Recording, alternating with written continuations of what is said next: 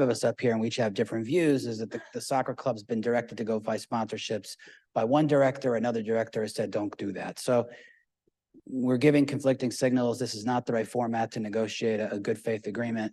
But I'm open to making a substitute motion that can continue this and let staff go back and make an agreement. Or, you know, we can just proceed with this motion and then, you know, present an agreement that it sounds like they're not going to sign. So I'm going to turn to Vice Chair Agron that may have some thoughts or comments to that. But you know, as the chair of this board, I just want to try to move things forward, you know, in the best possible way. So, Vice Chair. Thank you, Mr. Chairman. I think the idea of a motion to continue this is a good idea. Presumably it would be continued to the next Great Park Board meeting. We're not under any time constraint here, are we? We can certainly continue this till the next meeting in October for consideration. I'd like to do that. I'll let you offer the motion at the appropriate time. I'd like to do that. It doesn't sound to me like there are any irreconcilable differences here, and I do not want to leave the impression that I'm unenthusiastic about moving forward. I'm very enthusiastic. I think things have changed dramatically in the last year or so. And I too have been out to the soccer stadium on a number of occasions. And it is exciting to see the venue being used and to see this enterprise growing, to see the fan base growing. This is what's going to make our great park a truly great park. You know, when we imagine what the park could be, it was something for everybody. That was kind of a moniker that we used. And whether sports are your thing or not, sports should be part of the great park. Youth sports, professional sports as well. We're just in our infancy when it comes to learning how to use great park facilities and how to use them for the benefit of the community, how to enter into agreements with various parties for various facilities and their use, their operation. I think this contract, I was ready to approve it tonight. I can see questions that people have, appropriate questions that the public might have, but a motion to continue. And I think, Mr. Chairman, you kind of have to lead the effort over the course of the next month to bring back this contract to us and to bring it back to us with the enthusiastic support of all parties and indeed the public. So I think a motion to continue is in order, and I'm very confident we're going to have in front of us next month something that that we can all vote yes on. Okay, thank you, Chair. Well, I'll go ahead and make a substitute motion to continue to the very next meeting with the instruction that staff work closely with the Orange County Soccer Club and all 5 of us board members to get to some common solution. And principally with you. And principally with me. Yeah. Yeah, I would. Thank you. Orange County Soccer Club, please. Apologies, I'm not quite sure of the order of these things here. I think you might have slightly mischaracterized the position when you said that we're not prepared to move on unless 5.1 is in. I just want to, I think what we like for clarity, I think our position is if you if the will of the board is to remove the naming rights part 5.1, we would be very comfortable if somebody was to put forward a motion for everything else as discussed, minus 5.1, if there was some kind of, as you've just discussed, that it would be discussed at the next meeting. So if there's a way of doing it where there is a motion where everything except 5.1 is, assuming that you agree, is agreed with the clause that 5.1 would be discussed. I think for both parties, I'd like to think everybody would be happier walking away knowing that there is at least certainty for the club's future in terms of the length of the deal in a broad sense, even if there is, as Vice Chair Agron said, it's not necessarily, this isn't about hostility, but there is an area that you are uncomfortable with, which is the naming rights. But unless I've misread the room, there's a sense that 5.2 onwards is broadly acceptable to everybody. So we would like to be able, if possible, to move forward with that, with the agreement that at the next board, 5.1 is rediscussed. Okay, thank you. Director Treseder, followed by Director Kim. Yeah, thank you. So I've been listening to everybody's discussion. I really appreciate it.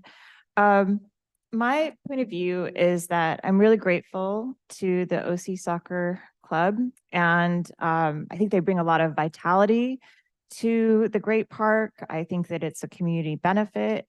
I'm glad to hear from the community that they feel like it's operating the stadium well.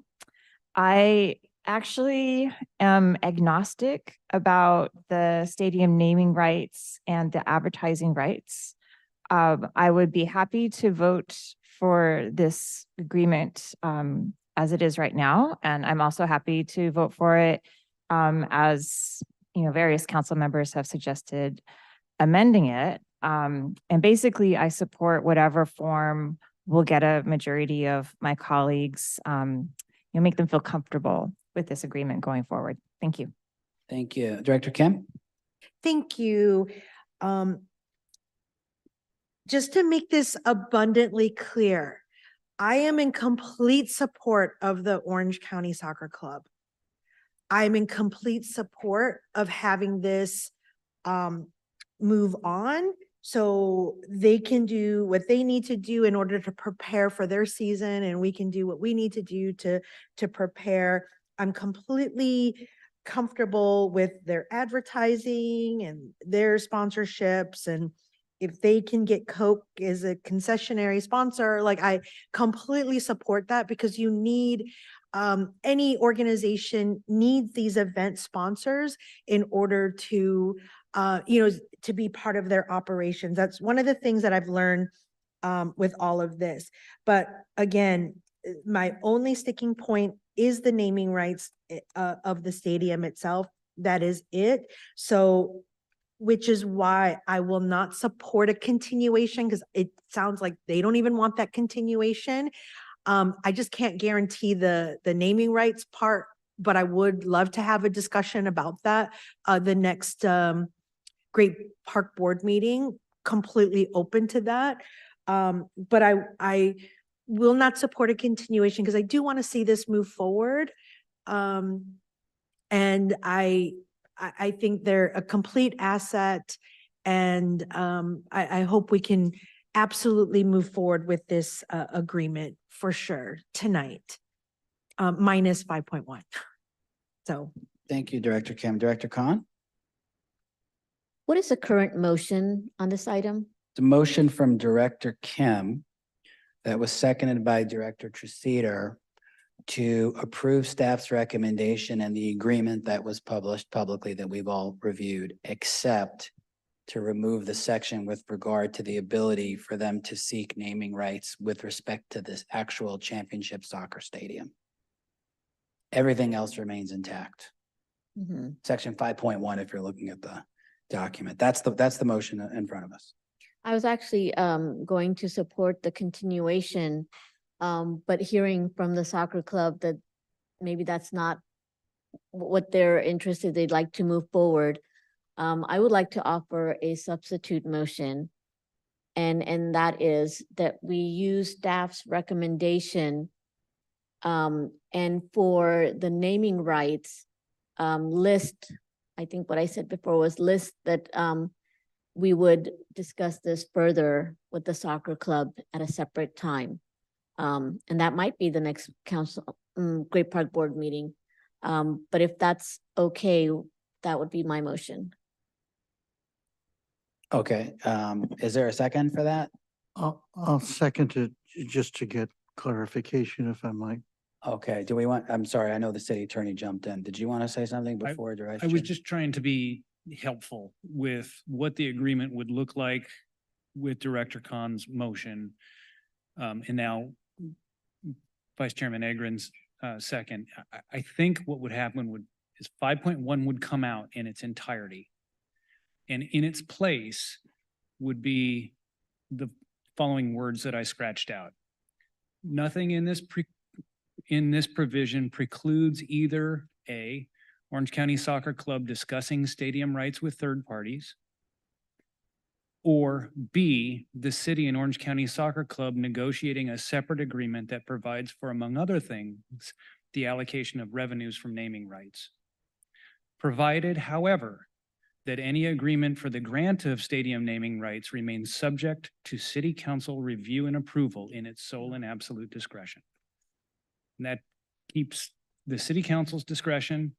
It allows Orange County Soccer Club to market, and it preserves, I think, Director Khan, the thing that you were talking about most pointedly, the ability to have a separate discussion about naming rights in a separate agreement, while this agreement would get approved this evening. If consistent with your motion, I hope. Yes, thank you. Okay, well, we have a motion and a second on the substitute motion as described by our city attorney and general counsel, if you will, of the nonprofit known as the Great Park Board Corporation. If there, yes, Vice Chair, Chairman, if I might, please. I just want to ask if that language, which sounded okay to me, if that language is okay with OCSC. It is. Okay. Very well. Okay. Great. So we have a motion and a second. Will the clerk please go ahead and call the roll? Director Khan, Yes. Director Kim, Yes. Director Treseder, Yes. Vice Chairman Agrin, Yes. Chairman Carroll, Yes. carries 5-0. Well, that was easy. Thank you, Chair. Thank you, everyone. Now having completed the agenda, is there a motion to adjourn the Great Park Board meeting? So moved. Is there a second? Second. Will the clerk please call the roll?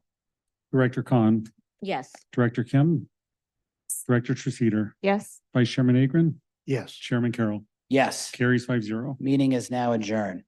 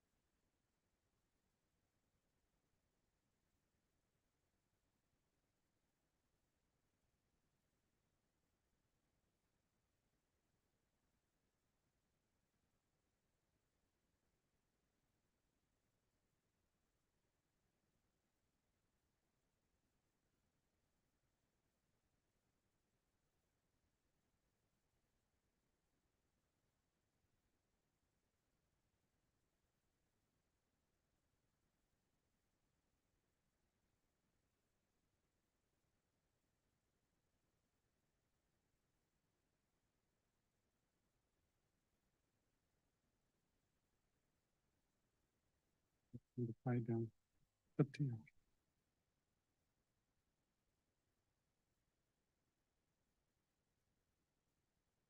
Good afternoon. I now call to order the regular meeting of the City Council and regular joint meeting with the City of Irvine as successor agency to the dissolved Irvine Redevelopment Agency. It is 4:19 PM. Will the city clerk please call the roll? Councilmember Board Member Agron, Here. Councilmember Board Member Carroll, Here. Councilmember Board Member Treceder, Vice Mayor, Vice Chairwoman Kim is absent from the dais, Mayor Chairwoman Khan. Here. I will now ask the city clerk to provide information on how to participate in today's meeting. Thank you, Madam Mayor. Members of our audience who wish to speak may submit their name into the speaker kiosk located next to the city clerk. Additional kiosks are available in the main lobby. We also offer the ability to provide live comments on city council agenda items via Zoom and submit comments through our e-comment system. For those who wish to participate virtually, visit zoom.us using any web browser or the Zoom app on smartphones or tablets and enter meeting ID 848-4853-1263. The passcode is 272906. In lieu of using a computer, smartphone, or tablet, you may also dial in by calling 669-900-6833 or 346-248-7799 and entering the same meeting ID and passcode. The meeting ID and passcode are also available on our webpage at cityofirvine.org/ICTV and selecting City Council meetings. Those who wish to provide comments via Zoom are asked to enter the speaker queue by raising their hand electronically. The city clerk will call your name and allow you to unmute your microphone at the appropriate time. Those dialing in by telephone will be identified by the last 3 digits of their telephone number. We ask that you please state your name for the record. The time limits per speaker are noted in the posted agenda and are established based on the number of requests to speak submitted before the first speaker is called. Requests to speak submitted after the first speaker is called shall receive 90 seconds. Those who wish to provide written comments on matters before the City Council may do so by clicking e-comment on the City Council meeting agenda webpage at cityofirvine.org/ICTV. All comments will be provided to the City Council as part of the meeting record and will be uploaded to the city's website. Any e-comments received before, during, or after discussion of these items will still be included as part of the official record. For technical assistance with Zoom before or during the meeting, please call 949-724-6078. For any other questions or assistance, please contact the city clerk's office at 949-724-6205 or via email at clerk@cityofirvine.org. Thank you, Madam Mayor. Thank you. And before we consider tonight's agenda, I would like to remind my city council colleagues that we will be following with the limited comments to 5 minutes each. And if necessary, we'll hold additional rounds of discussion on each agenda item. With that, I would ask that our city clerk call time when each member's time is up. We will now consider closed session item numbers 1.1 through 1.3. Those participating via Zoom may now raise their hand electronically to enter the speaker queue. City Attorney, can you please announce the closed session items to be considered? Thank you, Mayor. All 3 items on for closed session consideration tonight have a lot in common. So this is the stuff that's in common to all 3 of them. They're all conferences with real property negotiators under Government Code Section 54956.8. And for all of them, the property involved is 8,000 Great Park Boulevard, Irvine, California, 92618. And for all of them, the agency negotiators are Oliver Chi, the city manager, Pete Carmichael, the assistant city manager, Jeff Melching, the city attorney. For the first one, the negotiating parties are the City of Irvine, Michael Aguilar, Chief Executive Officer for the Flying Leathernecks Historical Foundation, Flying Leathernecks Aviation Museum, and under negotiation there are price and terms of payment. For the second one, the negotiating parties are the City of Irvine and Ellen Pace, Executive Director for the Pretend City Children's Museum, and under there again are price and terms of payment. And for the third one, the negotiating parties are the City of Irvine and Douglas Freeman, the Chief Executive Officer of OC Music and Dance. And under negotiation there again are price and terms of payment. And that's all. Thank you. And before we convene to closed session, we will consider public testimony. City Clerk, are there any members of the public wishing to speak on closed session items? No, Madam Mayor. Okay, thank you. With that, we will now convene to closed session and return at approximately 5 p.m. Thank you.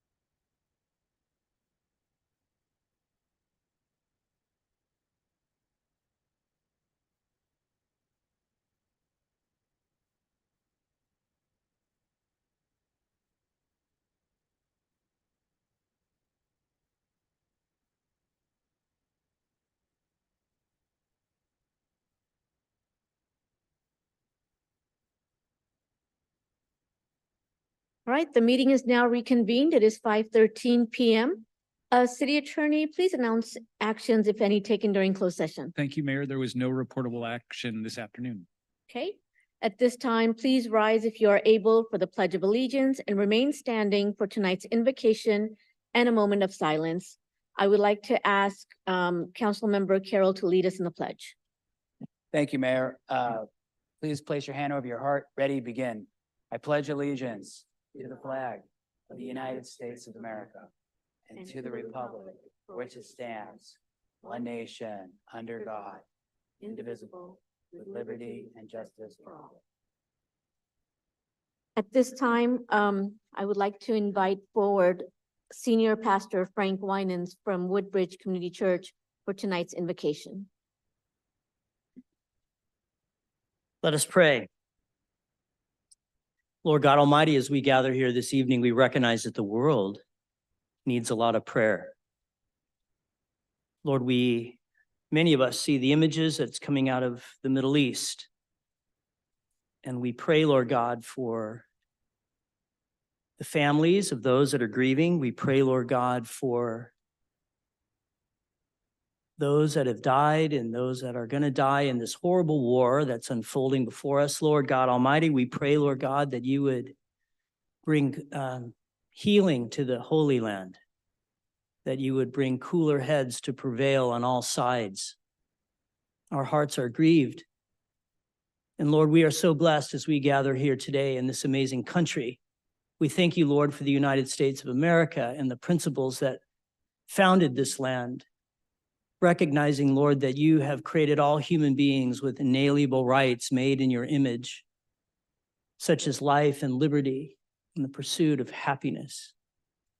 We thank you, Lord, for the values of this country found upon the Constitution and the Bill of Rights.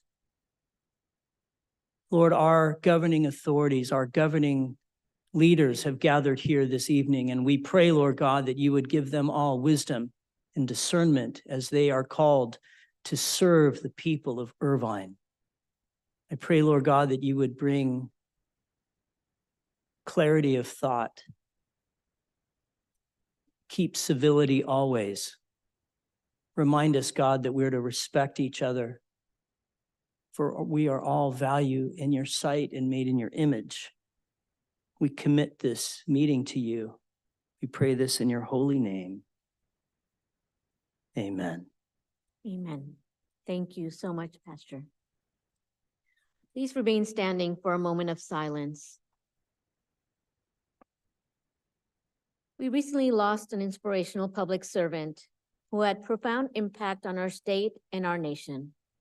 I would like to ask for a moment of silence in honor of Senator Dianne Feinstein. Senator Feinstein was recognized as a pioneer who repeatedly broke the glass ceiling. She served as the first female president of the San Francisco Board of Supervisors, as San Francisco's first female mayor, and as California's first female senator. As mayor, she guided San Francisco through dark times after the 1978 assassination of Mayor George Moscone and Supervisor Harvey Milk. She led the city for 10 years before eventually taking on the role of senator and heading to Washington, D.C. Senator Feinstein served in the Senate for more than 30 years. Her long and distinguished career was marked by a commitment to bipartisan cooperation, a steadfast pursuit of justice, and an unwavering dedication for bettering our nation. During her tenure, she led the fight to ban assault weapons, made her mark on national security, and was a champion for civil rights and the environment. Senator Feinstein was also the first woman to be considered as a presidential running mate in 1984, the first female major party candidate for governor of California, the first woman to preside over a presidential inauguration in 2009, and the longest tenured female senator in American history. But perhaps her greatest achievement and legacy are the female leaders she inspired. Please join me in a moment of silence in honor of Senator Dianne Feinstein.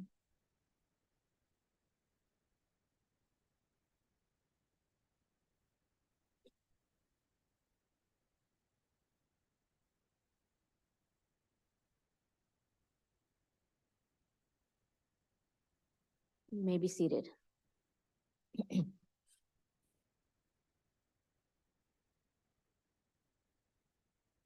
We will now consider tonight's presentations, but before I proceed to the podium, we will consider public testimony for presentation item numbers 2.1 and 2.2.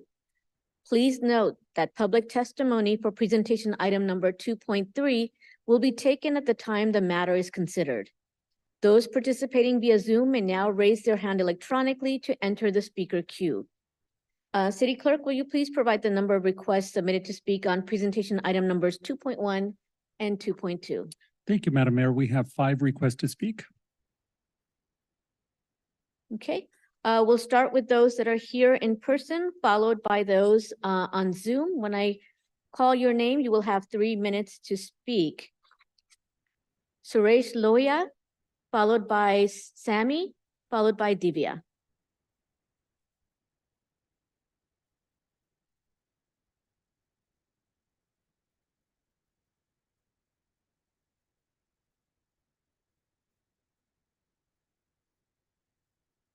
Greetings to all of you. My name is Suresh Lohiya from Irvine Hindu Mandir, that is the temple, most popular, oldest and open to all. And I want to thank Mayor, council members and the staff for the proclamation appreciating Hindu Heritage Month. And I vividly remember Mayor and one of the council member had visited Mandir. We had honored them and I hope they remember it. Thank you. Thank you. S. Sammy? No. Divya?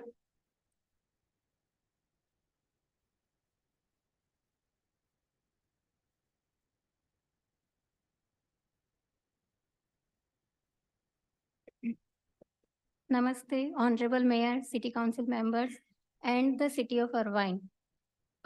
On behalf of the Hindus of Orange County, I would like to express my gratitude and excitement for receiving proclamation of October month for the October month as a Hindu Heritage Month, continuously fourth year in a row. Thank you. Now, I would like to state some ethical fundamentals in what Hindu believes in. Satya, meaning truthfulness. Ahimsa, meaning non-violence. Asteya, meaning non-stealing. Last but not the least, Vasudhaiva Kutumbakam, meaning whole universe is our family. So these are shared values which will bring peace to our society. Thank you. Dhanyavad. Thank you. Okay, at this time, we'll go ahead and consider testimony with those that are joining us via Zoom. Thank you, Mayor. Our first speaker is SS, followed by T. Amal. SS, you may unmute your mic. Can you hear me, sir? Yes, we can hear you. Okay. Good evening, Mayor and City Council member. My name is Sunita Singh. I am calling in regards of the caste-based discrimination. I would like to make you aware that caste-based discrimination is alive and well here in California. Whether people want to believe it or want to acknowledge it, that is up to individual. However, I know this firsthand because I experienced caste-based discrimination here in California. So when people say that there is no such thing, that this caste does not exist, that is not true statement. People who have actually lived it, felt it, if you talk to them, the stigma they incur for the rest of their life, it's like someone from the African American community being called the N-word. It is that devastating to that person. So in order for us, the oppressed communities, to be included in going forward in any ordinance or whatever the City of Irvine can do for the oppressed people, I request you to not exclude caste from any of your policies. Thank you so much. Our next speaker is T. Amal, followed by Samsung SM. T. Amal, you may unmute your mic. Hello, good evening. Am I audible? We can hear you. Good, thank you. Dear council members, first of all, I thank you for giving me the opportunity to speak. I congratulate the citizens of Irvine for proclaiming October 2023 as the Hindu American Awareness and Appreciation Month. Hindu faith is known as Sanatan Dharma, is not a religion at all, and should never be spoken of as such. There's some details which are quite astonishing about Hindu Dharma. To be a Hindu, belief is not mandatory, let alone belief in one God. You may choose not to believe in any or no God and still be a Hindu. Believing any book is not mandatory, let alone be one book. In fact, Hindu Dharma encourages one to be a seeker rather than a believer. Seeker of knowledge is given the highest regard. No wonder Hindus excel in all fields of education and research. You'll find the crime rate to be the lowest in any place where Hindus are. By now, you can easily see the unique open architecture of Hindu Dharma, which encourages you to seek your own way and your own meaning to this human life. Being the oldest and only continuous civilization, Hindus over eons have contributed significantly in the field of mathematics, science, engineering, art, philosophy, ecology, medicine, commerce, agriculture, astronomy, architecture, metallurgy, and many more. Irvine benefits from a large number of Hindus and their active contribution in all spheres of life. I would like to ask for two actions from this council. I invite you to attend the Navaratri Garba celebration being organized all over California in the next 6 weeks, where the feminine form of the divine as Durga, a warrior against evil and a loving mother protecting all her children, is celebrated.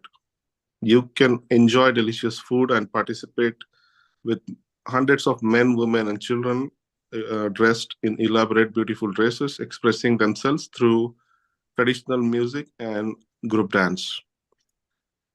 The second request I have is to the City of Irvine is to immediately issue a proclamation of Hinduphobia and to state that we, the City of Irvine, will not support any legislation that has the word caste in it. This will protect the Hindu residents of Irvine from racial profiling and bullying. Thank you very much for your time, and I yield to the next speaker. Thank you. Our next speaker is Samsung SM. Samsung SM, you may unmute your mic. You have 90 seconds.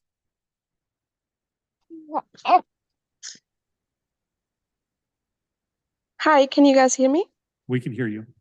Hi, my name is Pooja. I am Hindus for Caste Equity. I'm the member of Hindus for Caste Equity. I'm a Hindu myself.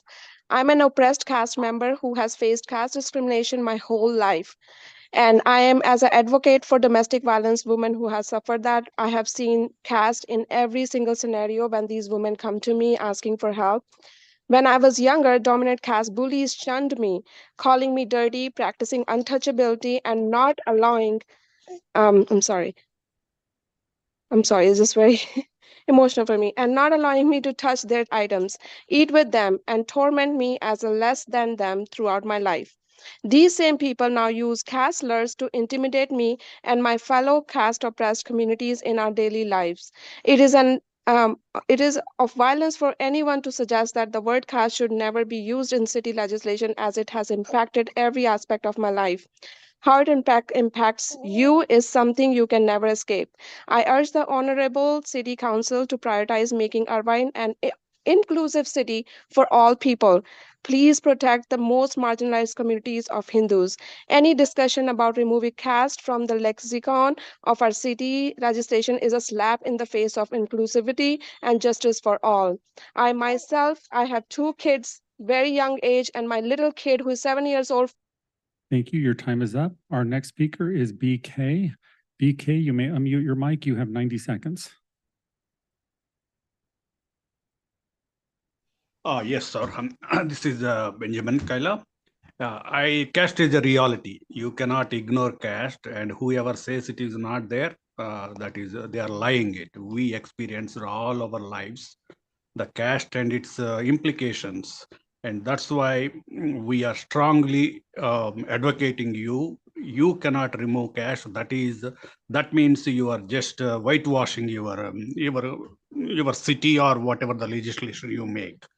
Caste is a reality. Try to understand. If you want to do some Google search, what is happening with caste, either in America or otherwise. Do please inform yourself before taking any action. Don't go by all these cock and bull stories telling by the privileged caste here.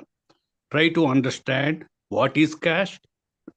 Try to understand what is happening in the name of caste, and then take a decision. That's my humble request to you. Thank you very much. Appreciate it.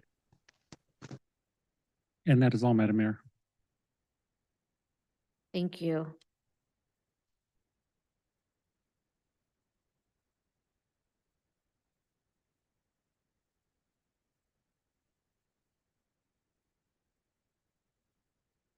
Our first presentation this evening is a proclamation recognizing October 2023 as Hindu American Awareness and Appreciation Month.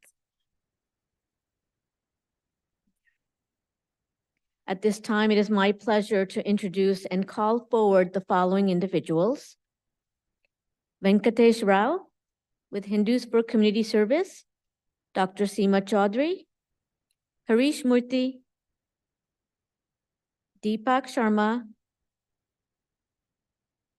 and Preeti Singh.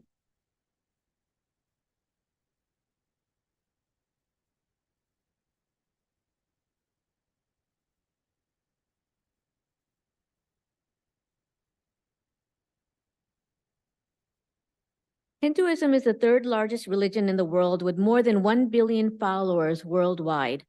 The month of October is significant as it is the birth month of Mahatma Gandhi.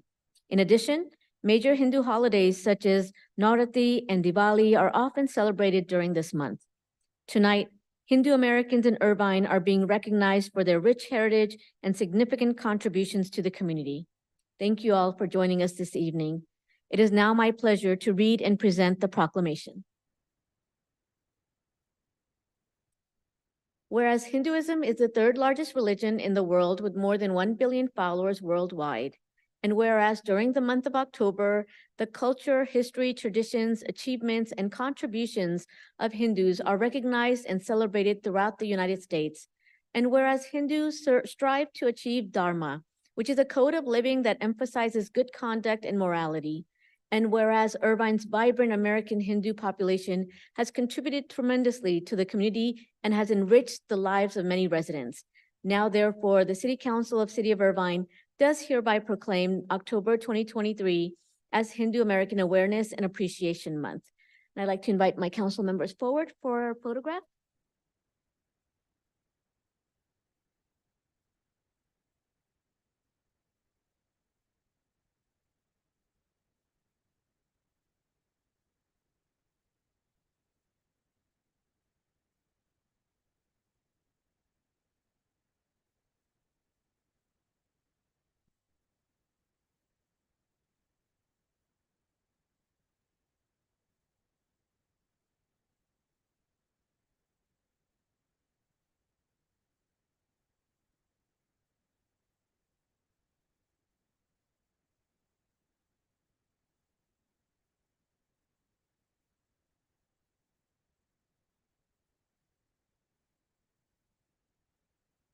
Gonna need a bigger camera.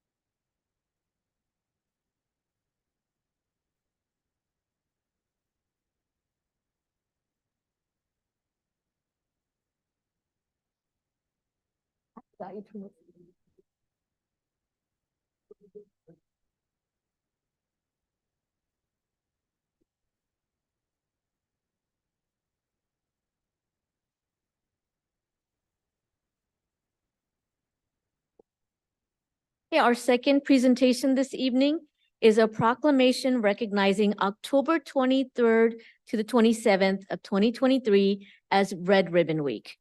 At this time, it is my pleasure to call forward Susan Chang Fong, Jim Leung, and Esther Morales from the Irvine Unified Council of Parent-Teacher Association and the following Irvine Police Department employees: Lieutenant Bill Bingham, Sergeant Tim Petropoulos, Dare Officers Alex Mendoza, Paige Kisling, Matt Aragon, and Amanda Schaefer. And I know there's more IUC PTA members, so you guys have to come on down too.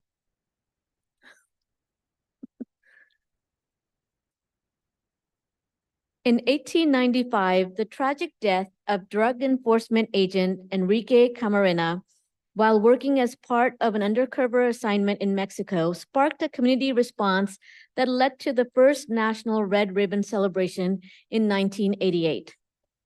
The goal of Red Ribbon Week is to increase awareness regarding the importance of physical health, mental health, and resiliency in our youth, as well as the need for ongoing alcohol, tobacco, and other drug and violence prevention education in our schools and in our community.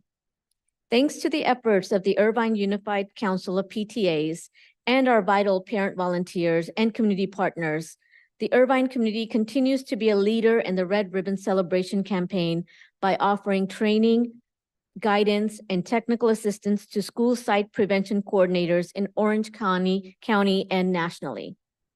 On behalf of the residents of the City of Irvine and the Irvine City Council, I would like to thank all the members of Irvine Unified Council of PTAs for their efforts. Thank you for joining us tonight, and it is now my pleasure to read and present the proclamation.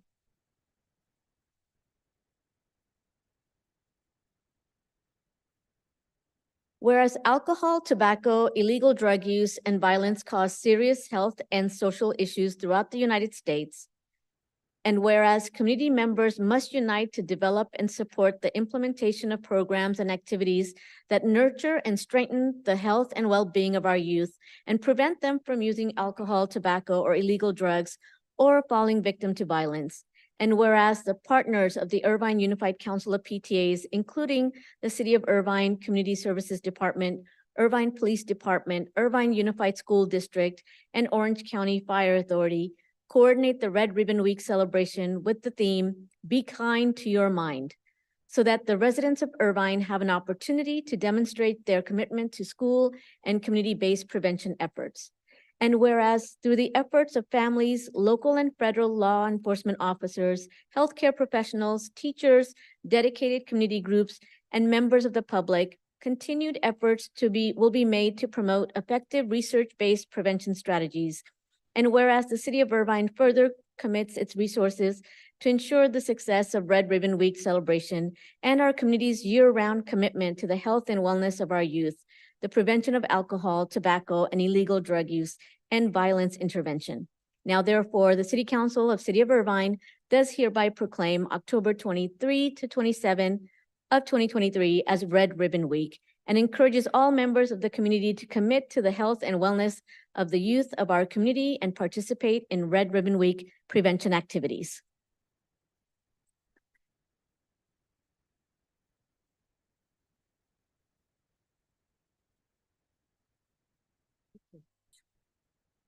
Thank you.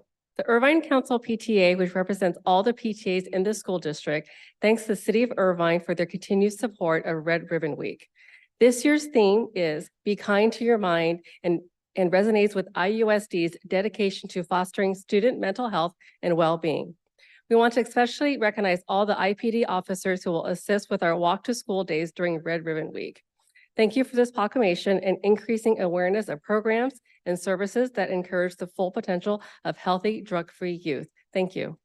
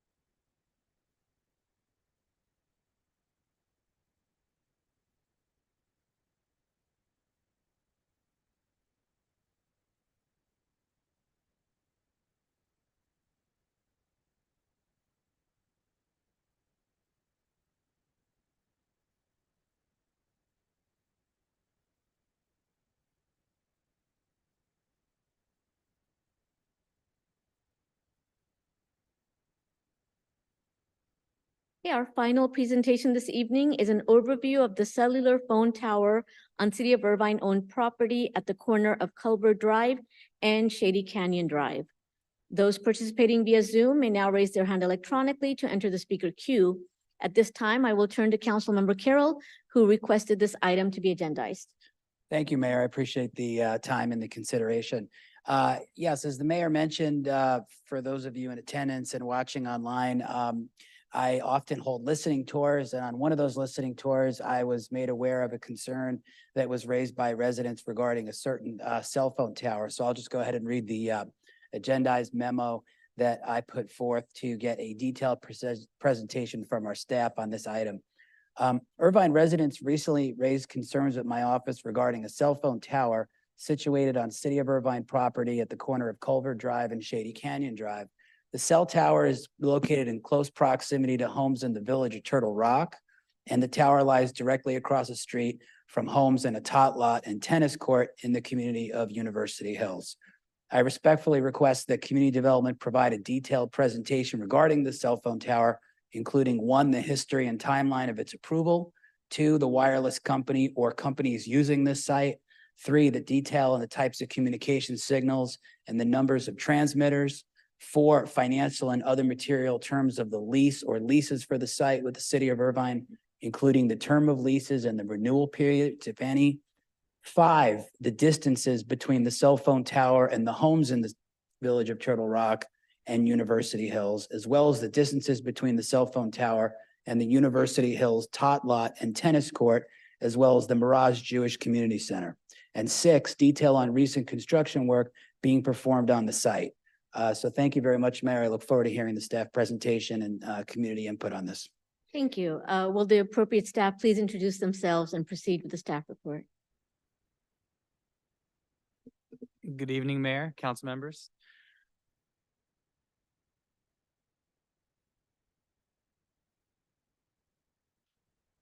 Thank you for I'm Jesse Cardoza, Deputy Director of Community Development. With me is Stephanie Frady, Planning Administrator, Community Development.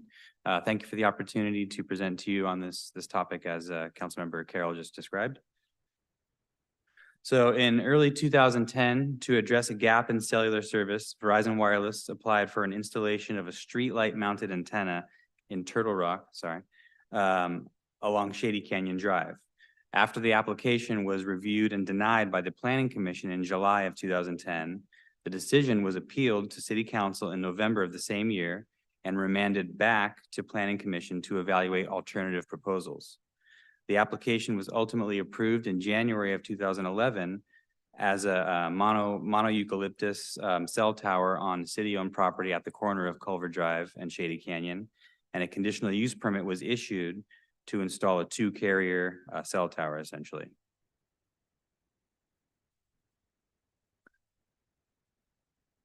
In August of 2011, the conditional use permit was modified to approve AT&T as the second carrier from the previous approval. And then Building and Safety issued a permit for the construction of the new facility the following March, with final inspections approved in late 2012. And there have been a handful of other building permits since then issued to remove and replace various equipment over the life of the project. When evaluating a new wireless communication facility, the city is primarily limited to regulating location and screening with an underlying concern for aesthetics. The Telecommunications Act of 1996 prohibits local agencies from regulating these facilities based on radio frequency emissions, with such concerns being evaluated by a third-party expert to ensure compliance with applicable FCC standards. As such, proximity and screening requirements enforced by city planning are intended to ensure that such installations are as visually appealing and unobtrusive as possible, with a 50-foot minimum setback from residential uses. But we do not regulate based on RF emissions. Currently, both Verizon and AT&T are in the process of removing and replacing equipment at the site, which we think is what probably drew the attention of the local residents. AT&T obtained a permit early this year to remove and replace 12 antenna and remote radio units and replace them with 15 antenna and 14 radio units. Similarly, Verizon currently has an application under review with Building and Safety to remove and replace 12 antenna and 3 radio units with the same number of antenna and 6 radio units. So here we see the wireless site location identified by the star on the map, with the nearest Turtle Rock resident, number 1, 163 feet away. The Mirage Jewish Community Center, number 2, 295 feet away. The University Hills Tot Lot and Tennis Courts, number 3, at 512 feet away, and the University Hills Neighborhood, number 4, at 685 feet away.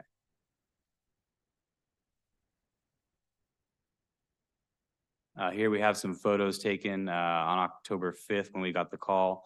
We went out and looked at what was going on with the current alterations and took some photos. We see the scaffolding around there, and the trees have been trimmed back, I think, pretty significantly from what they were previously for screening efforts. And then we'll go into existing equipment. So these are going to be some screenshots from the plans that were submitted for the current alterations. This is from AT&T. So on the left, we have what the existing condition was, and then the proposed alterations on the right. Essentially, it's the same configuration. There's no significant change to the height or location of the antennas, just the numbers changing and the equipment's being upgraded to newer, more technologically advanced equipment. Same thing with Verizon. You see on the left is the existing condition, on the right is proposed. Again, the heights and locations are essentially the same, just the number and type of units are changing. Here we have a simulation provided by Verizon for their enhancements. The top picture is the existing condition. The bottom is what the proposed antenna will appear to be, not significantly different in terms of visual effect. Same thing for AT&T from Culver Drive. On the left is the current setup, and on the right is proposed. And then in terms of lease agreements, again, we have one with Verizon, one with AT&T, both set to expire in the next 4 to 5 years, Verizon in 2027, AT&T in 2028. And then also it gives us here the annual income we generate from those lease agreements. And the eight American Tower Corporation was the initial applicant for the mono tower. And they do carry some power of attorney for making permitting and zoning and licensing agreements. And with that, we're happy to answer any questions you may have. Thank you. I'll go ahead and turn it over to my colleagues for any comments at this time, starting with Councilmember Carroll. Thank you, Mayor. Yeah, I do have a number of comments, and I would like to, just ask a couple of questions that I did, with the staff. I've had some conversations offline, and just be good to have them now. Based on some of this feedback that I had received, and hear public comment, and then might have a couple more things to add and say with regard to this. Can you talk a little bit about the current lease with regard to the ability of the renewal to occur? My understanding, having read these two lease agreements, is that we have, I guess as an initial matter, we have an opportunity to not renew this lease or the two leases and then that period is coming up shortly. Is that right? Yeah, so to address lease agreement questions, we have Daniel Hahn from the City Manager's Office.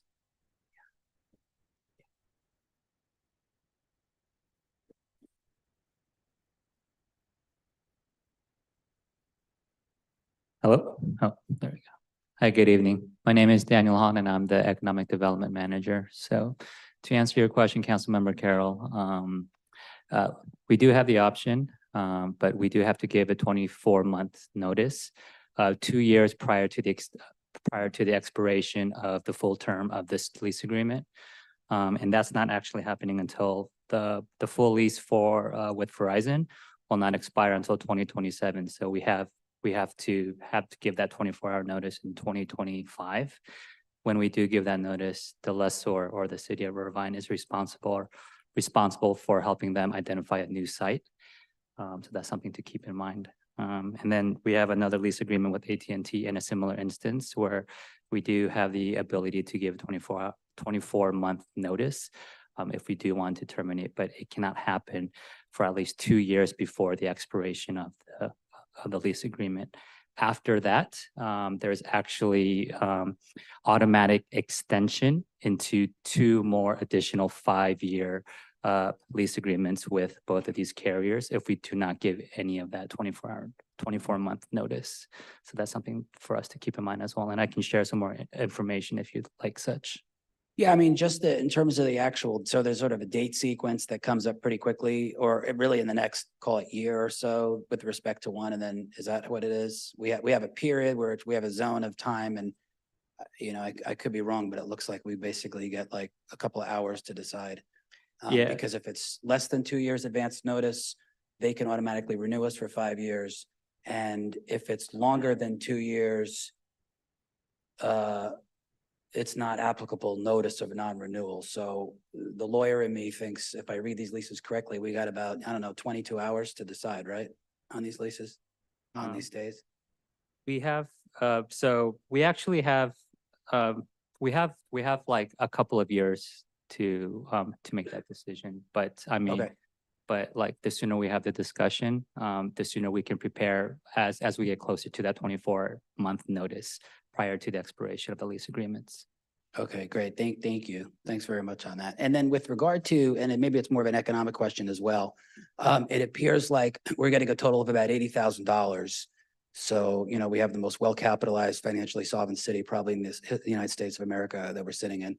And we're getting $80,000 a month to have this thing sitting right near a bunch of homes. Is that market $30,000 and $40,000 for these wireless companies to have those transmitters there? Or is that market 15 years ago, or how does that work? Thank you for asking that question, Councilmember Carroll. This was based off of market rate that was set back when we originally signed these lease agreements. And so from there, it is a 3% adjustment every year from there. Okay. Do we have a sense of if we were to get, the renewal, if we went into non-renewal and then caused some kind of a renegotiation, do we have a sense of what would be market for a brand new de novo cell phone tower of that size and shape and on our city-owned property? So with that question, that's something that I can go back and look into, but I don't have the market rate off the top of my head right now at this point. Okay, okay, no, thank you.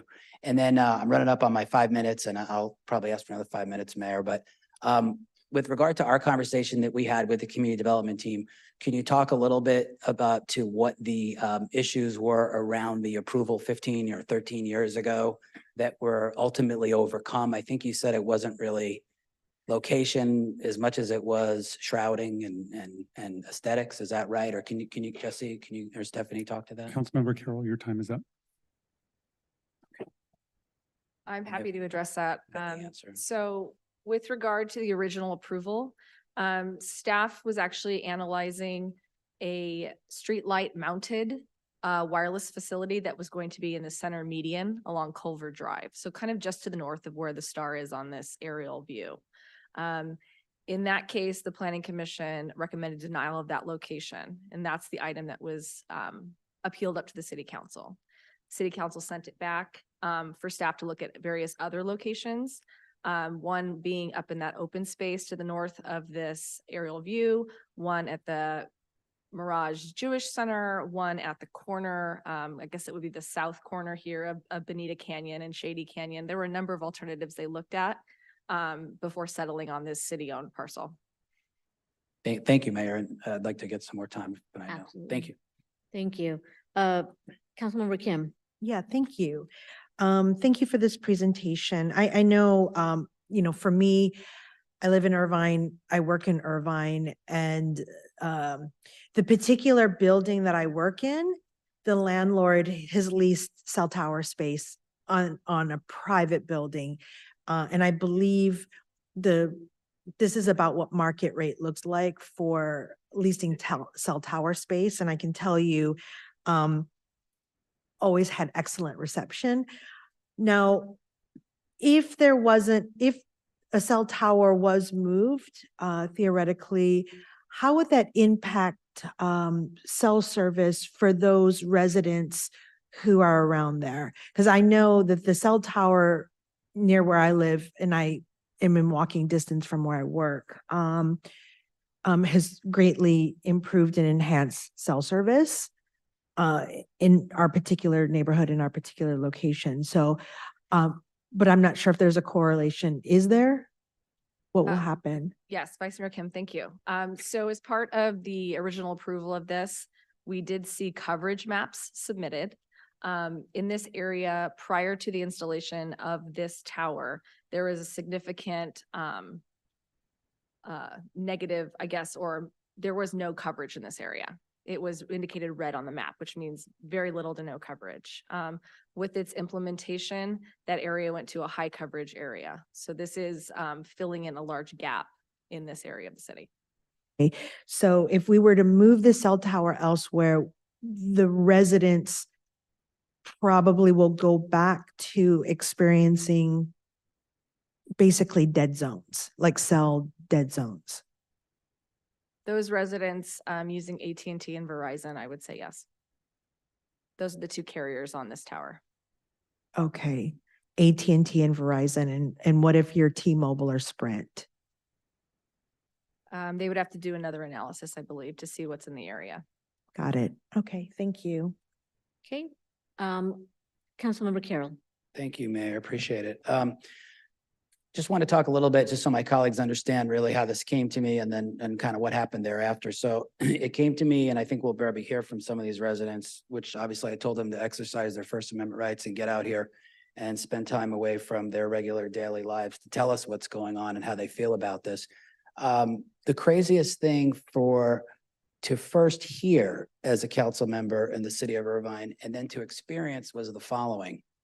I didn't know it existed. Some of these residents came up to me and said, we didn't know it existed. And then my question back was, I didn't even know that there was a tower there. And I drive by that corner every single day. So on the following day, I think it was a Wednesday, I drove by there and I pulled up on the access road, sorry, community development, with my daughter. And I walked up, which I thought was a mound that in my mind, it was the Irvine Ranch Water District. And then it turned out it wasn't. It's city-owned property. It's the property of the city of Irvine. And I just want to be clear about what our rights and obligations are as a city. So I just want community development, if you guys could be really clear for the record here, okay? And just confirm my understanding or help tweak it. My understanding is that there's two types of land. And when I was a planning commissioner, we had this problem along Jamboree Road.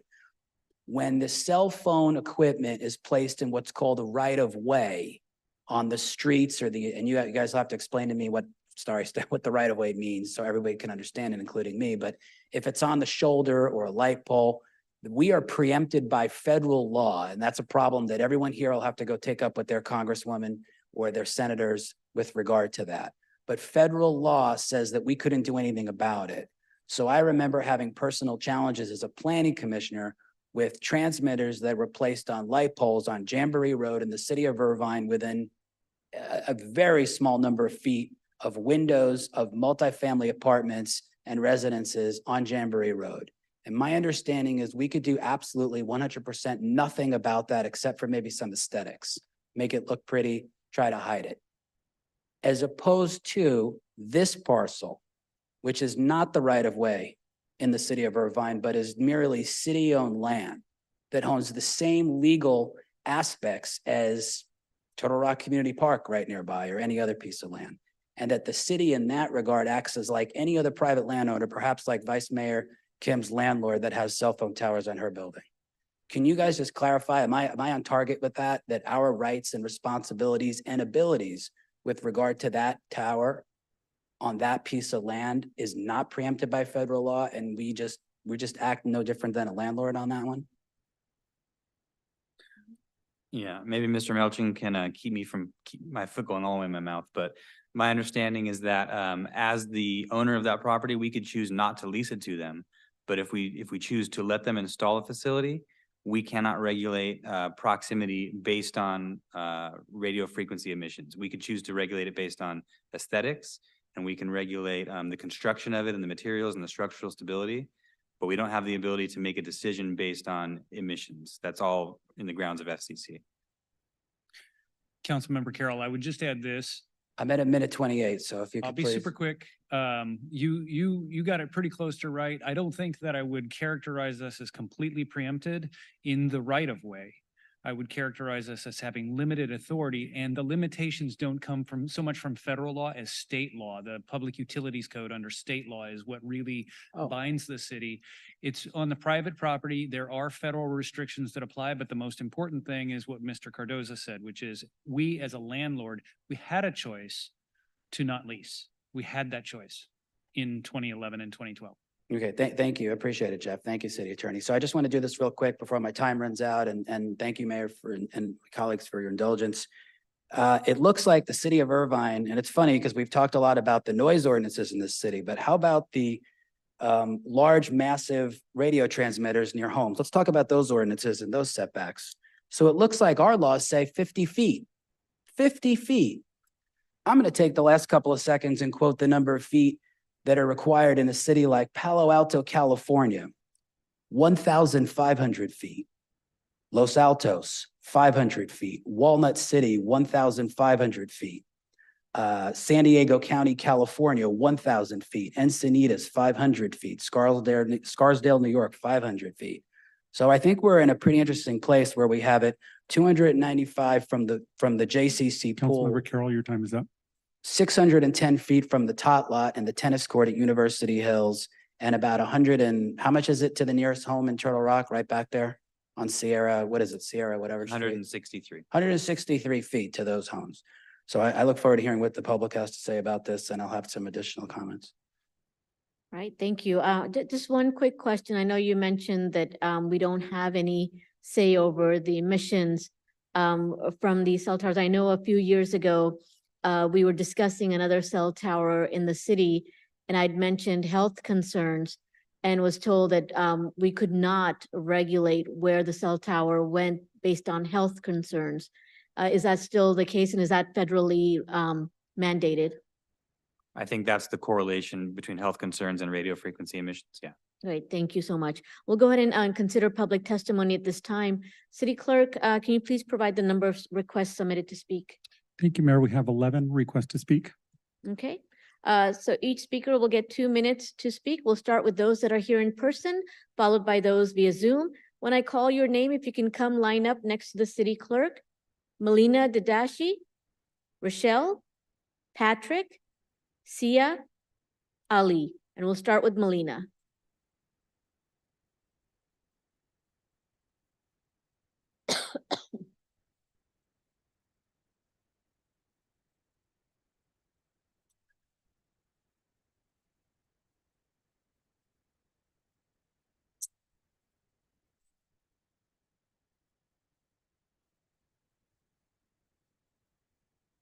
Sorry. Take your time, Melina. This has been one of the worst 2 weeks of my life. I have spent every waking moment thinking about how we can get this tower away from our neighborhood. I have went to every single neighbor I have in all of Turtle Rock. I have stopped my life, my marriage. I've put everything on hold to ensure that everyone was aware that this tower is way too close to our neighbors. I come from a medical background. I've talked to many medical professionals. They have stated that this cell tower is a disaster for human health. There's not enough research that has stated that this is safe. And we do not want to be a part of this human experiment when we have children that are running around the streets way too close to this cell tower. Even the technicians working on this cell tower currently have stated that they are limited to work on this cell tower. They are not allowed to be there for many hours per week because it has so much radiation. This should be a concern for the city of Irvine. Our safety should be number one. I'm not sure why this isn't being taken care of seriously, but it's gone to the point where we don't want to live in our homes. We are afraid to leave our homes. Families nearby are worried about their children's health. This is a huge matter. This is a public health matter, and we need to do something about this. We cannot put this on hold. It's way too close to our homes. I know I have 27 seconds.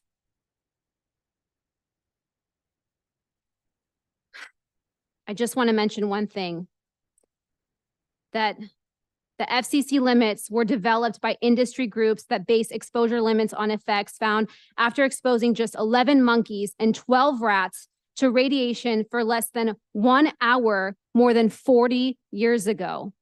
Please do not make the same mistake as you did with the asphalt site.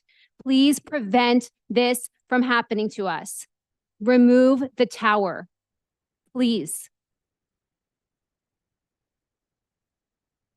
At this time, I know we have a hard stop at 6 p.m. for our public hearing. So I'm going to ask our city attorney just to give us an update so that we can get through our public comments. So Mayor, the law does allow us to finish the pending item, but it's obviously good to announce for those that are here that we will take up the districting item as soon as the public comments, as soon as this item is concluded.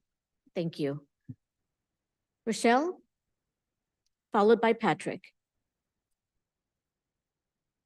Hello. Hi, my name is Rochelle Wiffler, and I am a longtime resident of Irvine. I've lived in Irvine for 48 years.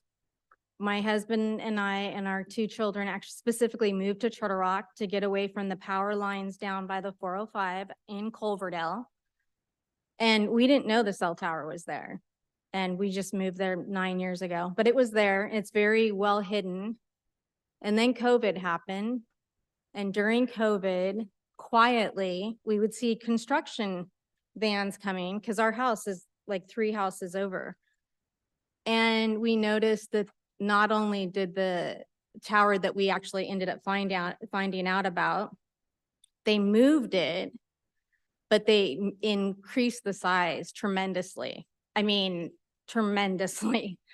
And to accommodate the height that's above ground, they actually like backfilled and made this pile like an anthill that was never there.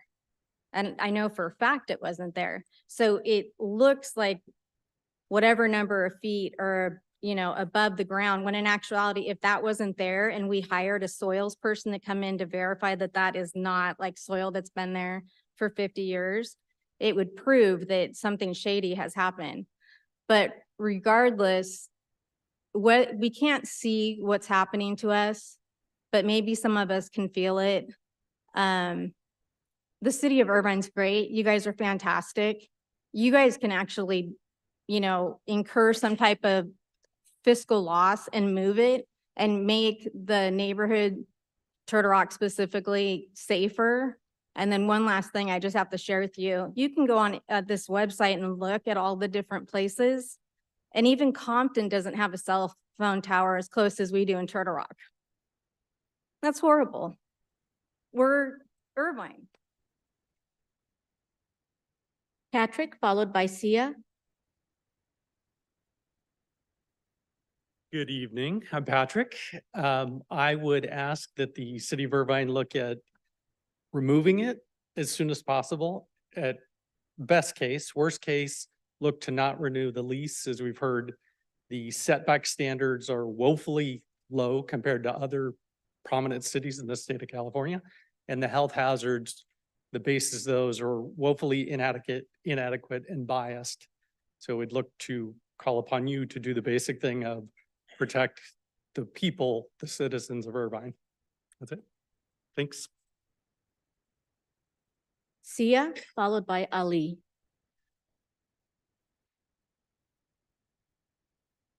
Hello, my name is Sia.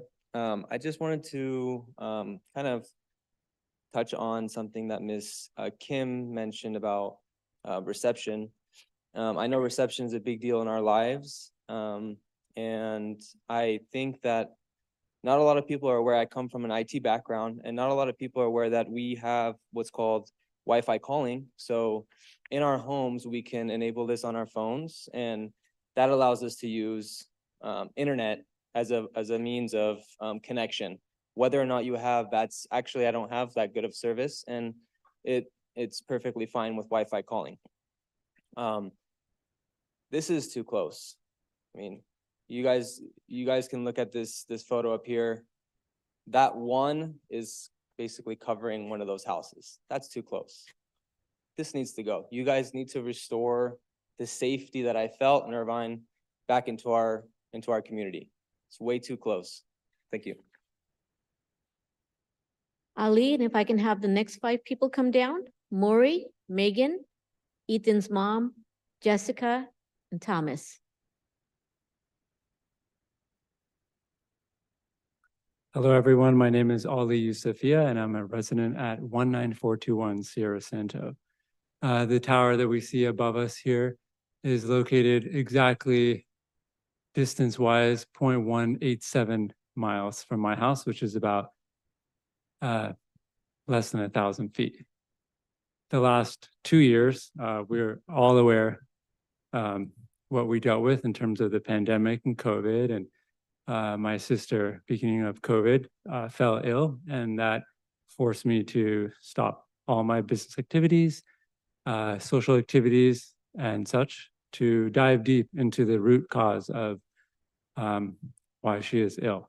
That is taking me down a very, very deep rabbit hole, which I know we would all love me to share, but due to time, I will make it short. There are hundreds and hundreds of studies done, safety studies, independent, third-party, non-biased studies that you can find on the internet from all around the world. And my greatest concern is that there is evidence that electromagnetic frequencies, specifically non-native electromagnetic frequencies, especially for the neighbors such as myself and others that live there, increases cellular inflammation, and in fact increases the parasitic load, intracellular parasites within our bodies, as well as decreases the mobility and motility of white blood cells, which are in fact our nervous system, related to our nervous system, and primarily and most importantly, our immune system.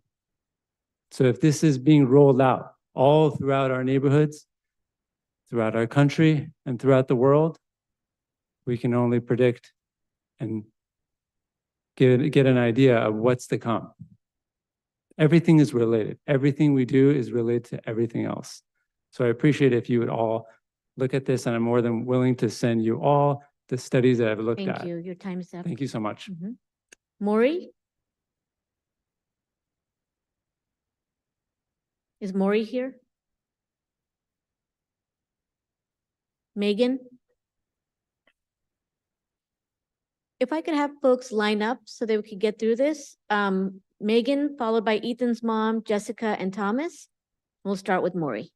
Hi, my name is Maury Modeshami. I've been a resident of Irvine for the past 34 years and 20 years in Turtle Rock, very close in the proximity of where the towers are. And apparently, all my dear friends and neighbors already covered what I wanted to mention also, so I won't repeat it. I highly recommend that extensive study to be done on the location of this tower, and I hope that could be removed to some area away from the residents. I was wondering, I go bike riding up on the hills in Bomber Canyon. And there are a lot of open land and high elevations that maybe you could have receptions if this located somewhere in that area. Thank you for the time. Megan? Ethan's mom? Jessica? Thomas? Okay, seeing no more in person, I'm going to turn it over to our city clerk for those via Zoom. Thank you, Mayor. Our first request is from Boz Curriculum, followed by Jane Roshman. Boz Curriculum, you may unmute your mic.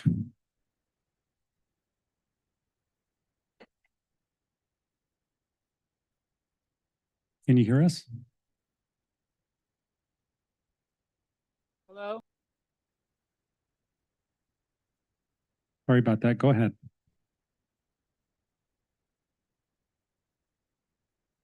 Boz, you can unmute your mic.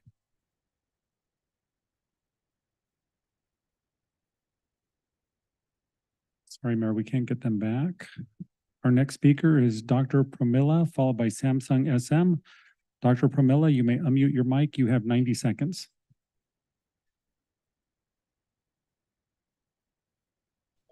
Hello. Yes, we can hear you. Hi, I'm calling in regards to this proposal that your Irvine Council is looking at about caste system. And main thing I wanted to stress here is any decisions that you are taking, please keep in mind that there are living people who are experiencing caste discrimination every day of their life.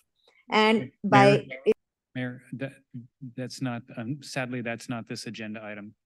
So that may, in fact, that agenda item was part and parcel of the presentations. And so the opportunity to speak on that issue is already passed for tonight. Thank you. Our next request is from Eric Nishanian, followed by Ramesh Suman. Mr. Nishanian, you may unmute your mic. You have 90 seconds. Thank you very much. All I wanted to say, Eric Nishanian, business owner and resident. All I wanted to say is the time to have brought some corroborating evidence, independent corroborating evidence of what's being claimed should have occurred before the speakers started speaking and making all these hearsay statements and these self-serving conclusory statements. I don't have the tower near my residence, and I'm sure it would probably cause me some concern if it was.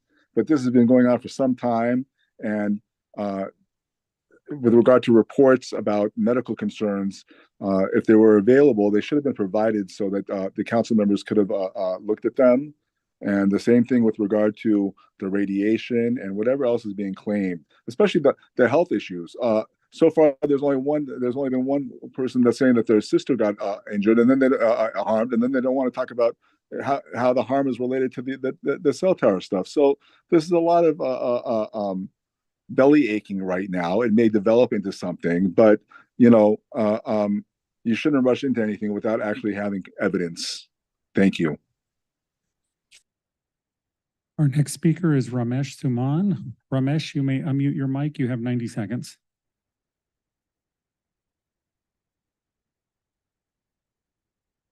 Ramesh, can you hear us? Madam Mayor, with your indulgence, if I can try Boz curriculum just once more. Yes. Thank you. Boz curriculum, you may unmute your mic. Hello, hi, this is Dr. Singh. I would like to make a comment on issue of caste. Is it the right time? Sir, no, it's not. We've already moved on past that item. Okay, then I'll pass. Thank you. And that is all, Mayor. Thank you. I'm going to turn it over to Councilmember Carroll for some wrap-up comments. Thank you. Thank you, Mayor. I appreciate it. And thank you for all the public speakers with regard to this item and those that were unable to, I guess, to hang in there to go ahead and speak or signed up. You know, as far as, you know, I'm concerned, I have serious concerns about this. And I think it's something that we got to take a look at more seriously. And I think this is a first positive step, having a presentation about the detail so we can get it all before the decision makers of the city of Irvine, which it now is. I think that, you know, 163 feet from single family homes and 512 feet from a tennis court and a tot lot, and 200 and whatever that is, 55 feet from the Mirage Jewish Community Center pool.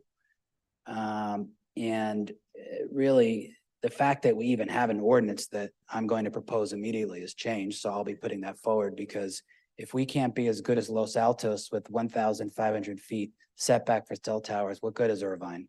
I mean, we run around here and we collect accolades as frequently as I change t-shirts, ladies and gentlemen.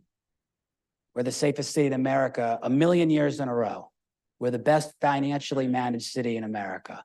We're Tree City, USA.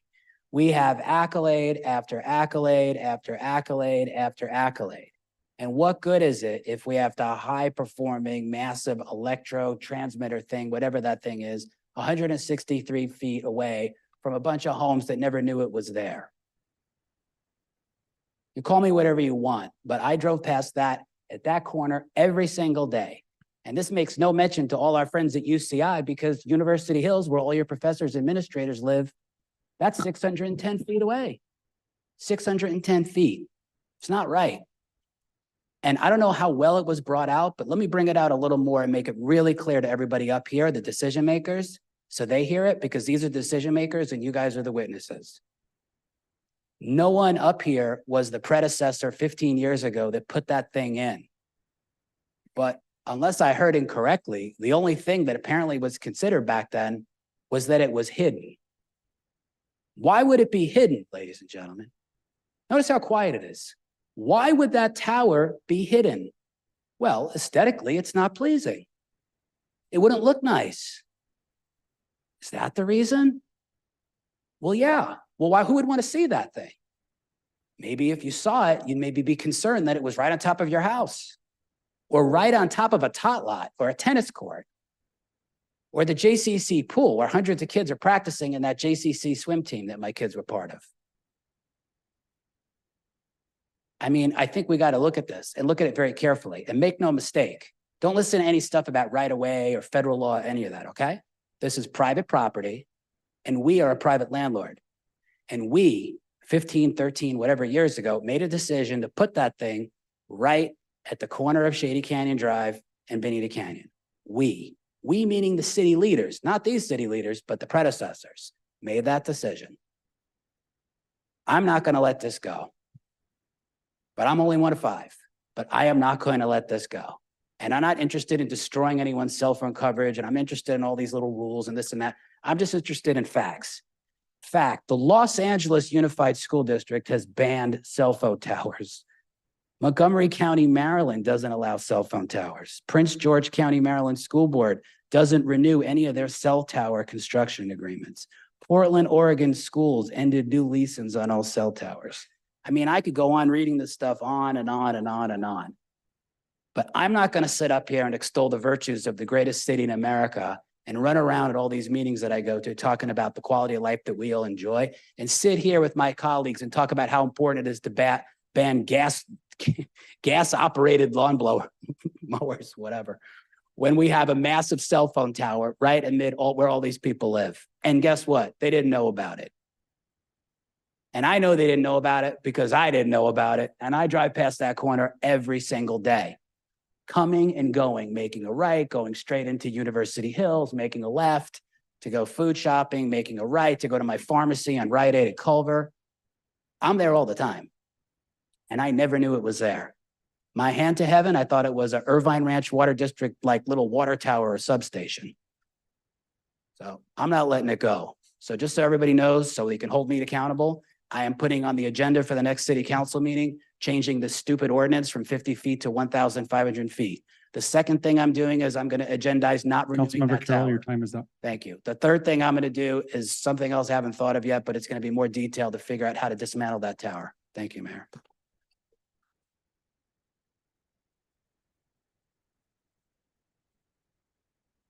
Thank you, Councilmember Carroll. You definitely have my support. This item is a receive and file.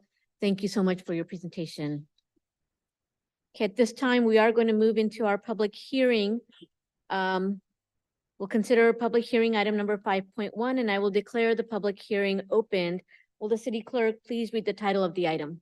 Public hearing requesting input regarding the composition of potential city council election districts, resolution selecting city council election districts, resolution submitting a charter amendment to the voters regarding city council expansion and districting on March 5th, 2024, and associated implementing resolutions. Thank you. Those participating via Zoom may now raise their hand electronically to enter the speaker queue. And before I begin, I would like to provide a quick summary of how the public hearing will be conducted today. First, I will ask staff to introduce themselves and proceed with the staff report. I will then turn to my council colleagues for an initial round of deliberation and questions. Following initial discussion and deliberation, we will consider public testimony. Once public testimony is concluded, I will entertain a motion to close the public hearing. After we close the public hearing, I will ask each of my colleagues to identify their preferred map based on the overall districting process that we have engaged through these past several months. If there is a consensus map that emerges after each member of the city council shares their preferred option, I will either entertain or make a motion to move that preferred map forward in order to facilitate discussion. After the map is selected and the corresponding resolution is adopted, we will then engage in discussion regarding the charter amendment, the ballot argument development process, and consideration of a motion to call for the special municipal election to be held on March 5th, 2024. So please be clear, we're doing the map first and then the charter amendment afterwards. At this time, I will ask the appropriate staff to please introduce themselves and proceed with the staff report. Thank you, Mayor Khan, members of the City Council. My name is Brian King, Assistant City Manager and staff lead on this project. Tonight represents the 5th public hearing in the process to expand the City Council from 5 to 7 seats and transition to by-district elections. Tonight's hearing is unique from the others in that you're going to have the opportunity to select and propose a map for voter approval and place a charter amendment before the voters. With me here tonight is Dr. Justin Levitt with National Demographic Corporation and Carl Peterson, City Clerk. Dr. Levitt will provide a presentation on the focus maps, and Carl will give an overview of the steps required to place a charter amendment before the voters. Also here and available to answer questions is City Attorney Jeff Melching. So with that, Justin, can you start your presentation? All right, thank you, Mayor Khan, members of the council, members of the community who are both here in person and on Zoom. My name is Dr. Justin Levitt with National Demographics, and it is a pleasure to be back here for hopefully our final discussion of the draft maps. And I would be remiss if I didn't start this by thanking city staff, in particular, Brian and Hillary and the city manager's office for all the hard work they've done organizing everything throughout this process. Assuming that we do pick a map tonight and we do introduce the ordinance tonight, again, that vote would be placed on the March 2024 ballot for the first new elections held in the new districts next November, in the November 2024 presidential election. As we've seen many times before in this presentation, we've followed a set of criterias, both in terms of drafting the maps and now in terms of evaluating the maps. All the maps we have here today meet the basic federal requirements. They have equal population by total population. We don't have any population unbalanced maps show you tonight. And they meet the basic requirements of the Federal Voting Rights Act. Where our real discussion and deliberations have occurred, especially at our community workshops over the past month, is really on this middle column, that second point, communities of interest. And what are the neighborhoods and communities that need to be kept together for the purpose of their fair and effective representation? And kind of as we move toward identifying a final map, it's important to note that this is a place where we disagree. We can often have disagreements about. And it's really about trying to understand what might serve the community best over the next 10 years until the next redistricting, where we have another opportunity to continue to improve the map and make changes based on the 2030 census numbers. And after we identify communities of interest, we also want to pay attention to the boundaries. Are we following easily identifiable ones that make it easy for voters to understand which district they might be in? And the rules of compactness, not bypassing one group of people to get to a more distant group of people. And then in the third column, other traditional districting principles, kind of our final balancing take.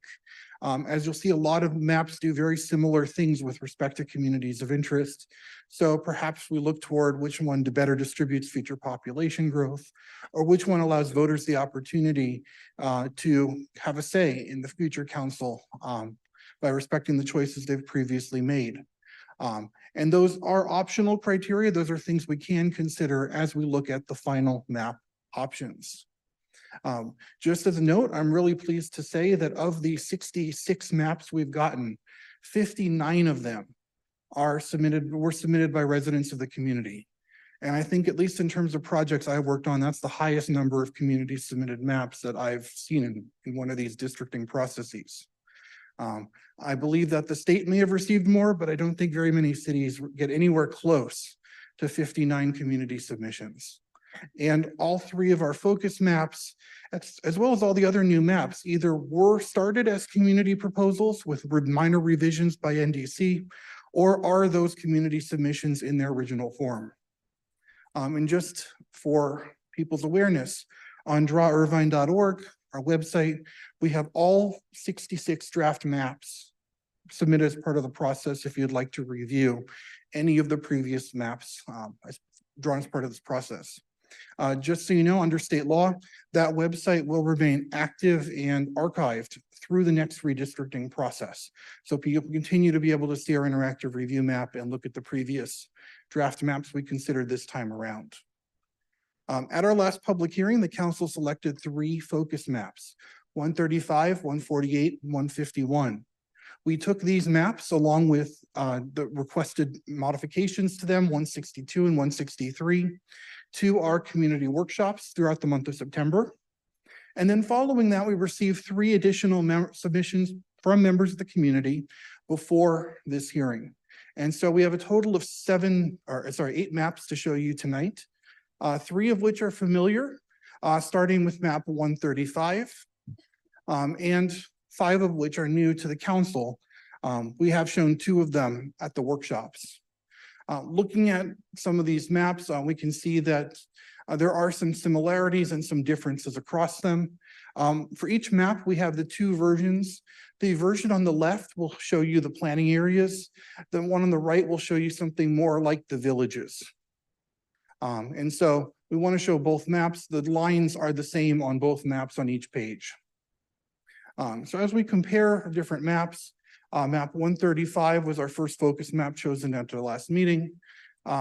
It has some more horizontal districts that kind of cross the city. Noticeably, it divides the Great Park into 4 districts. And one of the things we've heard from many members of the community is it divides Woodbridge in order to balance the population.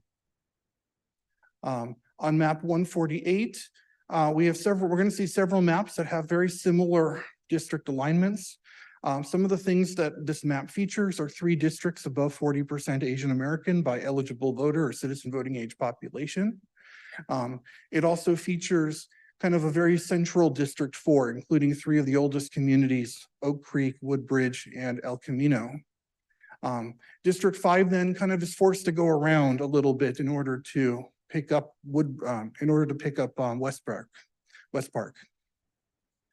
Map 151, one of our community submissions as well. Instead of having 3 districts mostly above Interstate 5, this one has 2 districts mostly above Interstate 5.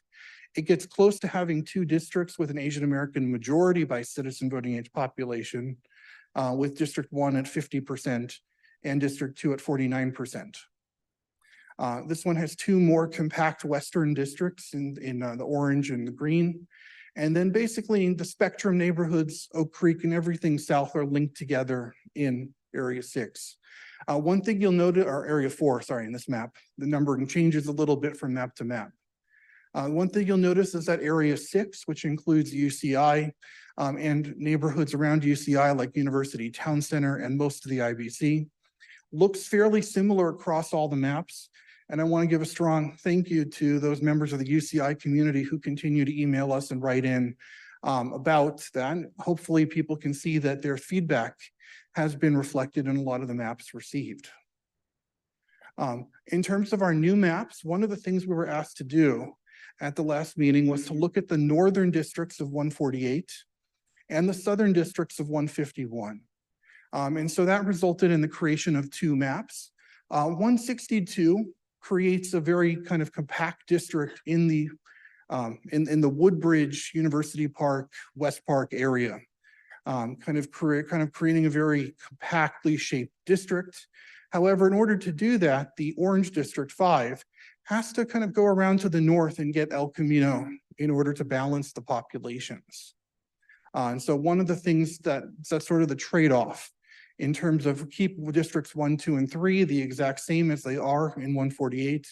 And we try to make that District 4 look like it does in 151, then that really changes District 5 to include the El Camino neighborhood. We also wanted to see what would be possible if we just created a district of Woodbridge and West Park, both West Park by the planning area, the one village that covers both of those areas, and keep that district above in the 405 freeway. And that resulted in 163. In order to do that, we found we had to divide El Camino Real along Yale Avenue. And this was because essentially the population sizes are different. El Camino Real is one of our biggest neighborhoods by population, certainly a lot bigger than West Park 2, the planning area of West Park 2, about twice as large. So that was a trade-off we had to make in order to balance the population in this map. In addition, we received several community maps, 3 of them, which 3 of the 3 maps, we're going to show you them now. 164 is another attempt, see along similar lines, also moving El Camino into the district that includes Turtle Rock and Quail Hill and the areas on the south end of the city. 165, on the other hand, starts with the northern part of 151. And one of the things that it does is it cleans up a lot of the lines in the north in 151, really following the village boundaries between North Park and North Park Square, in order to balance those numbers out a little bit and make the lines a little bit cleaner. It also adds Rancho San Joaquin back into District 6, so and a little bit more of the IBC into District 5 in order to compensate for that. And then 166 was another map we received. Again, it has the 3 northern districts from 148 and wraps around District 4 in order to get that El Camino neighborhood into that district. Most notably, this is kind of a blend of some of the different map proposals that we've seen throughout the process. We did compare them by the villages divided and in response to a request at the last council meeting, the numbers of districts and which districts have an Asian citizen voting age or eligible voter population over 40%. As you can see, there's two maps, 135 and 151, that only have two districts over 40%. However, I should mention 141, the third district is at 39%, but was not over 40, so we didn't include it on the table. All the other maps have three districts over 40%. As you can see, the number of divisions also varies from map to map, ranging from 3 communities divided in 148 and 162, up to 5 communities. And you'll see that some of the names appear in a lot of the different maps because we're using either, the 148 and all of its variants, which divide Northwood, West Park, and some of the other neighborhoods to the north. And then 151, which has a division in the Parkwood Apartments in University Park. And so we'll see that one on several of these proposals as well. And so these are really driven by where their starting points are in terms of those community divides, and sometimes reflects the variety of feedback we've received. For example, I want to mention Cypress Village, where we've certainly heard people who think it belongs with Northwood and people who think it belongs with the Great Park. And so maybe that division along the 133 also represents a way of looking at that split. And so as a result of whatever map is chosen today, we have to also talk a little bit about our sequence of elections. When we think about sequence of elections, we simply mean which district will hold elections in which year. And assigning districts to election years is something that we are legally required to do when we pick our final map. Now, because of the expansion, what we have to do is hold both new districts at once in 2024. But one of those 2 new seats is going to be put on a short term so that in the long run, we continue having a balance of 3 districts up for election in a presidential election year, and the other 3 districts up for a midterm election year. And so the way the ordinance is written, we refer to these district numbers as District 1 will be the short term, 2, 3, and 4 will be up in 2024 and permanently on the 2024 cycle, and 5 and 6 up in the midterm election year and on that cycle. If there's a map where this is not the preferred sequence, we can renumber the districts on the map in order to match this sequence if need be. Now, I will mention, because we've gotten a few questions from the community on sequence of elections. A couple things to note is that the current council members' terms are not shortened because of this transition. So if a council member was elected in 2022, they continue to serve until 2026, or they run for re-election in a district. In addition to that, if there is a vacancy in a seat that will hold its first election in 2026, that's still considered an at-large seat until the first election held. And so that's something that we can talk about in the ordinance, but that's the way that the general state law works. And so I know in a second we're going to be turning it over to look more at the ordinance itself, but just to prime up some of our cues for discussion, we really want to hear about is which focus maps or any of the new maps best comply with the Fair Maps Act.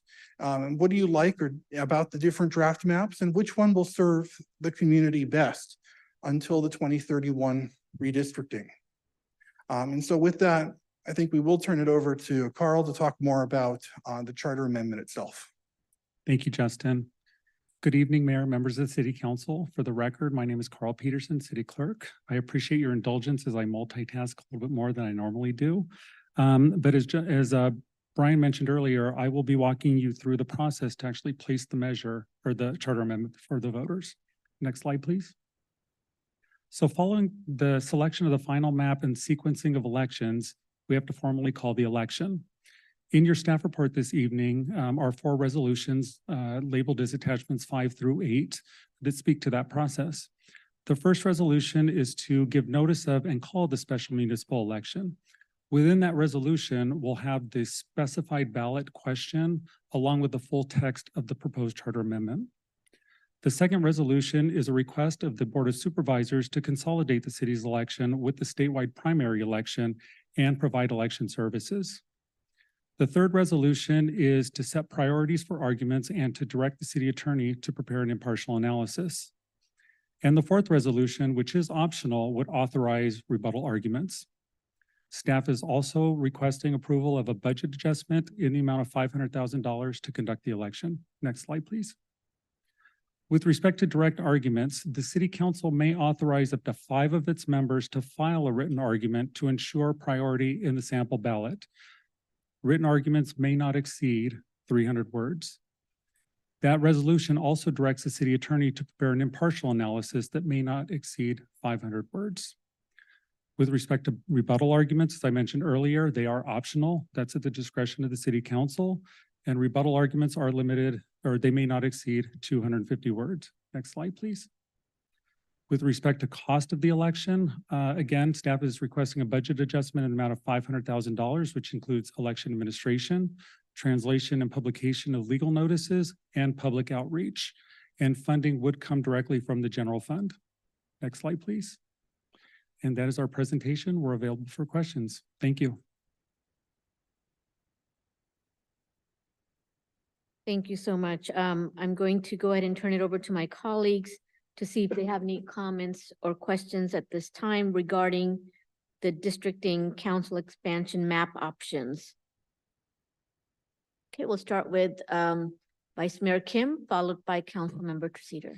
Yes, I'm going to have more questions or probably comments as we move forward, but the pressing question that I have is I'm sitting on a stack of maybe 100 email messages that were sent to an email called districting, but that districting email never came to at least my inbox, and I'm assuming everyone's inbox. So my question is, how am I to process these stacks of emails, thoughtful emails from our residents right when the meeting is happening versus some of them sent these emails quite a while back. I've got emails dating from as early as October 3rd that I'm just now seeing right now. How is this even possible? Why is this happening? So almost all of the emails we received in the last few days since that email blast started in early, about a week ago, concern map 135. And a good number of them specifically refer to the Woodbridge split as being a particular issue or problem. And I would say that, you know, certainly our team, our outreach team has been logging them, keeping track of them. And we have seen all of that comment, and a lot of it, almost all of it, is about map 135. Regardless of what the map is about, these emails were addressed, Dear Mayor Khan and City Council members. They were addressed to us. So these residents think that we saw these emails. The point is that they went to you and you never gave them to us until just now. And that's not fair for the residents. It doesn't matter what the subject is or what they were advocating for. The point being, as my constituents were trying to contact me, all of our constituents, but yet we were not informed of this until just now. And I don't find this acceptable at all. And I don't think our residents would either. How many other more emails are out there that we're not aware of? As far as I know, all of the emails that we've received are part of the packet we have for you today. Okay.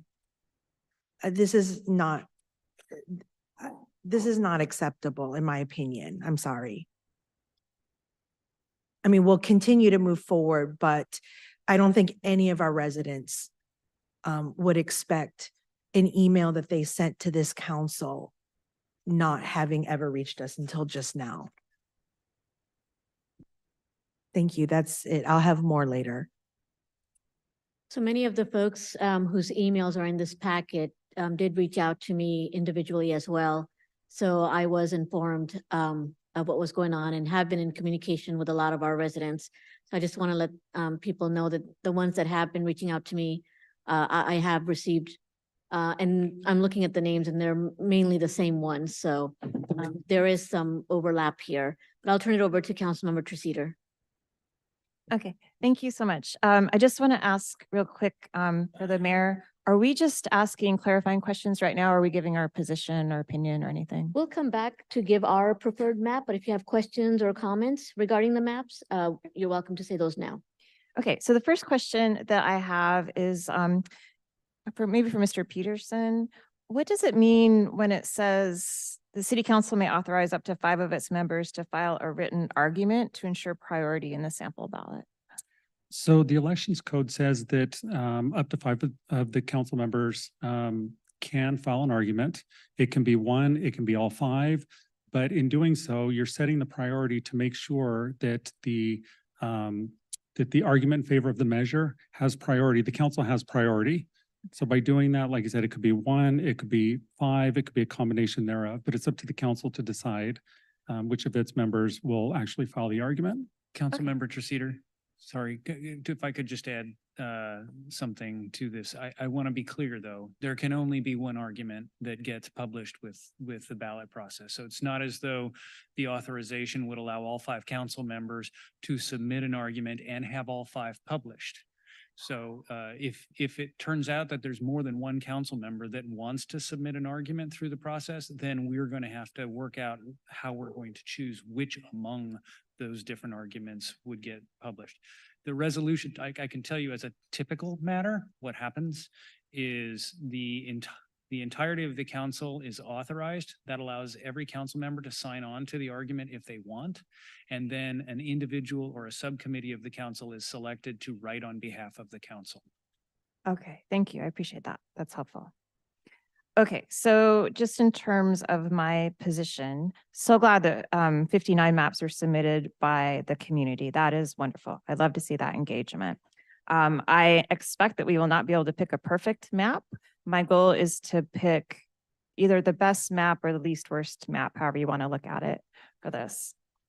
My criteria that I absolutely require for whatever map that I will vote for is that it needs to have at least 3 AAPI districts. It needs to have at least 4 renters districts. It needs to respect the UCI students' request to have Parkview apartments and 2 other student-dominated apartments with the UCI district, that it keeps Woodbridge whole, that it also not have been submitted by anyone we might reasonably expect would run for city council. And I will leave it at that. Thank you. Okay, Councilmember Carroll. Thank you, Mayor. Just wanted to follow up on this email gate. So when the email, and I'm actually, I'm confused. This is the consultant that the city of Irvine hired. So he doesn't run the domain server. So Brian King, this is your issue, I think. I don't know why you didn't jump in, and I'm getting a little agitated. So I need staff assistance. This is the expert consultant who I actually put my light on to compliment because, and I'm about to give him huge accolades. So before we do that, where the hell did that email go? Brian King. Whose inbox? Whose inboxes? That is the districting email inbox that the city set up as part of the overall process. And you are correct. The fault is not with Dr. Levitt. All right, so let's clear it up. I mean, I don't think it's right that he just sits there getting flayed by Vice Mayor Kim and you don't say anything. So that's off. Yeah, I apologize for that. Okay, so who gets those emails? Who gets them? What inboxes do they come into? Who got copied on them? I know how Outlook works. I have my own server. Tell me. That email inbox is managed by the vendor that we hired to do outreach, Trip Happy Smith. But I'm not going to sit here and blame them for that as well. So that I'll take accountability for that, for those emails coming in that blast. I'm sorry? Did you see them? I did not. Okay, so another outside consultant who's not even here gets them. That is correct. Okay, well. I feel like Sam Irvin or something. I mean, okay, so email gate is solved. Okay. Dr. Levitt, I want to thank you on behalf of the city of Irvine for an incredible amount of work and effort that you put into. I don't know where your partner Doug went. We saw him, I think, the first meeting, but it appears that you've done a lot of the heavy lifting here. And I want to thank you. I can't even believe, it's fascinating to me that someone could have the professional depth and the ability and the expertise to talk about a city in the way that you do, not being of the city in terms of the neighborhoods, the details. And I know I think we're speaking one extremely rough amateur map person to a real map person yourself, but I just want to commend you. I imagine you do this with every other city you work with. I really want to appreciate Brian and appreciate City Manager Chi and Melissa, Haley, and Carl for selecting your firm and you. Thank you. Because as I go through these maps and I'm thinking about 162, before you're saying the words, you're saying exactly, I don't really have many questions because you're doing exactly what, in the shift and the emails that we got in Great Park and Woodbury and Cypress, like the ability that you have to kind of look at this and kind of move these pieces has helped us create an incredible process. I didn't come in this thing with a litmus test, that I'm not going out with a litmus, and I feel fully functional and fully informed to be able to make a decision tonight in what's culminated in a months-long process. I am able to flip through emails relatively quickly. I see that there's a lot of duplication. I've spent some time with the Woodbridge Village Association Board of Directors and their executive director personally. I've listened to scores of students from the University of California, Irvine, tell them that they don't want to be near where I live in the same district. I've heard all these things. We've heard all these things. We've attended some of these forums. We've played with the map tools. We've had incredible public input. And I just want to say that it's just a function of you. So I don't really care where districts email goes. I do want to tell you that I am extremely, I feel extremely fortunate to be able to go and take this next step on a process that is fraught with a lot of challenges, and maybe in other cities, certainly challenges here, information here, misinformation here, jockeying, jostling, politics, merging people into a district to run against each, silly season stuff. You've been floating above this and managing this process in a professional way that I don't think I've seen that much in my entire career on anything. So thank you, and thank you, Brian, and thank you, Oliver G, and thank you, Melissa, and thank you, Carl. Thank you, Carl. And I do want to say next time I want the city clerk, your predecessor used to stand over there for your presence. So join us up here so we can all see you. I don't know if Councilmember Treseder could have seen you back there. Thank you, Mayor. Thank you. Councilmember Agron.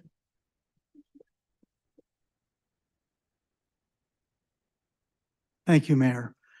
You took the words right out of my mouth, Councilmember Carroll. So we're going to save a few minutes here. I do want to thank not only Dr. Levitt, but also the remarkable number of participants who got involved in this.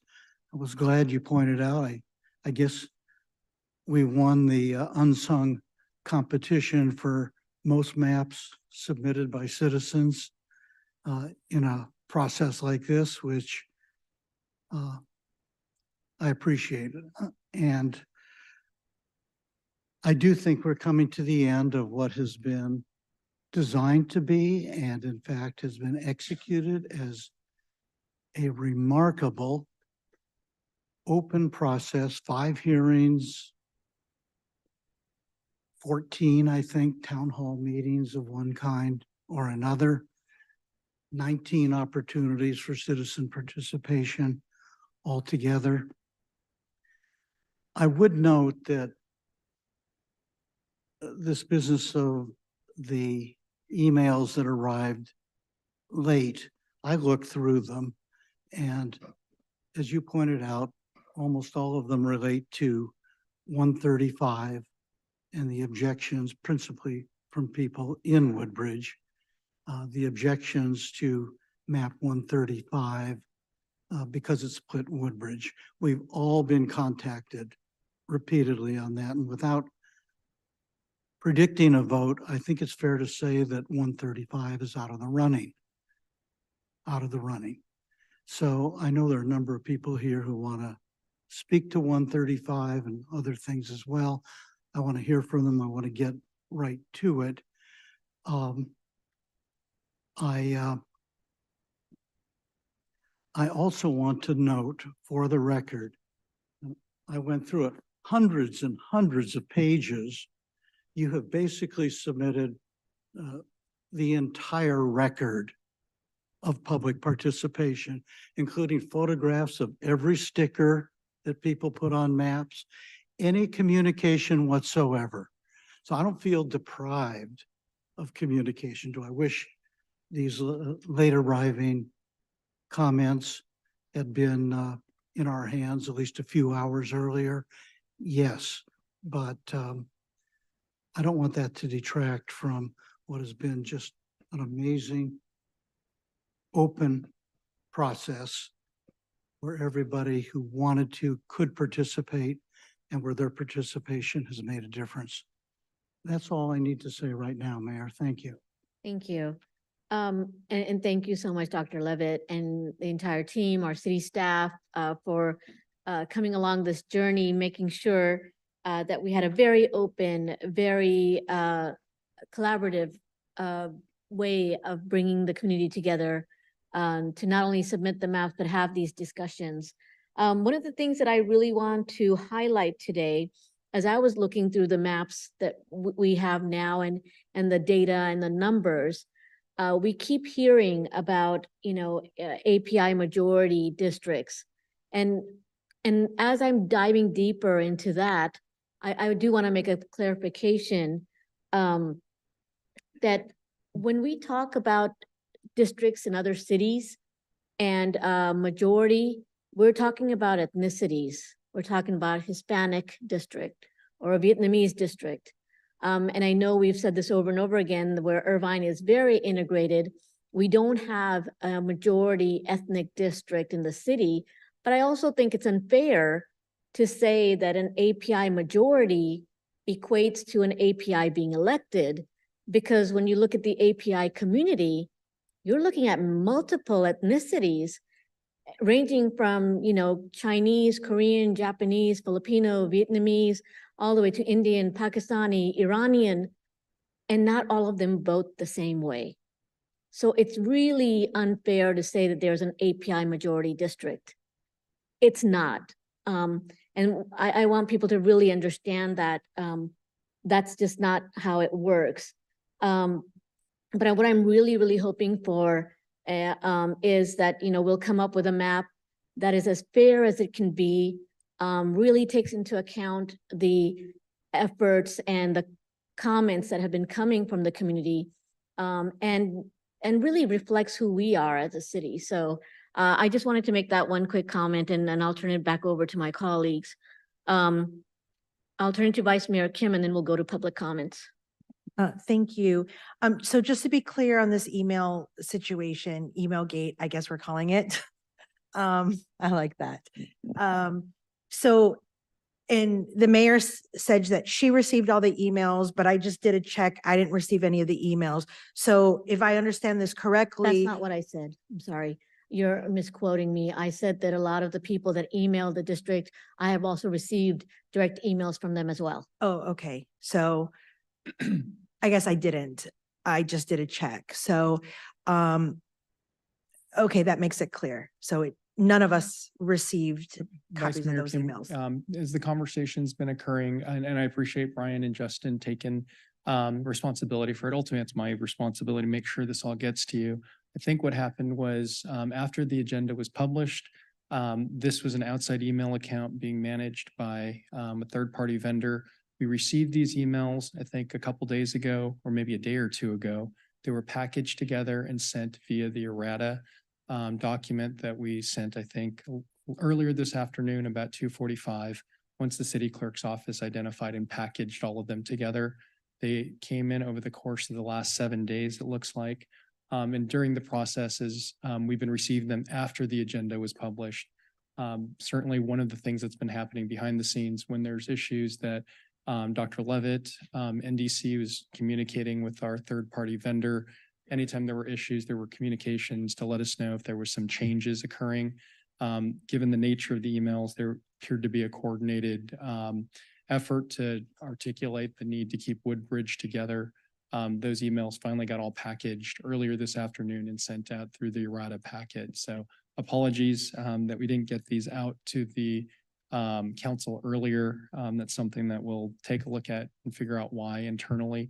But there wasn't any ill intent to not get the information out. I think the staff and our consultants really were trying to make sure the council had all of the information as it was filtering to us. Thank you for that. And I also, I think part of when we're looking at CVAP, for all of the communities that qualify under the California Voting Rights Act, what we're trying to do, and I think the point is to ensure that we have as much parity within the various protected classes under the California Voting Rights Act as we do in our at-large system.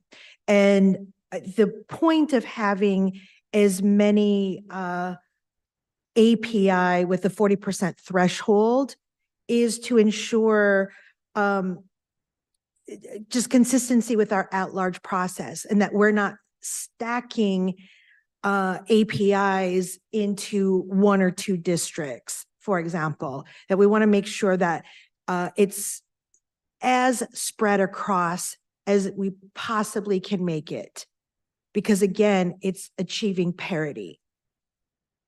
We all know that there's all different flavors of API. Iranian isn't considered API under CVAP, under the California Voting Rights Act. But I think from South Asian East would be protected under the California Voting Rights Act. So we want to make sure that the goal is to have at least 40% CVAP, citizens of voting age population, as we possibly can, spread as much as we can throughout the city. And I think that's the goal here. And I think that's what Council Member Treseder was alluding to, which I wholeheartedly support, given that API advocacy is something that I've done for years prior to being elected. Councilmember Agron. Mayor, just a technical request. As we begin to get testimony from citizens, is Dr. Levitt and our staff equipped to, if people mention a map, to put it up on the screen? We're familiar with the numbers of the maps and all the rest, but I think it would be very helpful, and to the audience at home as well, if somebody is talking about a given map, to have it up on the screen. Are you capable of doing that? Yes, Councilmember Reagan, we can do that. And if they're comparing maps, are you able to put them side by side? Yes, Councilmember Reagan, we can do that. Excellent. Thank you. Councilmember Agron, I just want to shout out to Tommy McDuff, who spent this afternoon making sure we had all of those maps available. So Tommy, thank you. Great. Well, thank you very much. All right, thank you. So we'll go ahead and consider public testimony. City Clerk, how many members of the public do we have to speak on this item? We have 32 requests to speak. Okay, with 32 requests, each speaker will be limited to 90 seconds. We'll start with those that are here in person, followed by those that are on Zoom. I'll call a group of 5 down. So if you can make your way down to near the city clerk's desk here, starting with Susan Sayer, Alan Meyerson, Kevin Chudy, Scott Purley, and Patricia. And the first speaker will be Susan Sayer.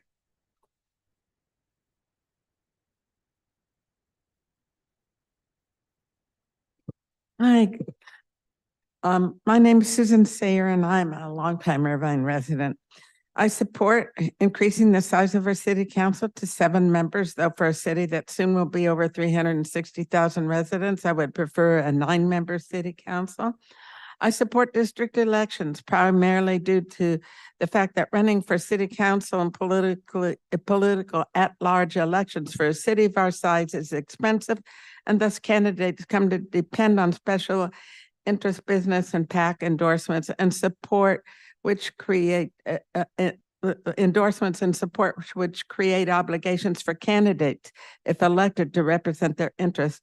District candidates will be known in the district communities, and thus candidates will rely less on special interest endorsements and support. I support District Maps 151 and also 148, as I support district elections where the districts consist of adjoining older villages or adjoining newer villages. Older Irvine Village communities were created to contain unique characteristics and amenities with their own schools and commercial centers, and thus definitely had a sense of community. Unfortunately, this is not true with regards to the newer villages. Newer villages have their own issues, which include the lack of community commercial centers and the lack of locally located schools. Keeping adjoining older villages together in the same district is more important to me than the issue of whether or not the district crosses freeways or major streets. Thank you. Alan Meyerson?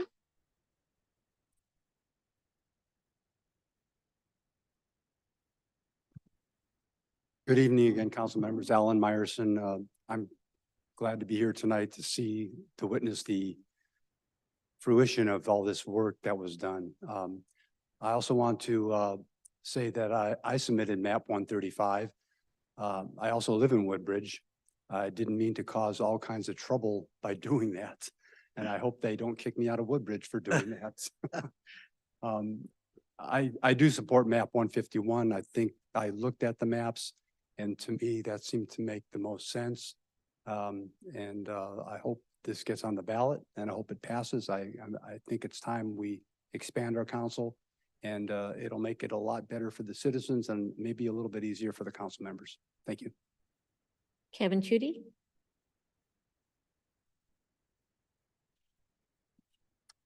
Hello again, Honorable Mayor Khan, City Council members. I'm Kevin Chudy, Executive Director with the Woodbridge Village Association. First off, I want to apologize for apparently being the tip of the spear of email gate. Sorry about that. That was not our intent.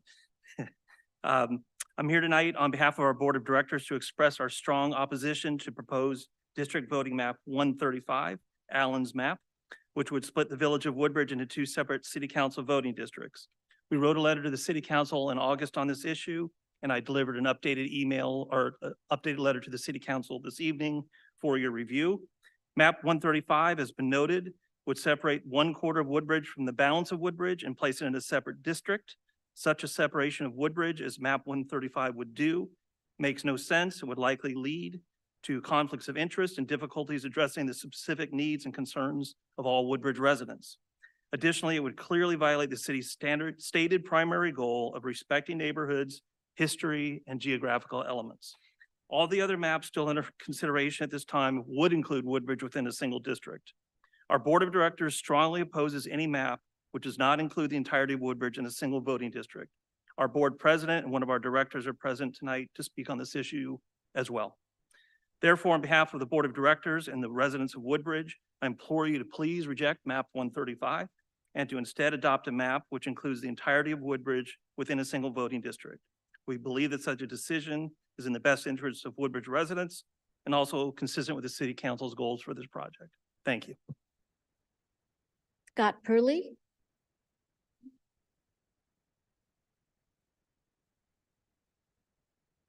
Council members, thank you.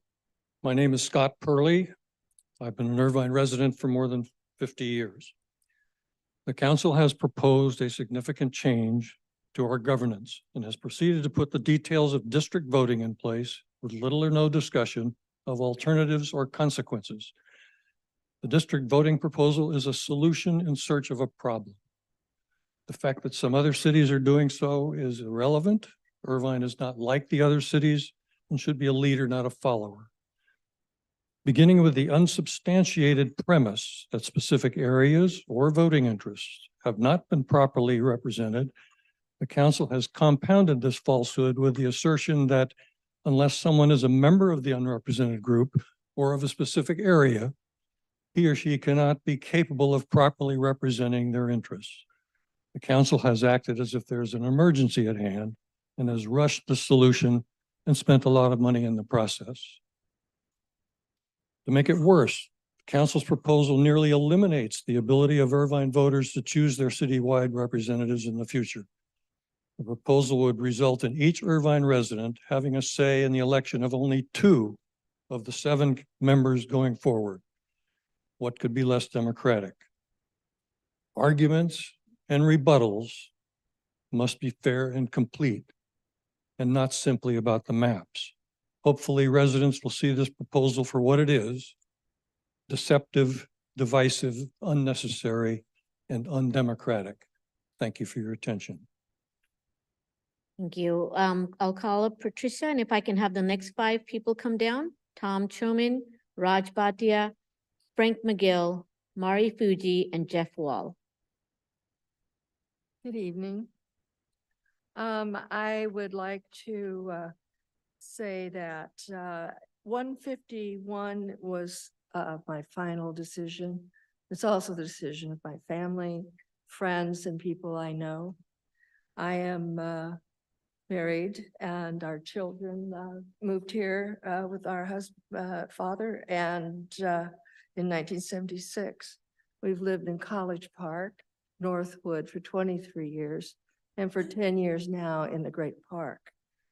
I would like to state that the most important thing that I look for in the map is the cohesiveness of the community under our village system that we were originally designed to do here in Irvine under our general plan.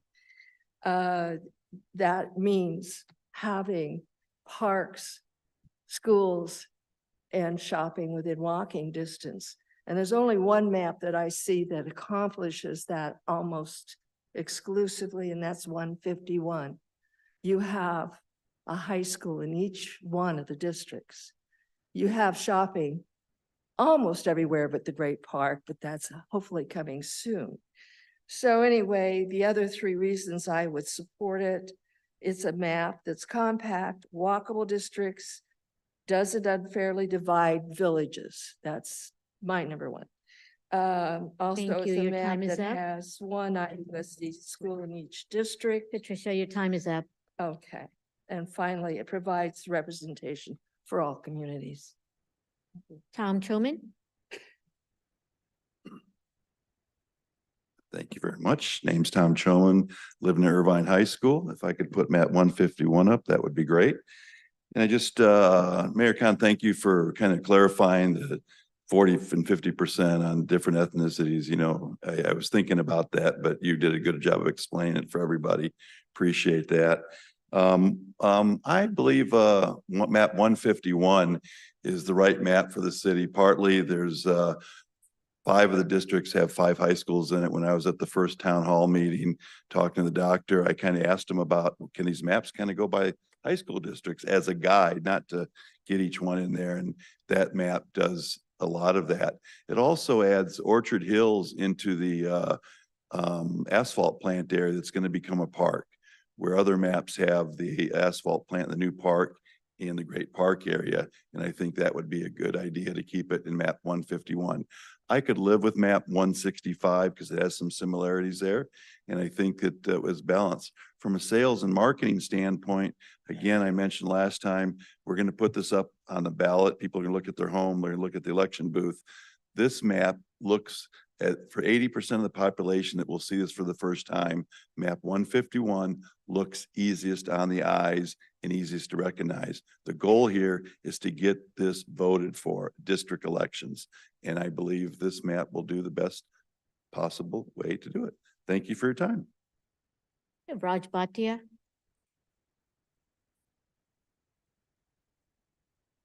I have a map 148 and 151 on the screen.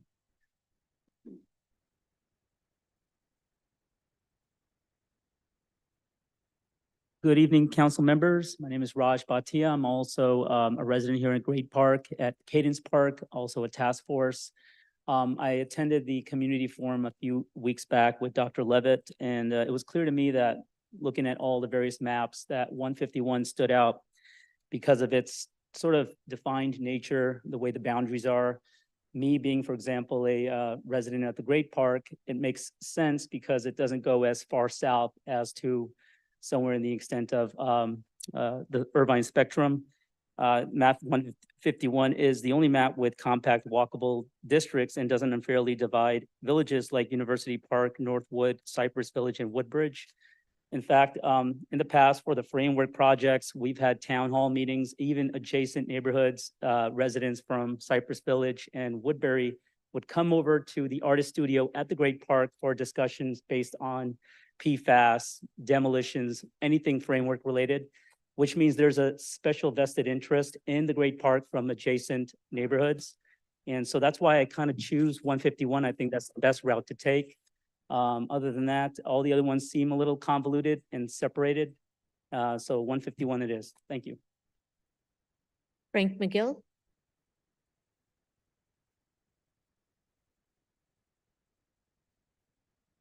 Good evening. I have lived in University Park for 47 years, and I am a retired urban planner. And having studied the maps that have been presented to the City Council, I've concluded that 151 is the best balance and has the most attributes for all of us. So I would recommend that you adopt map 151. Thank you. Mari Fuji.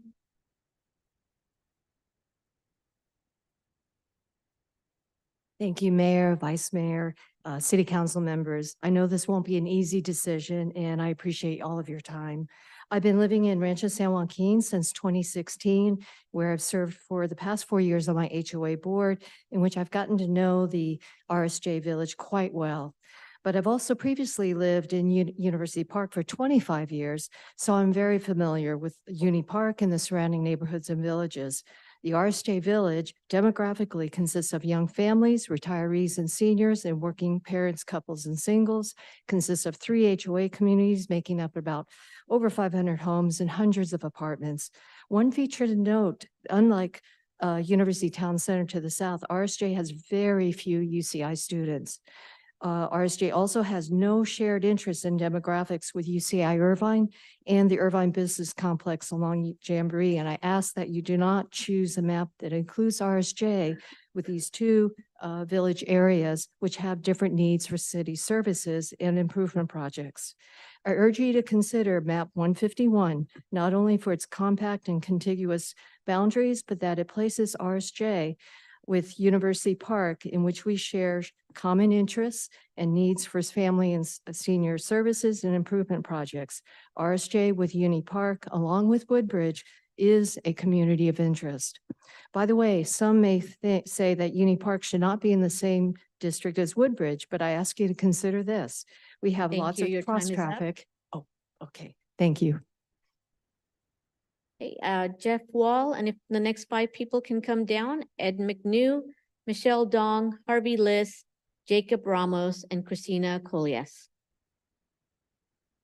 Hello again, Council. My name is Jeff, and I'm a UCI student here to reiterate my support for a map that maintains UCI and it's largely student housing.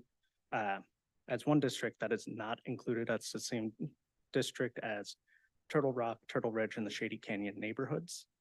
The focus maps passed at the last hearing did not include Park West apartments as a part of our district, so I want to mention that Park West should remain with UCI as it houses many of our students and is a rare affordable housing location where almost 50% of its residents live below the poverty line according to the Census Bureau. Park West absolutely should not be included with higher income neighborhoods, many of which have 6-figure incomes. And as such, I support maps 163, 164, 165, and 166 for adoption. Thank you. Ed McNew. Madam Mayor, if I may, Mr. McNew has a video and he asked it to just be played on his behalf. Sure.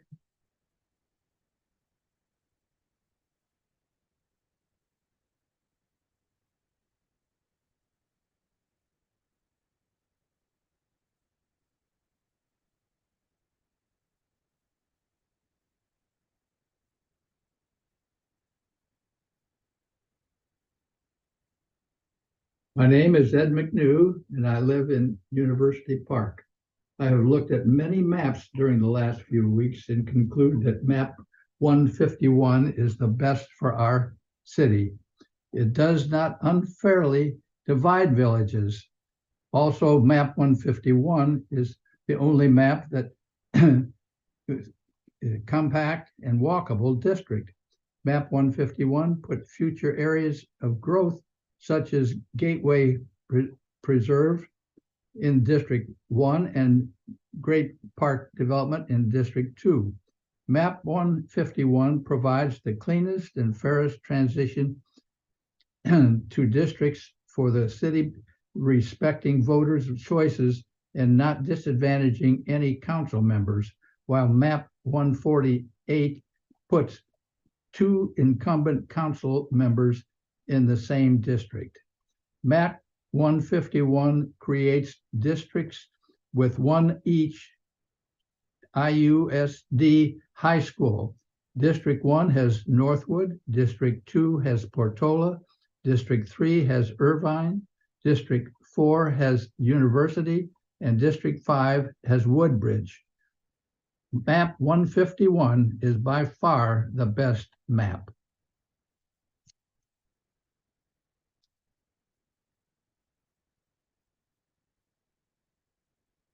Michelle Dong.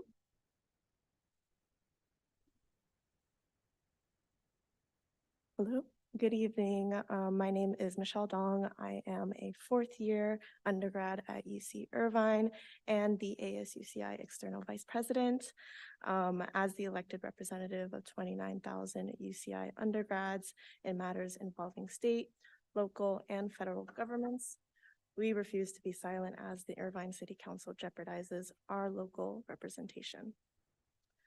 Since the beginning of this process, ASUCI, grad students, postdocs, and others have called on the council to keep students together.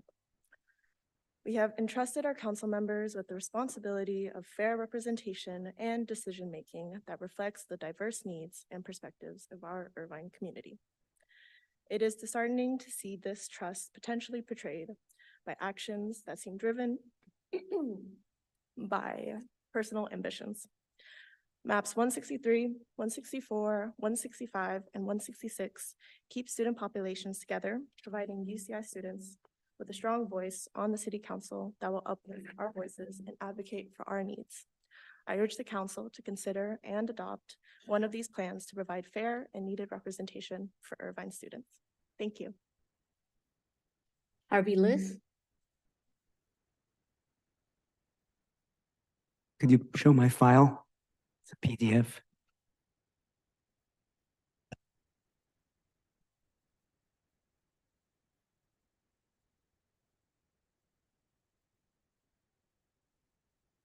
Thank you. I'm Harvey Liss, a 47-year resident of Woodbridge, and I'm delighted that my village is not going to be torn apart by the districting. I think that's pretty clear by now. 151 is certainly the prettiest map, the most compact districts. Anyone can see that. There are no tails or snakes emanating from any of the districts. I think what's extremely important is that it does not have 2 incumbent council members in the same district. That's not a minor attribute of it. I think it's among the most important attributes after the legal, state, and federal requirements, because putting 2 incumbent council members together, in effect, is disenfranchising tens of thousands of voters who didn't want their elected official to not have a district to run in again. It certainly doesn't unfairly divide the villages, and it keeps Rancho San Joaquin with University Park. Rancho San Joaquin certainly has a lot more in common with University Park than it does with UCI and the business complex. So I will say 3 times, map 151, map 151, yay, yay for map 151. It seems to solve all the problems. Thank you. Jacob Ramos. Could you put maps 165 on the screen, please?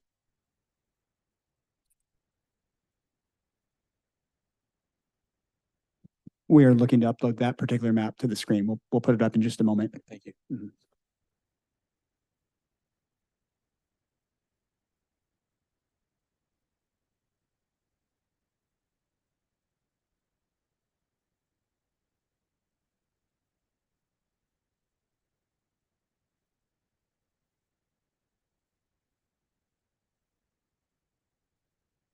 If I may, we could either have the speaker provide his comments, and we could upload the map at some point, or we could, I don't know if we're allowed to, I'll look to you, Carl, if we can have him maybe go back a couple of speakers, whatever you'd like to do.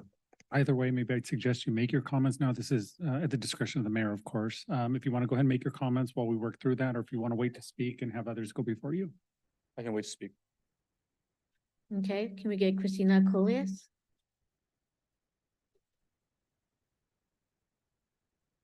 Hello.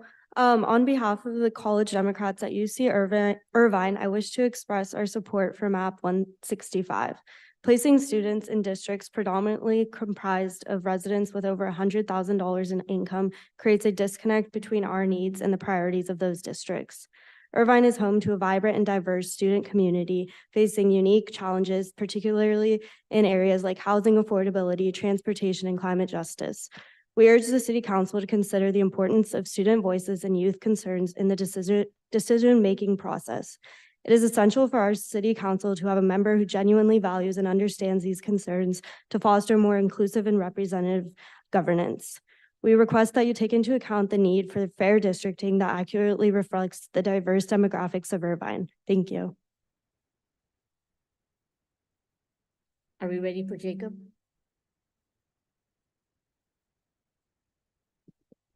We don't have map 164, 5, or 6 ready to be queued up. So we have them.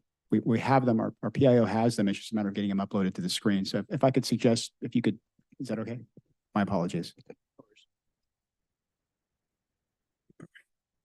Good evening, council. My name is Jacob Ramos, and I'm a second-year student at UC Irvine and a City of Irvine renter. As the city council prepares to decide on district maps, we urge you to consider the importance of keeping our student communities together.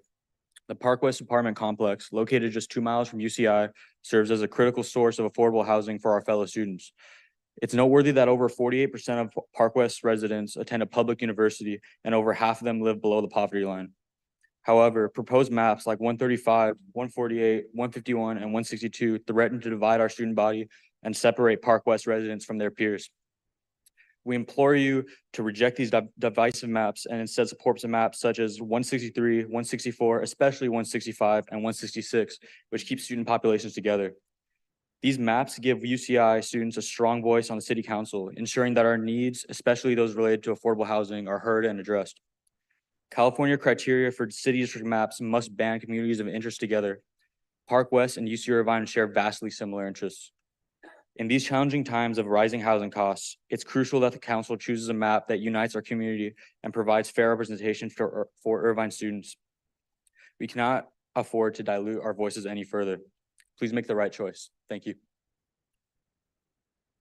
Okay, if I can have the next group of people come down. Christina Nguyen, Jun Yang, Scott Smith, Nancy Reynoso, Henry King, and Amin.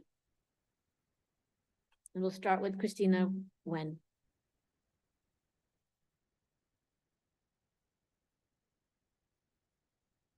Right, if I can get maps 163 and 165, please.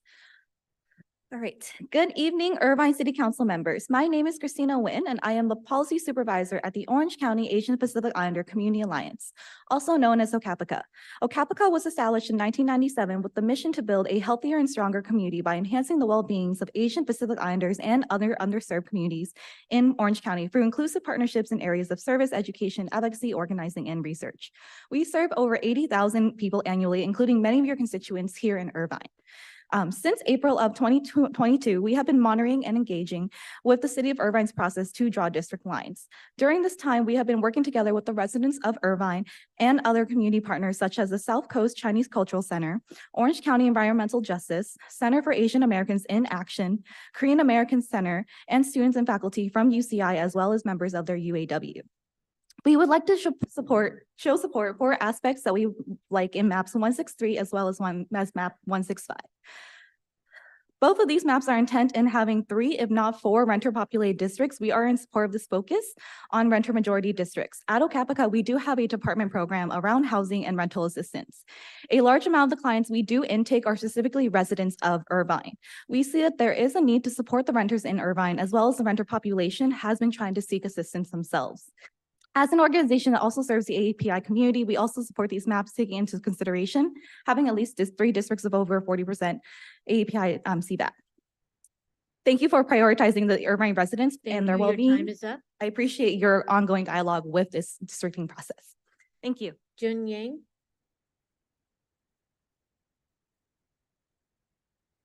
Good evening, Council. My name is June, and I currently serve as the elected undergraduate student body president at the University of California in Irvine. For far too long, students have been left out of the pivotal local decisions that have drastically affected our quality of life in the city. And now it's disheartening, frankly, a disservice to see the council poised once again to disregard our voices by separating our students into districts that fail to reflect us and what we bring to this community. Undergraduate students, graduate students, and postdoctoral students, many of whom the city parades as world-class leaders and future leaders, have consistently called upon the council to keep students together in a city that struggles to reflect the depth and diversity of our campus. Yet rather than listen to the countless UCI voices that have called for the council to recognize students as an integral part of the Irvine community, it seems the council remains willing to ignore us and by extension, the university itself. Placing us with communities that have dramatically different levels of income and needs from us does nothing to serve either. UCI students are Irvine residents too, and deserve the same claim to equitable representation that district elections strive to provide. We ask that you support maps 163, 164, 165, or 166 to keep Park West and other largely student communities together with the rest of our main campus. And as you cast your vote tonight, please remember that 40,000 future lawyers, doctors, engineers, business owners, and Irvine leaders are watching you tonight. Thank you. Scott Smith.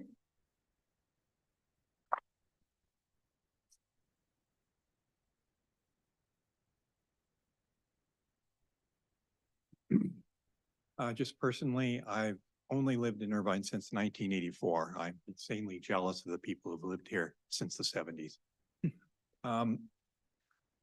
I ride bicycle over the years, primarily between Woodbridge and University Park. And I'm really pleased to see any plan that keeps that pairing together. I feel for the Park West folks, and that makes me wish that there was some way you could just sliver that over to give that to them. And there must be reasons why that's hard, but I feel their pain for what it's worth. Nancy Reynoso.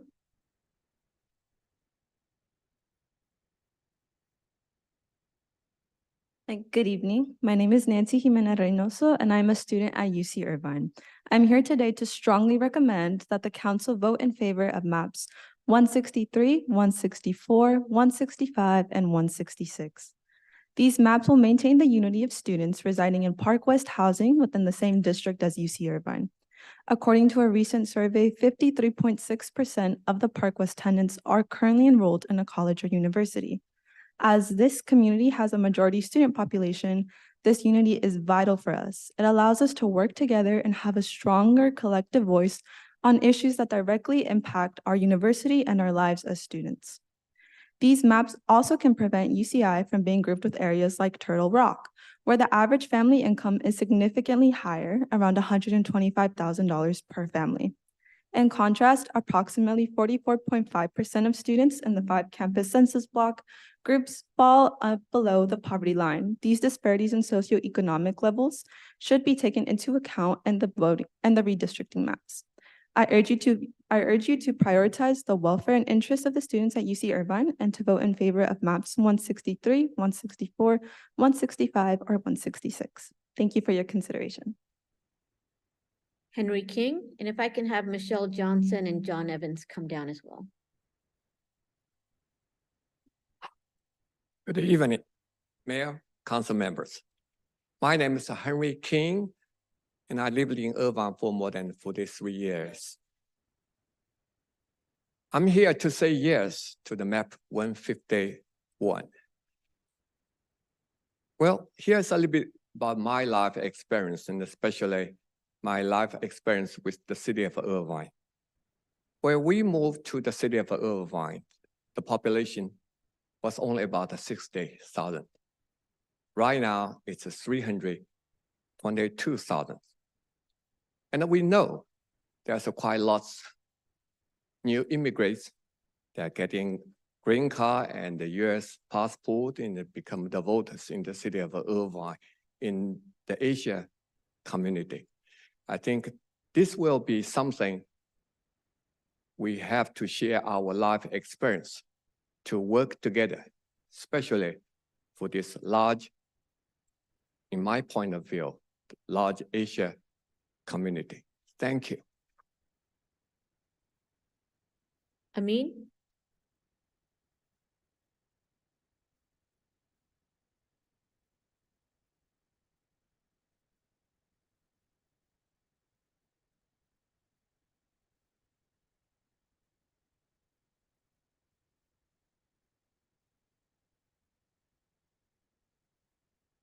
Hello, City Council and Mayor Khan. My name is Amin. I am a third-year mechanical engineering major at UCI. Just last year, UCI experienced one of its worst housing crises. It was so bad that I had to actually lend a couch to one of my friends to stay on the couch for 3 weeks until she could find a place. UCI houses low-income and minority students, up to 50% of the whole school. I wanted to, this really comes from my heart. I felt it with every bone and meat in my body, my friends going through this. We are the future of this city.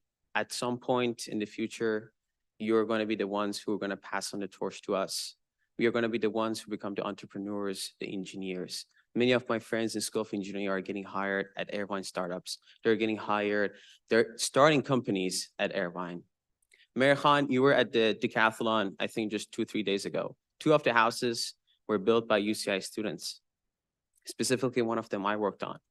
Vice Mayor Kim, you came to the startup, the Irvine Tech Week, and you came to the Entrepreneur Center and you saw the UCI students, really, the brilliance there. We ask you to support us because we need your help to ensure the future of Irvine, to ensure that more decathlons can be hosted that UCI is part of, more Irvine Tech Weeks, and more businesses and entrepreneurs and engineers can be here. And I want to thank Councilmember Trisser for their support. Thank you. Michelle Johnson?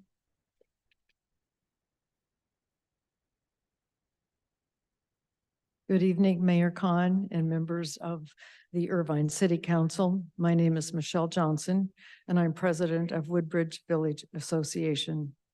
I am here once again this evening to reiterate Mr. Chudy's comments earlier this evening and emphasize the fact that the WVA board strongly opposes the map that would split our beautiful community.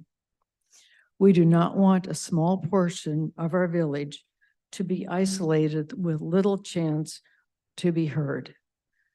And we definitely don't want to be at odds with our neighbors over politics or competition for city resources. Please reject map 135. Thank you. John Evans?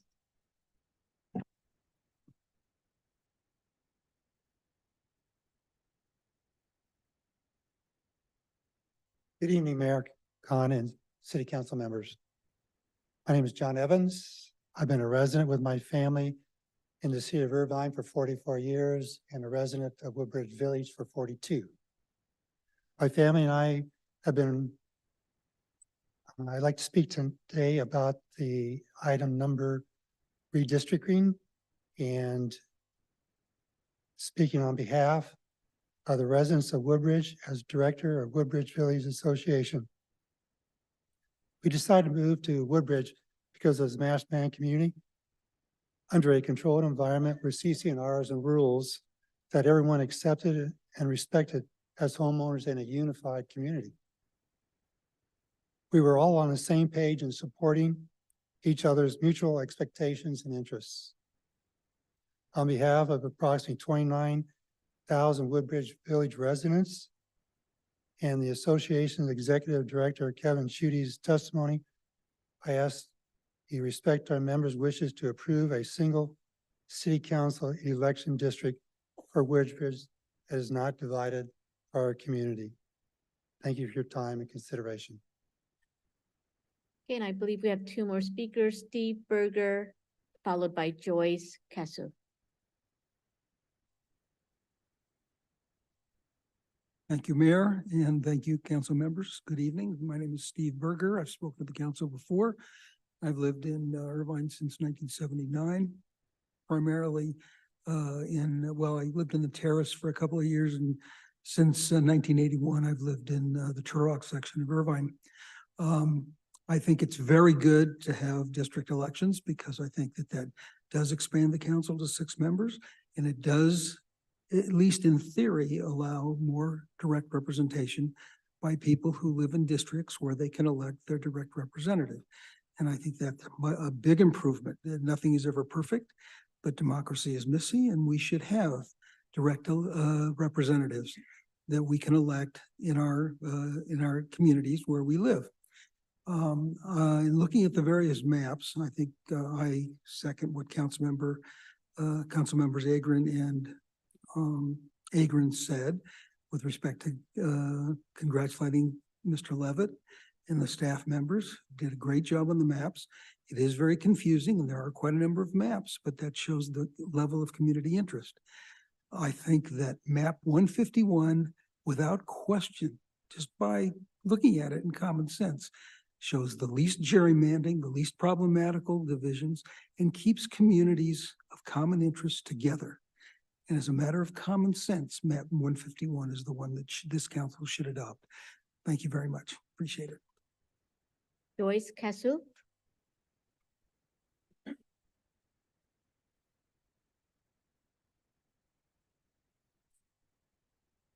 Thanks. My name is Joyce Kasuf. I'm a 55-year resident of Irvine, having lived both in University Park and now Turtle Rock.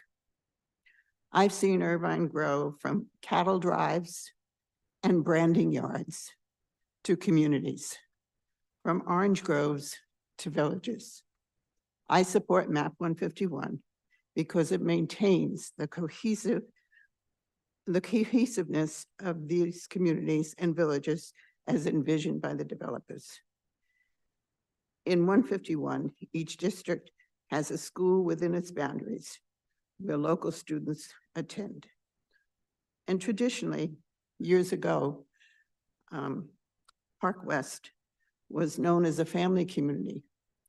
It was a place where people came before they knew where they wanted to live in Irvine. And so in my mind, Park West has not been a student community, has been primarily a family community, which closely approximate the village of University Park. So therefore, I would suggest that you support 151. Thank you. Thank you.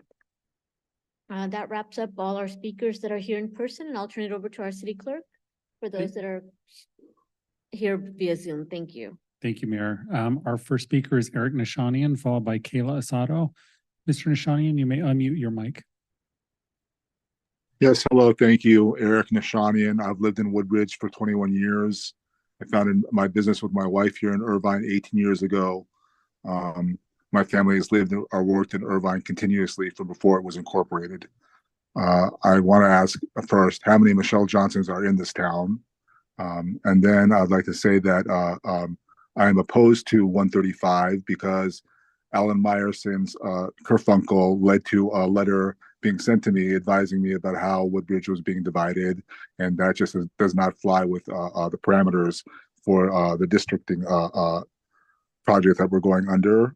And I'm opposed to 135 with 151, And Doug Elliott's 136 is a close second, or it was until it was pointed out to me about the long tail that exists, or the long island that exists that causes problems for voters in those districts. I also want to say that with regard to the residents at UCI, these are transitory populations, and you shouldn't put too much weight to them. You should put some weight to them, but certainly the threat about there being 40,000 professionals coming into town, when they come into town, they pay property taxes and business licenses and those types of things. I think they should be given more credence. Right now, it's a transitory population, and they get what they get. Thank you very much. Our next speaker is Kayla Asado, followed by Doug Elliott. Kayla, you may unmute your mic. Awesome. Can you hear me okay? We can hear you. Awesome. I'm Kayla Sato, she, they pronouns with Orange County Environmental Justice. We do a lot of work around building electrification. So I'm so happy that so many of you have been allies with us on not only building electrification, but community choice energy and all of the like. We don't just do climate work, though. We do a lot of environmental justice work. So seeing like the Calvary screen and how polluted different parts of Irvine are, seeing things like All-American Asphalt, and really ensuring that our communities have power so that they're able to advocate on behalf of the issues that they care about. And for this reason, I am supporting maps 163 and 165 because they empower a lot of our communities. The way that we have, just like they empower different communities. It doesn't help communities at all if we lump in like communities like All-American Asphalt with communities that don't care about things that are going on there. It doesn't help if we lump in communities that are impacted by environmental toxins with communities that couldn't care less because they don't see that as much of an issue at all. Similarly with renters' rights, with API communities, all of it. Like we need to be empowering our communities, but we need to. Thank you. Your time is up. Our next speaker is Doug Elliott, followed by Louette Forrest. Mr. Elliott, you may unmute your mic. Thank you. I'm Doug Elliott, and I live in Lower Peters Canyon. Irvine is on the cusp of becoming a majority API city, the largest one in the continental United States. I believe we should wholeheartedly embrace that future by adopting a map that best facilitates equal representation and the election of a council that reflects the diversity of the community. You have before you 5 maps that provide 3 districts with API citizen voting age population of at least 42%. They are 148, 162, 163, and 166. Those maps also accomplish at least 2 other important objectives. First, they recognize the community of interest residents living in the Tustin School District have and include them all within one council district.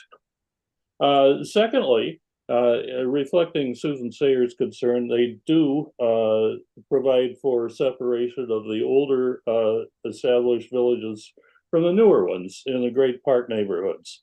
Cypress Village and Woodbury have very different concerns from Great Park neighborhoods. I've been deeply involved in this process from the outset, and I feel honored to have had the opportunity to make a substantial contribution. Thanks to the Irvine residents who have participated and also our consultants who have remained resourceful and resilient through all the twists and turns. I hope you will choose wisely. Thank you. Our next speaker is Louette Forrest, followed by Jane Roshman. Ms. Forrest, you may unmute your mic. Hello, my name is Louette Forrest, and I'm a UC retired faculty that's lived in University Hills since 1987. I support the map 151 because we have to look at the larger picture of community-wide support. We have people here from pretty much different ethnic groups. We have different areas of the City of Irvine speaking on behalf of it. With regard to the misrepresentation of Park West apartments, I don't know the demographics totally, but in terms of total numbers of students, I don't know how many actually live in Park West, because I believe that's the only part that would be separated. So I believe the vast majority of students are still well represented in that map. And so there's, I don't want to disenfranchise students by any means, but I think the numbers, it's still the majority will be in the district. I also think we have to look at it as a clean, clear map for the average voter when they see it on the ballot. So the big picture, 151 just plain makes sense. Thank you. Our next speaker is Jane Roshman, followed by Ryan Dack. Ms. Roshman, you may unmute your mic. Hi, my name is Jane Roshman. I've lived in Irvine for 50 years. I've lived in 3 different places in Irvine, so obviously I like it here. I support map 151 because it keeps the villages intact. I've lived in 3 different villages and experienced that each village has an identity and a strong sense of community and should be kept together. Also, map 151 keeps all the current city council members in separate districts. And there's a high school in each district, which I think is a good idea. I dislike map number 165 because it takes out Rancho San Joaquin from District 5 and puts it in District 6. I lived in Rancho San Joaquin, and I agree with one of the previous speakers. There are very few UCI students that live there. And it seems to me that the great majority, the vast majority of UCI students will live in District 6 on the map 151. So I don't see, frankly, I don't see why that's a problem. I strongly support map 151 and feel that it creates a good sense of community for the whole city. Thank you.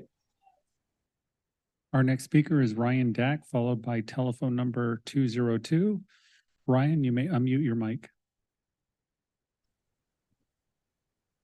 Hello, hello, Mayor and City Council. My name is Ryan Dack. I am a middle school teacher and I serve as a trustee on the South Orange County Community College District Board of Trustees. Might be more familiar with the school I represent in Irvine on the college board, Irvine Valley College. I ran at large for my current seat in 2020, and in 2022, the district decided to move to districts, and I was able to succeed when we moved to districts in 2022. So I very much am an advocate for district-based elections. It allows candidates without having to, build up a large war chest to be able to run and serve their community. So I would like to advocate for a district map that keeps my community, Los Olivos, with newer communities. Map 135, 151, and 165 currently lumps my community, which was built in 2013, with one of the oldest communities in Irvine, Turtle Rock. It may not seem aesthetic having a district across the 405 and 5 freeway, but we should be more concerned with keeping communities of interest together, not aesthetics. When my board began the process of redrawing districts, they recognized the need to keep newer communities together in Irvine. That led to my trustee district being drawn in a way that keeps the newer portions of Irvine together from Los Olivos all the way to the Great Park communities. And I would advocate to keep those newer communities of interest together with Irvine's move to district maps. Thank you for considering expansion of the city council and the. Thank you. Your time is up. Our next speaker is telephone number 202, followed by Don Geller. 202, you may unmute your mic.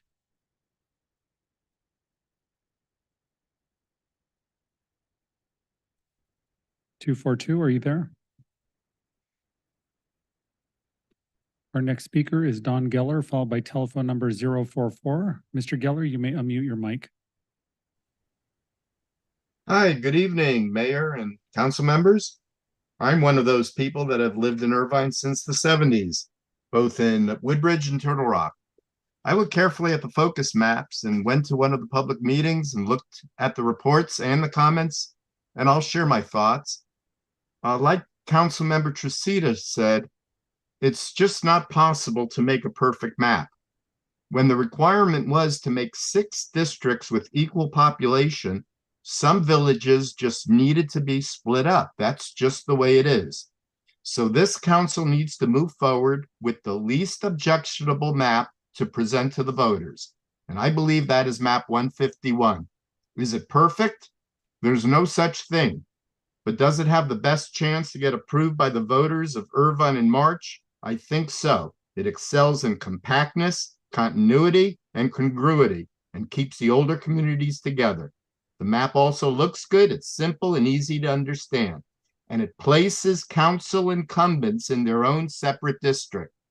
There's nothing wrong with that. In fact, it helps remove the politics. Incumbents can be voted out by the voters without having to run against each other if that's the will of the people. Incumbents shouldn't have to run against each other. That's just not right, and that's not fair. So please place 151 on the ballot for the residents to decide. And if this council truly wants to move to district elections, Thank you. Your time is up. Our next speaker is telephone number 044, followed by telephone number 347. 044, you may unmute your mic. Good evening. I am Christina Shea, a 40-year Irvine resident and former elected official of our lovely city. I'm a longtime supporter of district elections, so thank you so very much to our council for moving forward on this decision. With our city growing to over 330,000 residents over the past decade, creating districts will allow for better community representation. One point I would like to bring up is the map you do choose should not be based on the present benefit of any elected official, as had been mentioned in a past recent council meeting. The map you do choose should be for the best long-term benefit and growth of our great city. I do want to also say that I want to say no to map 135 as a former Woodbridge resident. Thank you very much for all your efforts. Our next speaker is telephone number 347, followed by Jeremy Ficarola. 347, you may unmute your mic. Yes, this is Dee Fox, and I want to support map 151.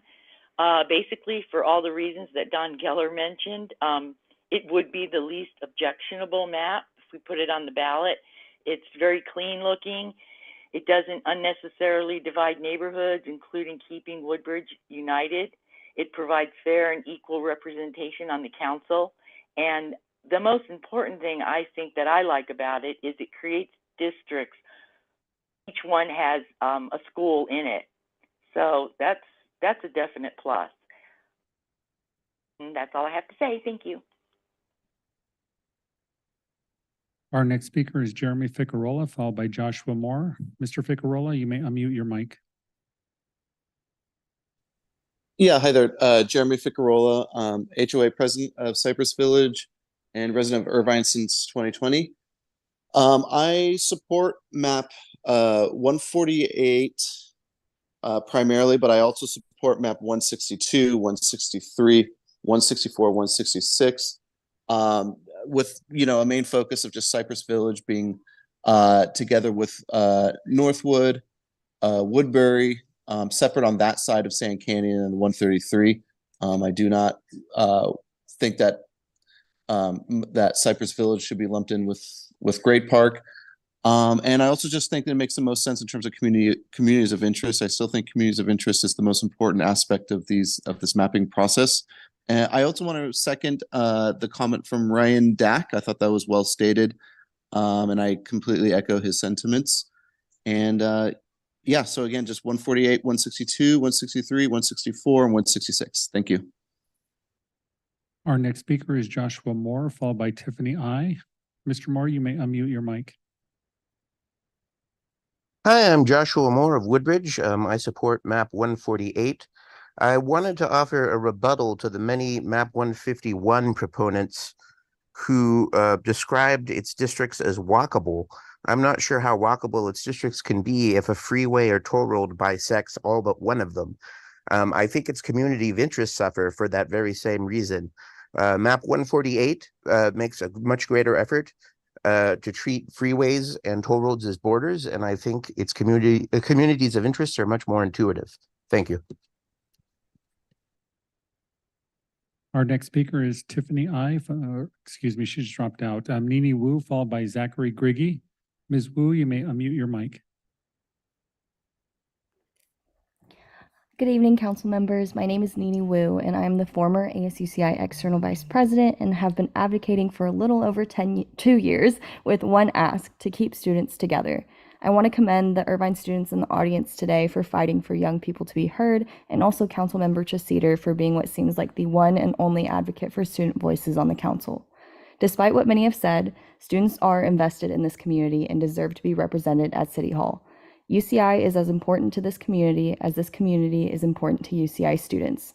With that, I urge you all to see students as an important voting bloc with unique interests and support maps 163, 164, 165, or 166 that keeps the UCI community together. Thank you all. Our next speaker is Zachary Griggy, followed by telephone number 172. Zachary, you may unmute your mic. Can you hear me? Yes, we can hear you. Yes, so my name is Zachary Griggy. I am a former student at UC Irvine. I graduated last spring and served as the Academic Affairs Vice President for ASUCI last year. Abraham Lincoln once said, "To test a person's character, give them power." And I think that tonight is the ultimate test of power and the character of this Irvine City Council, because you'll decide whether or not you want to disenfranchise students in your city.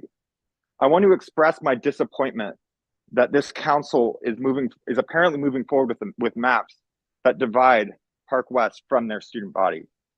You know, when I was a student, I knew a lot of people that lived off campus that just to afford the rent in this city would cram a half dozen students into a 3-bedroom apartment, 2 students per bedroom and a student in the living room, just to afford to live in this city.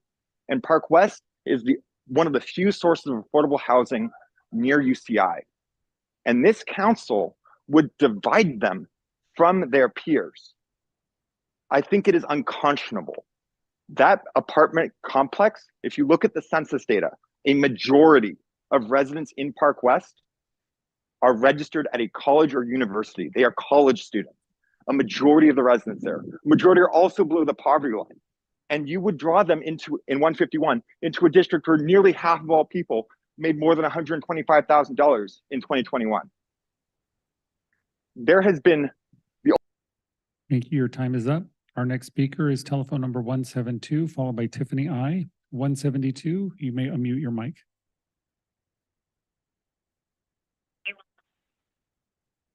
I live in West Irvine, and I've spoken to a number of my friends and neighbors, and map 151 was the clear favorite because it has a properly drawn District 1, respectful of Irvine's northernmost communities. West Irvine, North Park, and North Park Square were all developed and built about 20 years ago, with Orchard Hills starting a few years later, followed by Eastwood and Stonegate. These communities have a close geographic and historical connection that is clearly reflected on map 151. The other maps, by contrast, especially 148, 162, 163, 164, and 166, lump West and North Irvine together with villages south of the 5 freeway in a long district on the edge of the city that looks like a tentacle coming off an octopus head, extending several miles all the way down through Walnut and even West Park. West and North Irvine are too geographically and historically distinct to be lumped together with West Park and other areas far south of the 5 freeway. Please do right by the communities of West Irvine, North Park Square, Orchard Hills, Eastwood, and Stonegate by voting for map 151. Our next speaker is Tiffany I. Tiffany, you may unmute your mic. Good evening, Council. I wanted to call in and say that as much as I appreciated that we first had so many public hearings and town halls, I was really disappointed in the lack of virtually accessible town halls. When we talk about being accessible and making sure that working families or those with disabilities or, even just work can participate, I think it's important that we make sure that there are Zoom access similar to city council meetings. Additionally, I prefer 162, 64, and 66. I'd like to keep Woodbury with the area of Cypress Village and Northwood. I know our communities are more established compared to Great Park and some of the developing neighborhoods south, or I guess north, however we do it in Irvine. But additionally, I really do want to express that I'm disappointed in the continued expressing of protecting incumbents. Last year, when Tammy Kim was reluctant to move forward with districts, we assured her that we wouldn't be protecting incumbents, but creating new opportunities for more voices. And so I really think that that should be very lowest on the priority for anyone when looking at a map. So that's all I have. But thank you for this. I know it's a lot of hard work. And so thank you to everyone who has made this happen for us. And that is all, Mayor. Thank you. Now that public testimony has concluded, is there a motion to close the public hearing? So moved. Second. Okay. City Clerk, will you please conduct a roll call vote? Councilmember Agron, Yes.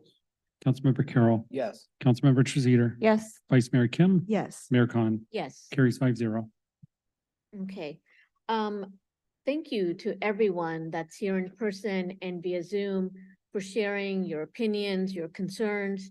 You know, it's a lot that we are taking on, and there's no way when you're building districts that everyone is going to be happy. But the goal here is to do the best job we can with our city. And also, and I'll share this again, I've said it many, many times, we have to stop thinking that the districts that are being developed and the people that are going to be elected in this district are only going to be making decisions on that district. We are a city that is integrated in many different ways, and we want to continue working that way. We want to continue making decisions so that no one district benefits over another. That is going to be very important. And I had a few questions on map 151. A lot of the UCI students stated that they didn't want to be linked with Turtle Rock. Map 151 is not, I believe I'm looking at District 6, is not connected or in the same district as Turtle Rock. Is that true? Sorry, good. Okay. In fact, none of the maps link UCI and Turtle Rock specifically. All of them use Culver Drive at least as far north as University Park and Rancho San Joaquin. Okay, thank you. Do we know which villages are in District 6? Can someone just name those off real quick? Sure. So in 151, the largest two are the IBC and the UCI campus itself, followed by University Town Center. And then the Research Park is what it's called. And then I believe it's an open space just on the other side of Rancho San Joaquin. It's an open space area. Okay. And then I have a question, and it's probably for either our staff or city attorney. UCI, that whole area on campus, University Hills, a lot of that is UCI regulated, state regulated, not City of Irvine regulated. Is that correct? Yes, there are certain ways in which that area is not subject to City of Irvine land use regulations, but it is within the City of Irvine. Yes. Yeah. Yes. Thank you for that clarification, because anyone elected from within that UCI area is making land decisions throughout the city that don't affect them in their own area, correct? Yes, that's correct. Okay, thank you. I think those are the only questions that I had, and I'll turn it back over to my colleagues if they have any further questions. And what I'd like to do is, if we don't have much questions, that I'd like to hear what your preferred maps would be. And we'll just start it as a roll call, but we'll go ahead with Vice Mayor Kim. Thank you. Thank you, everyone. Thank you for all those who came in. Thank you for all those who have been really, really active in this process. I know that there are a lot of you who have either been directly active or have been watching this extremely closely. And, you know, for that, I want to thank you. While there is no perfect map, I agree with the mayor. I'm personally going to do my best to ensure that I stick with the main core philosophies that I have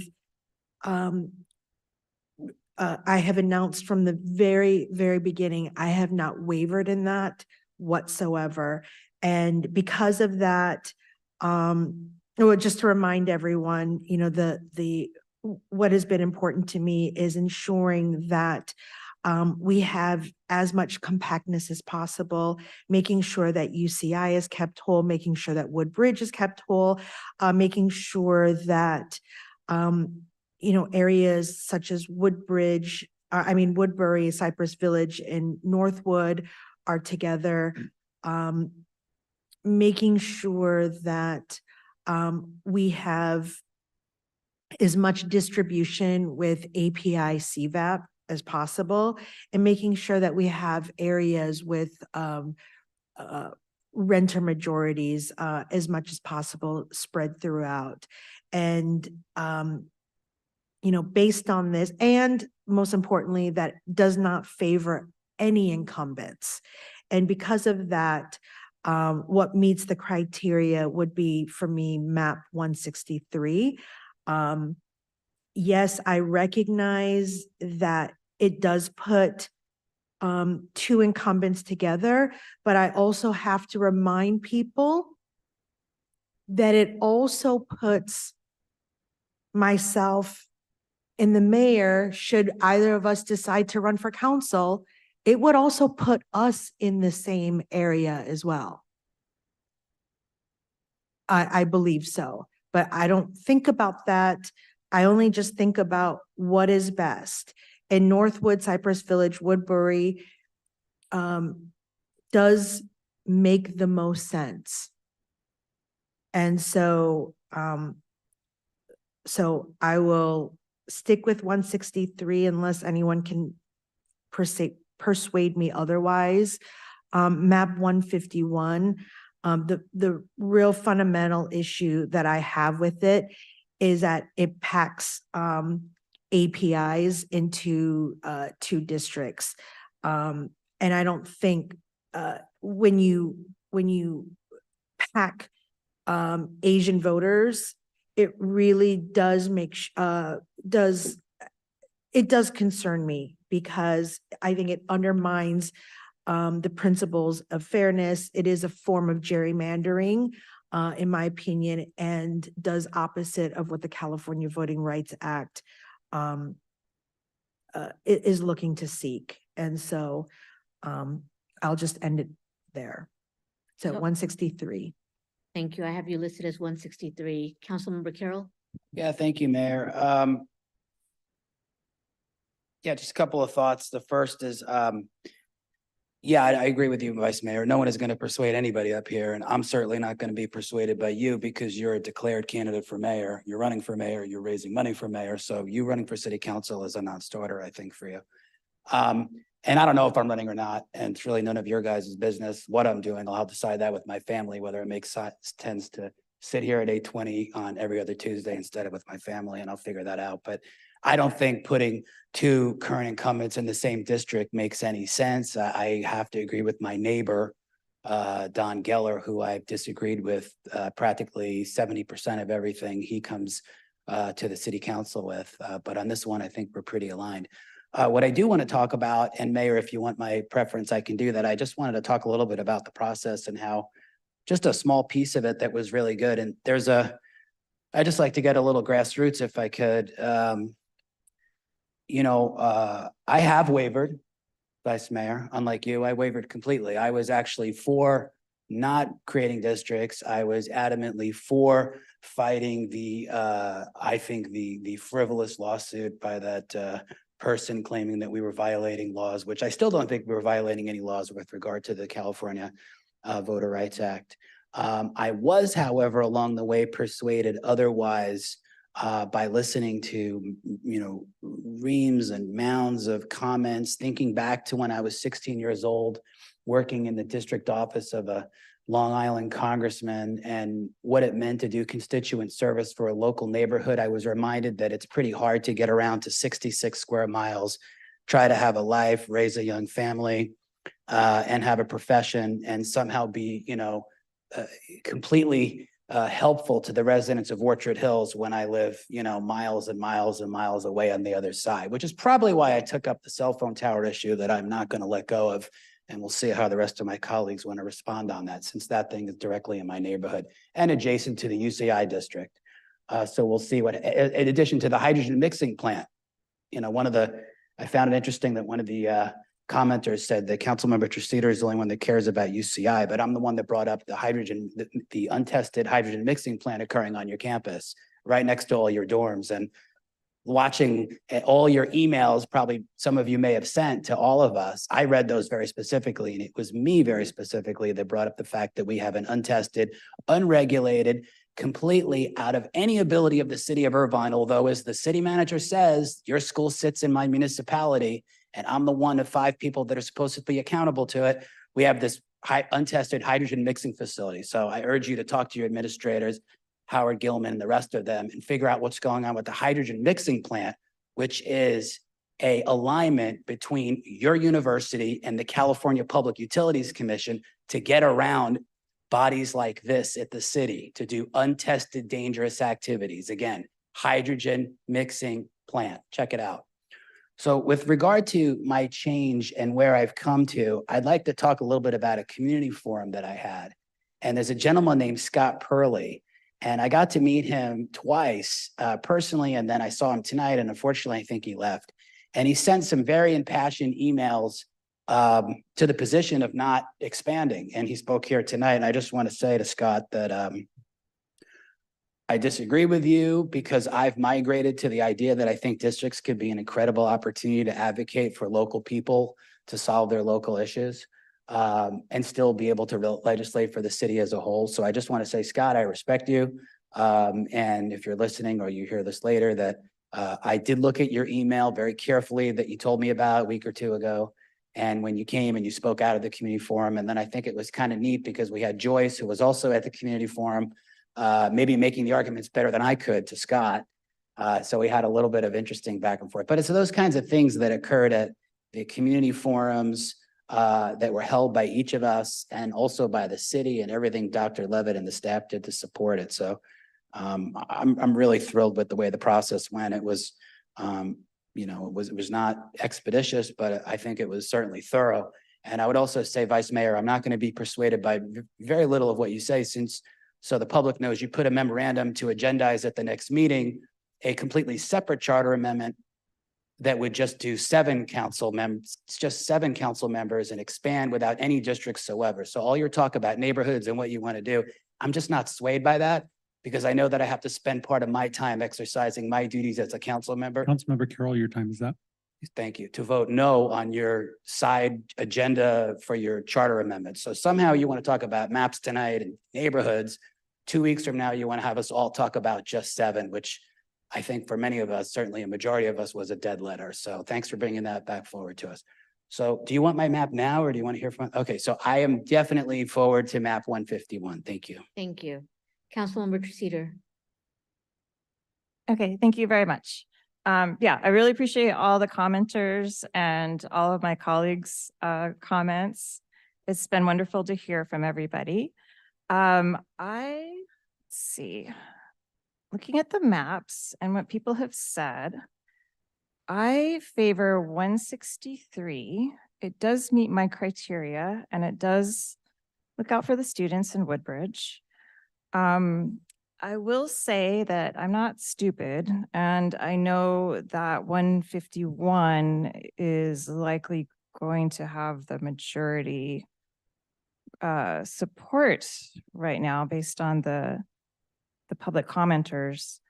I am willing to compromise, because I would like to have a map that is supported by all 5 of us go on the ballot. I don't want to have there be extra controversy that might lead people to just vote down the initiative just because they're not sure which map is good or not. So I'm willing to compromise and go with 165. 165 was based on 151. Just had one slight change that the demographers made in response to my request to consider the students' needs. And it just brings that area with the Parkview apartments and some of the other student-dominated apartments into the UCI / IBC district. And, in doing so, actually, that really improved a lot of the stats for the map and brought it in alignment with all my other criteria, and that it has 3 AAPI districts, 4 renters districts, keeps Woodbridge whole, and was not submitted by anyone who might reasonably expect to run for city council. And so I'm willing to go for that, even though it is not quite as good in my mind as 163. And so I just want to put that out there because I'm really hoping that we can achieve consensus, and that's important to me. Thank you. Thank you. Councilmember Agrin. Thank you, Mayor. Let me just, I think it's on. Isn't it? I hope I can be heard. There you go. There we are. Okay. I want to begin by, again, thanking everybody, including everybody who spoke tonight. I listened carefully to all the comments. I noted preferences, and those preferences expressed tonight pretty much aligned with my own inclinations here. I'm going to suggest that we adopt map 151. I do want to deal with a couple of misconceptions here. The API community is going to do just fine under virtually any map. It's going to do very well under 151 and other maps. I just want to read some of these percentages. The citizen voting age population for District 1 is under 151. It's 49% for API. For District 2, it's 50%. For District 3, it's 39%. Then it goes down to 34 for District 4, 27 for District 5, and for District 6, it goes back up to 29%. Overall, throughout the whole city, it's 37%. 151 adequately addresses this part of our population. Indeed, we're blessed to live in a city where there is no truly disadvantaged population.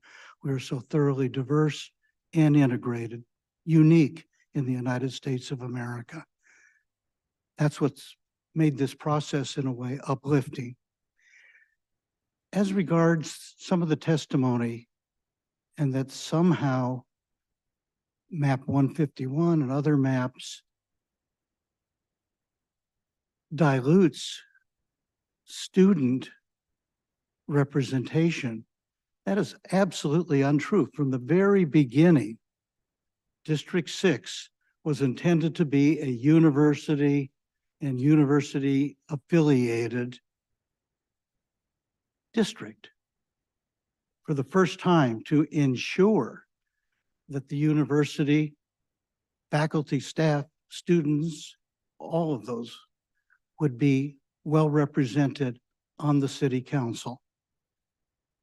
All the maps take care of that. And as regards trying to pick up one apartment complex, 880 units, I know because I've walked it. Yes, there are plenty of students there, but there are plenty of students in all of the apartment complexes in the southern part of the city.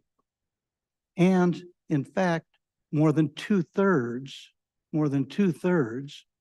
of the Park West apartment residents are unconnected to UCI in any way. They're working families, young professionals, and so forth.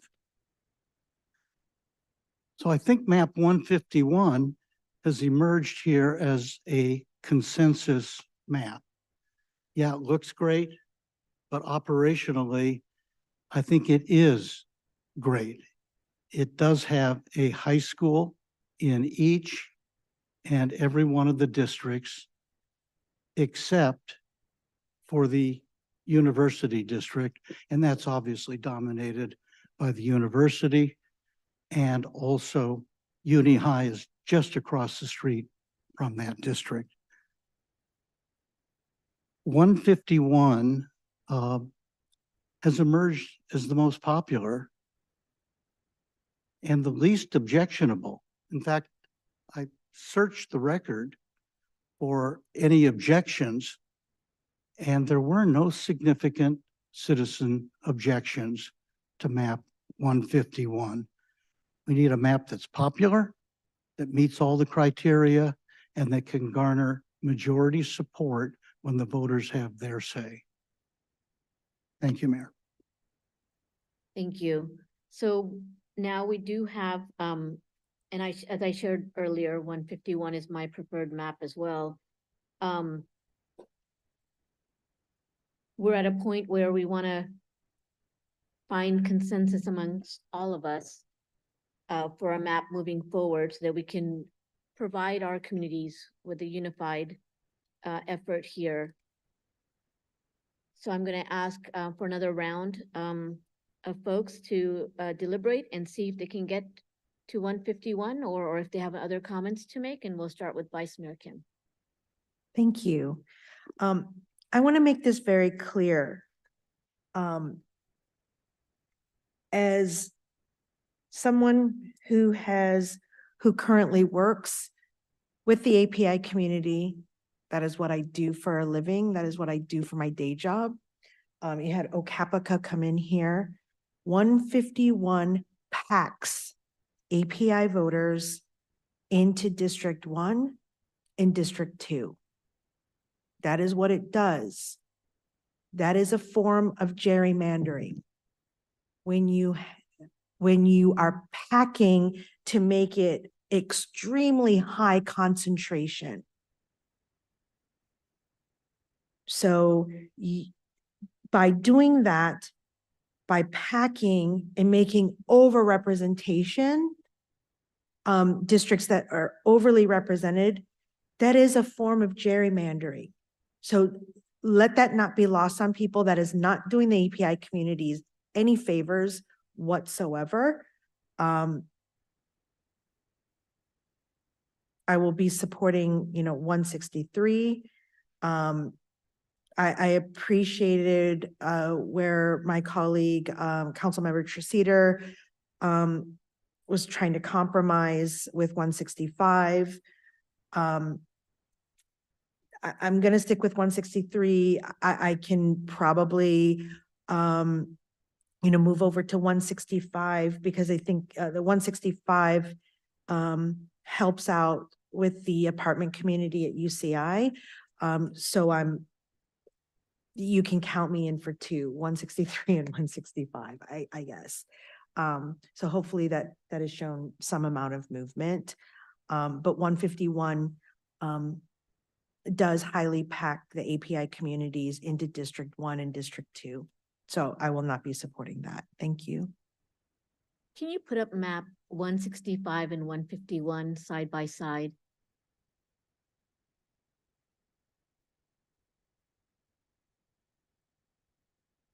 I just want to share something. Just a second ago, we heard that there was gerrymandering going on. And I'm looking at 151 and 165. And besides that little sliver between districts 5 and 6, it is almost identical. So I guess there's no gerrymandering going on in 165. Was that a question? Not for you, ma'am. Okay. Councilmember Agrin. Oh, I'm sorry, Mayor. I'll allow others to Okay. speak first. Thank you. Councilmember Treseder. Thank you. I just want to start off by asking a clarification question. Mayor, the gerrymandering comment, who said that 151 or 165 was gerrymandered? I don't remember. They're not. It was referred to 163. But if you're able to move from map 163 to 165, 165 is more in alignment with map 151. So I don't see why there was so much effort in saying that, you know, maps were being gerrymandered when you're able to jump from 163 to 165, and those two don't match up as much as 151 and 165 do. Can I have my time back, please? You can continue. Can I please have 5 minutes? Mayor? You can continue. If you need to go further, we can go further. Okay. All right. Well, I don't know who was saying was gerrymandered or what that, I couldn't follow that. My apologies. I certainly wasn't. I was happy to compromise and go to 165. It looks like nobody's gonna take me up on that. So I will go back to 163, which I think is the better map anyway. Thank you. Councilmember Adrian. Thank you. Let me tell you well, first, let me say, yes, if you could put up 151 and 165 side by side, they're virtually identical. The differences are very subtle. Map 165 removes the small community of Rancho San Joaquin and the Park West apartments, which are just on the other side of Culver, takes them out of district number 5, which is the University Park and Woodbridge area, and puts those into District 6, which is what I refer to as the University District.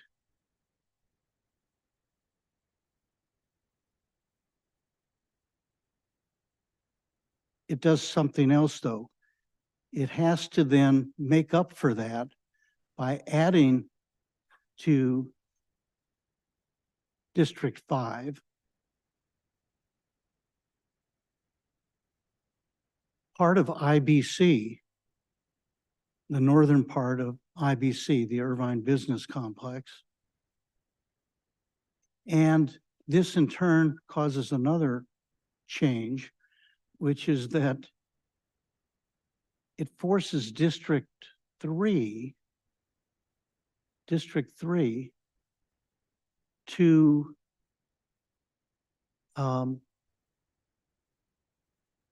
jump over the 5 west of Culver and take in an area that includes Beckman High School, which is in the Tustin Unified School District, but in Irvine. So that Beckman High School is then in District 3, but there is nobody, no student in District 3 goes to Beckman High School. So it creates an anomalous situation by trying to get those few additional students supposedly living in the Park West apartments, because they don't live in Rancho San Joaquin. That's a senior community, basically. It's one of the older communities organized around a senior center, a golf course, and so forth. Has very few students in it. So this demonstrates really the difficulty of all of this. The demographers, amateur map makers, and so forth. This is very difficult. But you try to make a little bit of a change to pack a few more students ostensibly into the university district, and it creates other problems elsewhere. That's why 151, it just seems to have held up. 151 came to us. It wasn't originated by any of us. It came to us from NDC. Dr. Levitt, you're the one who submitted 144. Is that correct? So organically, you submitted 144, which bears a striking resemblance to 151, because 151 was a map created by a resident, I believe, or a group of residents that made some changes to your 144 that put a couple of villages back together, and voila, we have 151. And 151 has just been there meeting after meeting after meeting, and nobody taking shots at it. Other maps have come in and so forth, but no objections to 151. And that's because I believe, insofar as is possible, it is the least objectionable map. And indeed, it's the most popular map. Everybody seems to be comfortable with it. That's the map we want to go with, because it expresses the will of the people in response to the organic evolution of map 151. Councilmember Agron, your time is up. And therefore, I suggest we get not just a vote of 3 or even 4, but I'm hoping 5 people at this dais will support map 151. Thank you, Mayor. Thank you. Vice Mayor Kim. Oh, Yeah, I want to be just, Carol, did you take your name off? yeah, because I was. It just missed Yeah, 5 minutes. thank you, Mayor. And Vice Mayor, I think if you don't mind, because I'm gonna, this is an appeal to you. I'm gonna flip it, and I want to say that, let me reverse what I said earlier. I think based on what you said, I think there is potential. Can you put those back up, 151 and I guess 6-3 or 6-5, yeah. So Vice Mayor, I did say that you are agendizing just extending the council, doing a separate charter amendment that could ride with this charter amendment.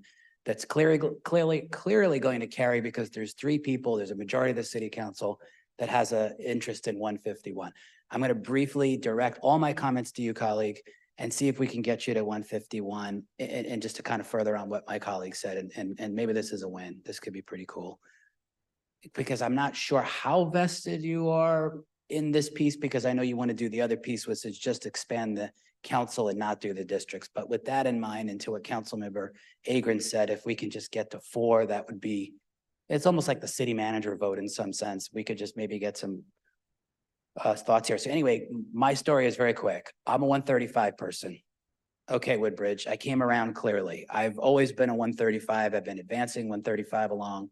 I liked a lot of pieces to it because it just spoke to me on the numbers. When you look at the backside of that 135, I liked the pieces of it that seemed to be saying to me, this is a good piece. And I didn't really quite, I guess I was not fully aware of everything with respect to the Woodbridge Village Association, and knowing that it was our largest village.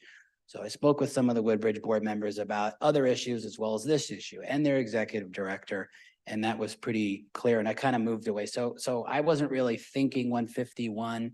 When I looked at 135 after hearing about 151 and additionally, Dr. Levitt's map that derived off 151, I looked at it and I said, there is more compactness, because 1, which I think kind of circled around, and 1 wasn't as sort of geographically compact as 130. So anyway, the bottom line is I've come a long way, and before 135, I think I was with 139 or something. So I've been kind of moving around. I think 151, Vice Mayor, if you can get to 165, as Councilmember Agron said, it looks like not too much has changed, but there's, as Councilmember Agron said, there's sort of these little glitches all over them. And for example, Turtle Rock, where, my home village, there's somehow that 4 picks up a little piece of University Park. I don't know what Councilmember Agron would say, but there's a tiny little purple, if you see, that crosses, at that point, it's University before it becomes Jeffrey when it meets the 405. There's a little bit of purple there. With respect to this on 165 that you liked, that gives the District 5, what I call one of the core districts, the core of Irvine being, University Park, Woodbridge, West Park 1. West Park split. Not sure I like that map because it split West Park. I can live with splitting West Park. There's characters to West Park 1 and West Park 2. But it picks up Construction Circle. Why Construction Circle would go into a Woodbridge seat just didn't seem like it kind of made it for me. I just don't think there's too many changes Vice Mayor, where if you could get to 165, I wonder if you can't get to 151. I can't speak to those other issues that you had about packing and that kind of stuff. I surely hope that, well, Dr. Levitt, if you could come up since I haven't, can I ask you a question? If you have, I have 120 seconds here. In terms of what the Vice Mayor said with respect to her views and opinions and that kind of stuff, just, I guess we could just keep it to the craft that you practice. Is 151 violative of anything, you know, from your lens that you could speak to? From a legal standpoint, if that all the maps comply with the Federal Voting Rights Act, and what we're really discussing is whether or not the community is better served by having 3 districts over 40% or 2 districts closer to 50%. And that's something that I think the law gives us the flexibility to look at both options. Okay, so what does it mean to be sort of what is this packing about? So the idea, at least as far as what you in the what law, you're the idea of packing is the idea of putting so many members of a particular group in a district that it minimizes that group's ability to influence elections in other districts. And the classic examples of this, dealing with African-American communities mainly, are where you draw districts that maybe get up to 70, 80% African-American, and the neighboring district is only 20% African-American. Whereas if you balance the numbers, you could have 2 districts where African-Americans made up, in some cases, over 50%. But because you've put so many into one district, it's harmed their ability to influence a second district or another district. And so legally speaking, Asian Americans are an interesting group. And as the mayor said, and I'm sorry I'm speaking so long, but I hope she'll let me continue. There are a lot of cases where Asian American districts that are 40% Asian American by eligible voters do perform. And that means they do elect candidates that are preferred by Asian American voters. Now, that doesn't mean Asian candidates. That doesn't mean that somebody who's Asian would be elected. As when the mayor spoke about, the diversity within the Asian community means that not all Asian Americans are ever going to be on the same page about a lot of these issues. But what we're talking about is that, you know, in terms of that ability to elect, what serves the community best. I think in our case, because we're talking about numbers between 40 and 50%, we're not at majority, except maybe in one district in a couple of maps. We are looking at a situation where there is some flexibility here to really think about communities and neighborhoods and to make the best decision for the, you know, with all the options. I don't think any of the options we have in front of us would not pass the legal muster of the Voting Rights Act. Thank you. Councilmember Carroll, your time is up. Thank you, Mr. Clerk. I'm way over. So thank you very much, Mayor. Thank you. And thanks for listening, Vice Mayor. Thank you. Councilmember Treceder. Thank you, but was Vice Mayor Kim, she got skipped over maybe. Yeah, thank you. Yeah, I just want to explain or just clarify my position. I'm in support of 163, hands down, period. My comment around 165 is really to just help try to build consensus while it is still not even close to where I would like it to be. It does solve a couple of issues that I think Councilmember Treceder had brought up. But with that, I'm going back to 163. So it was by no means did I intend to give off the impression that I was switching from 163 to 165. I was merely just adding on possibly to help build consensus, but I'm completely behind 163. And I think, I would have to disagree with my colleague, Councilmember Agrin. I don't believe that, 151 has been the runaway hit. We've had several people call in to talk about the fact that it wasn't right. Mr. Moore called in, when we talk about 151, it puts Beckman in District 3, Beckman High School. It creates Bryan into the dividing line. So again, there are issues with that. It is not the runaway hit. But none of the maps are perfect, so unfortunately. But thank you. So 163 it is for me. Councilmember Cedar. Okay, thank you. Okay, well, I really appreciate the attempts to gain consensus, but I was hoping that people would be willing to compromise to gain consensus and not just ask for us to follow them. I will say that 151, I think perhaps Councilmember Agron mischaracterized the lack of objection to it. I think that there have been many objections to it. We have all of our students who strongly objected to it. We have Okapica who objected to it, Mr. Grigi, Mr. Moore, Mr. Dack. I object to it because it only has 2 API districts. So it is by no means a unanimously favored map. I also want to say that I'm just disappointed with how this process has gone. When we originally started talking about how to go about this, we talked about having an independent commission, and I felt that was very important because it is very hard for us, sitting up here. I guarantee all of us have looked at the districts and the focus maps, see where we stand in our districts. I guarantee it. It's a human thing to do. It's very human to want to weigh in a bit in our favor. I completely understand that. The independent commission would have reduced that inclination, I think.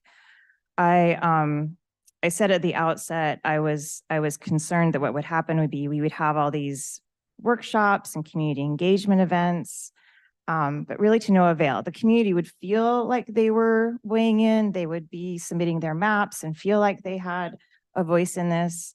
But then I was worried that in the end, that if we were picking the maps, that we would essentially be drawing maps that would favor our own districts, potentially teaming up with enough people to gain a majority, draw that map together so that we all have our own districts protected, and then vote for that when the time came. And I was concerned during the last meeting when one of us did say out loud that they would not be supporting a particular map because they would be put in a district with another incumbent. I don't think that the voters would want us to be making our decisions based on that. I think that they want us to make the decisions based on what's good for the city as a whole. And yeah, I've tried to listen to the residents. I originally favored a different map, but because the students spoke out, I asked them to revise. I asked the demographers to revise the map and now favor the maps that the students feel comfortable with.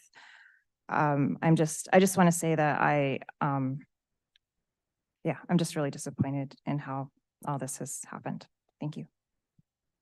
Okay, at this time, I will now entertain a motion to select a map. If anyone would like to make that motion, Councilmember Agron. I move we adopt map 151. I'll second that. And we are now, the motion is to not only select map number 151, but also adopt the corresponding resolution listed as action item number 3. Is that correct? Mayor, if I could, yes, the way this would work is attachment number 4 in your packet is the resolution of the City Council of the City of Irvine, California, adopting a voting district map for by-district elections for city council members. I'm sorry, is it number 3? It's attachment 4, isn't it, Carl? Yeah, but it's action item number 3. It's action item number 3, attachment number 4 in the packet. And the attachment in the packet refers to an exhibit 1. What we will do, if the motion carries, is attach map 151 as exhibit 1 to that resolution. And that resolution will not take effect It's adopted by the council tonight, but it would not take effect unless and until the voters favorably vote on the charter amendment, which we're to consider next. And last, I want to just emphasize so that it's clear that the district numbering that is provided for on map 151 envisions that District 1 will have the 2-year term. The District 1 there will be an election to fill the District 1 seat in 2024 for 2 years. And then there'll be elections in Districts 2, 3, and 4, also in 2024 to fill for 4 years. And then in 2026, Districts 5 and 6 will have 4-year elections, and then District 1, which got that 2-year, will also have a 4-year election, so that you'll have 3 districts each on the 4-year cycles. So that's all provided for. That's consistent with the sequencing that's previously been disclosed, but I just want to make sure that that's all understood before you vote. Thank you.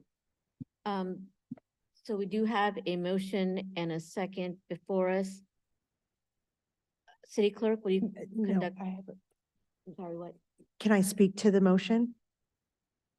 Yes. Can I speak to the motion? I'm sorry, can you repeat that again, for the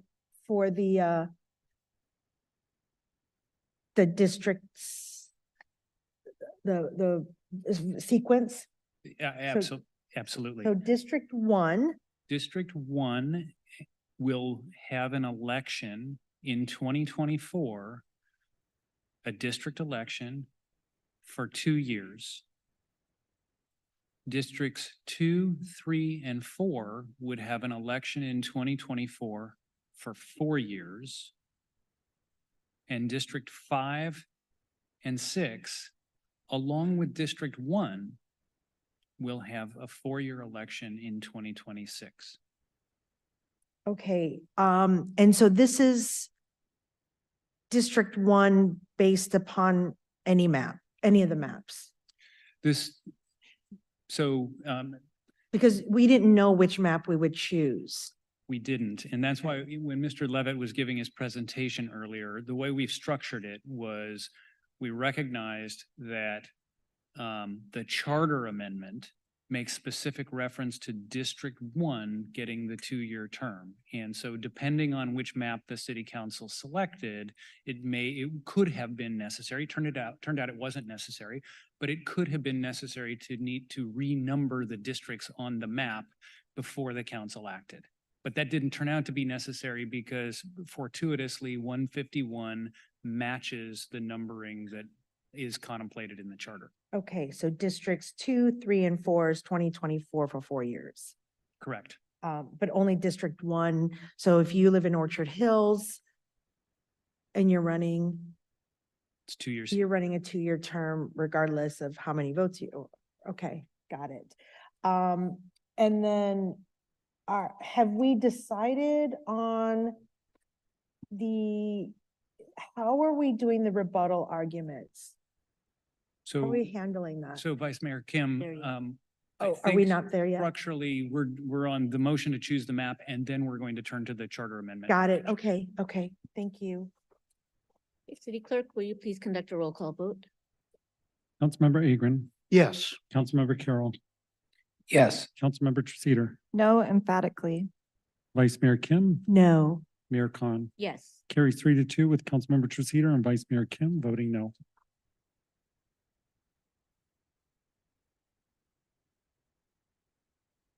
Okay, Mayor, would you? yes, Do you- Councilmember Agron? Do you want to proceed or? Yeah, can I just Yeah, start it off? please, please. Okay. So at this time, I'll once again turn it back over to my council colleagues for discussion and deliberation. And this is regarding the charter amendment, the ballot argument development process, and consideration of the remaining resolutions and budget adjustment to call the March 2024 special election.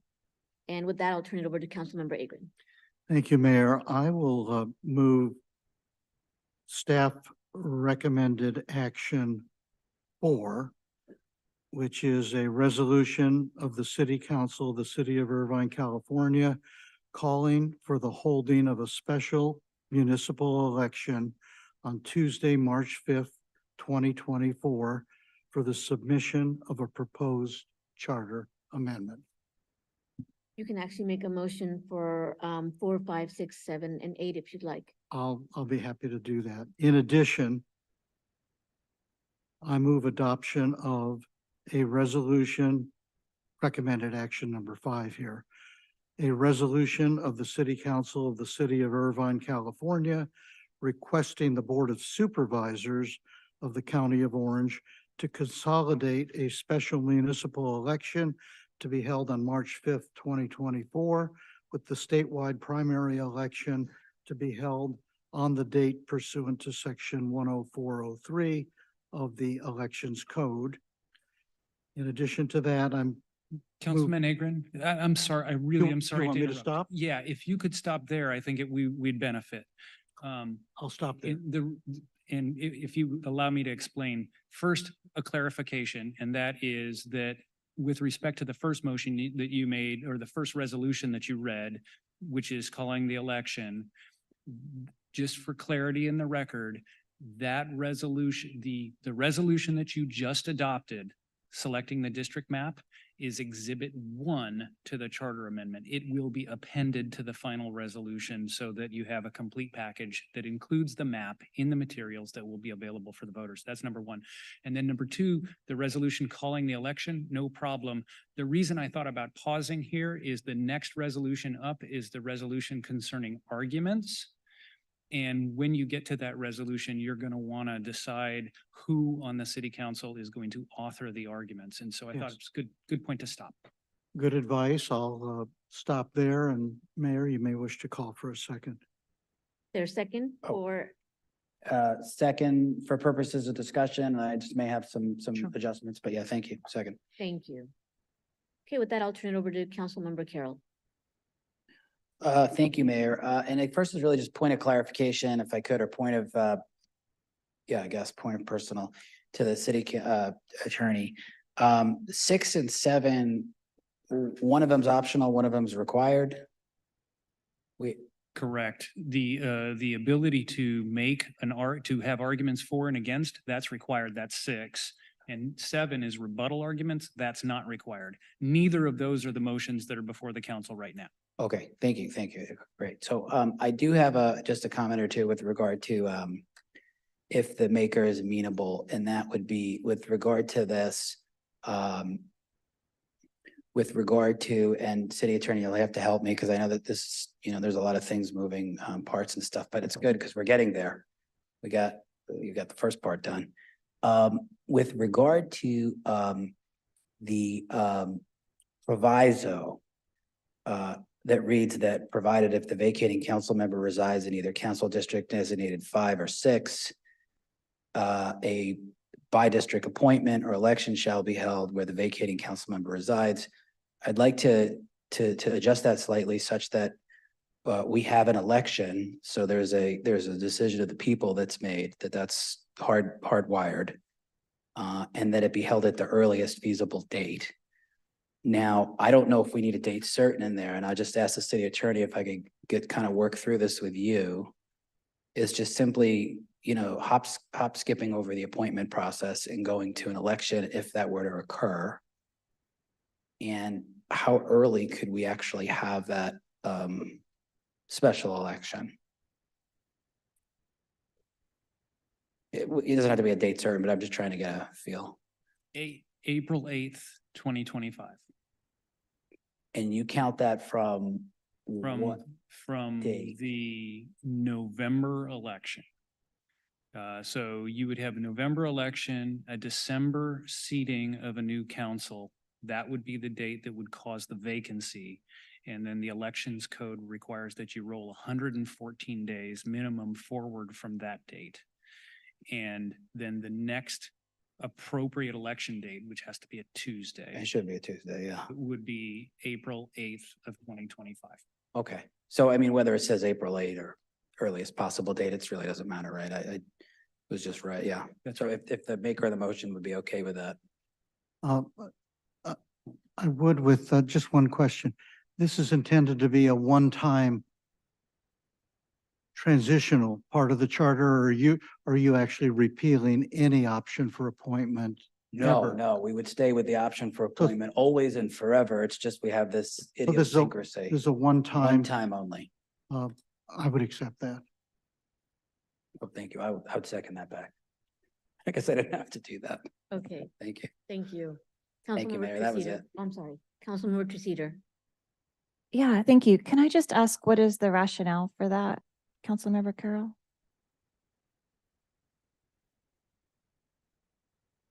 Through the chair, can I respond? Sure, if you like. I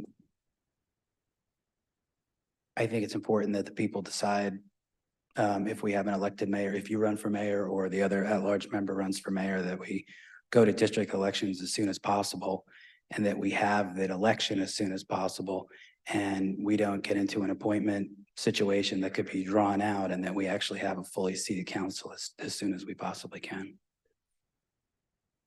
Okay, that doesn't, I don't understand why that would be only relevant in this particular case and not in perpetuity. And I also don't understand why this council would want to shut off that possibility from the future council. The future council can decide that if they want. It kind of makes me wonder what's going on here, frankly. Thanks. All right, Vice Mayor Kim. Yeah. I had a similar question to that too. That doesn't really make that much sense to me. Because it seems as though, unless I'm not maybe I'm just not understanding this correctly.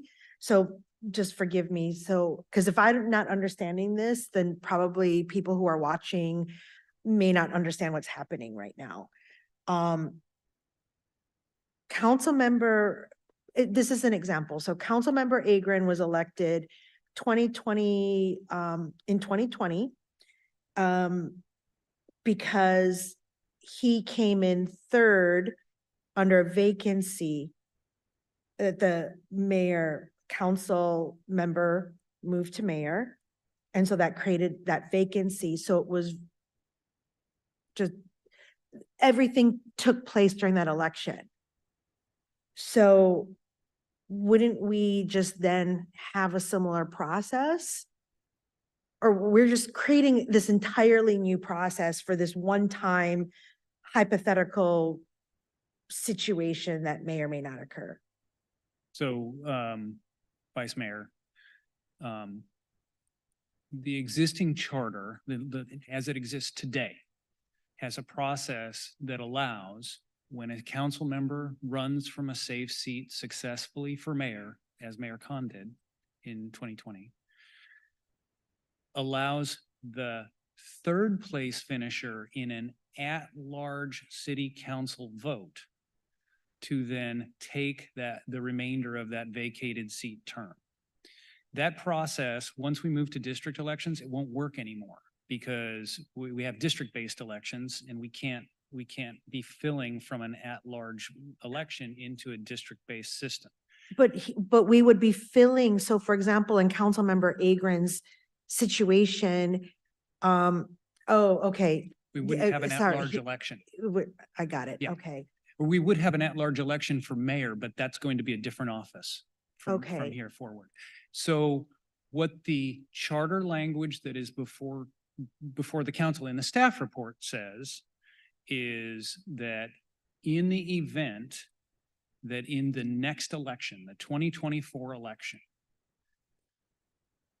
2020 is replicated and we have a council member who runs from a safe seat successfully and becomes a mayor, they will create a vacancy behind them.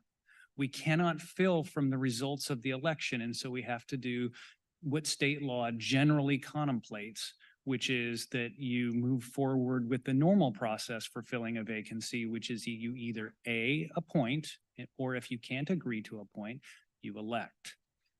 The charter language that is presented to the council contemplates that if this situation arises and the person who runs for a safe seat from a safe seat successfully to become mayor vacates, From a district where a district seat hasn't yet been filled, then we would just have we would fill on a district basis instead of an at-large basis.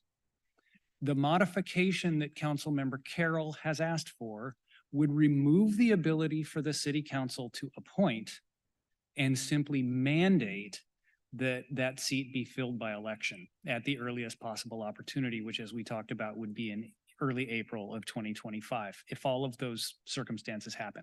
And it's a one-time only issue. It will never happen again, because after 2024, we will never be, in 2026, we're going to have all districts, and so it'll never happen again. Okay. Yeah. Okay, understood. So basically what we're doing and what this proposal is to strip this body and the future council of the right to appoint. Yes, Okay. Following the 2024 election. Okay. Yes. So I'm not inclined to support taking away my right to appoint. So I probably won't be support if I don't support. So if for that, I'm not supporting, I won't support this. So it's just a no vote. And then we just have to obviously we need to put something out here. Mm-hmm. So So then it would just revert back to the original resolution? We have to take the motions as they come, Vice Mayor. And what Okay. you have before you now is a friendly amendment that includes the removal of the ability to appoint in the 2024 election, or said another way, compels an election. Got it. And then moving forward to adopting number 7, that's just later down the road? Yeah, we're not on, so Okay. we're on 4 and Perfect. 5 right now. Okay, thank you. So it's probably the only person sitting here that has gone through an appointment process. Right. I do not recommend it. I especially going into districts where you have people within a district, whoever's sitting here in the different districts should not be picking the representative for a different district. That is not right. And I will tell you, appointments, they sound fun, but they're not. It's a very difficult decision to make, even at an at-large situation. And it takes a lot out of you. So as we're moving towards districting, the whole idea behind districts is that communities within that district get to pick who they want representing them. And I fully support an election for that matter. So I do want to clarify that, and especially since I'm the only one here that has gone through that process recently. Mike Carroll. No, nothing against Mike Carroll. Well, I was on the other side of that, so yeah, that's. Yeah. But yeah, I do not support appointments whatsoever. So with that, I'll turn it over to Councilmember Treceder. Yeah, thank you. Again, that is definitely a decision that we can make when it comes to it. I don't understand why we need to make it right now and exclude that possibility in the future. You never know what might happen. I am wondering if there is somebody who would like to be on the council, but is probably guessing that would not get appointed by a majority here and thinks that they might have a better chance just with the voters, and that this decision might be made with respect to that person. And I don't like it. I think that there's no reason to lock this down right now. We can definitely vote when it comes time to it, to decide to have a special election or an appointment, how we want. I don't know why we need to do it now. Councilmember Carroll? These comments are low and they're cheap and they're disrespectful. That person, I don't like it. I'm wondering, let me try to dispel the wonder, okay? This body should not be a star chamber that decides who is the best person to represent Woodbridge, University Park, and West Park, one with all due respect. You're not qualified, you're not qualified, you're not qualified, you're not qualified, and I'm not qualified. The qualifications will come from the people that actually vote for it. I do not appreciate the innuendo, the not too obvious, finger pointing, the nefarious inferences and all that other garbage, okay? So I'm calling it out because that's what it is. This body, which is a quite dysfunctional body, as you see here tonight, is not qualified to say who should represent Woodbridge if Councilmember Agron becomes the mayor next November, or if you, Councilmember Treseder. We're not qualified to say who should represent the interests of the IBC and University California, Irvine. So I don't appreciate that. You could have all the thoughts you want. It's just low. So that's why I'm doing it. Thank you. One of the reasons that I'm wondering that. I'm sorry, will you Councilmember point Treseder, of I order, did not- Mayor? My sincere apologies. Okay, well, let's try to wrap this up and if there's further discussion on the motion, Councilmember Treseder? Thank you. So one of the reasons that I was wondering about that is because it is specific to this particular situation. I certainly can understand Councilmember Carroll's arguments if it's something that we want to consider for the future for any sort of situation, like should we remove the ability to appoint and just have a special election? I don't know why in this case, it's a particular exception, and I'm very happy to be as overt about it as I need to be. Thank you. The attorney. Mayor, just before you vote, and because this is a charter amendment that you are putting before the people, I'd like to outline what the change would be to the charter text as compared to what's in the staff report packet. And so at this point, the charter amendment language for section 400 has many paragraphs in it. The 5th paragraph begins with the word notwithstanding. It says notwithstanding in the first sentence, and then it goes on from there. The changes that are required are at the end of that paragraph. The current, and I'm just going to read the last 4 lines as they appear in the staff report in the charter amendment text. The current language is as follows. Provided, however, that if the vacating council member resides in either the council district designated 5 or the council district designated 6, then a by-district appointment or election shall be held for the district where the vacating council member resides. That language would be changed to read as follows. Provided, however, that if the vacating council member resides in either the council district designated 5 or the council district designated 6, then, notwithstanding section 403, a by-district appointment, the words or election will be deleted, shall be held for the district where the vacating council member resides at the earliest feasible date. And for reference, the reference to section 403 that was added has to do with, there's a provision in the charter that talks about the norm, sort of the historic process and the future process for filling vacancies. And so we need a carve out that says in this one instance, we won't be following that process.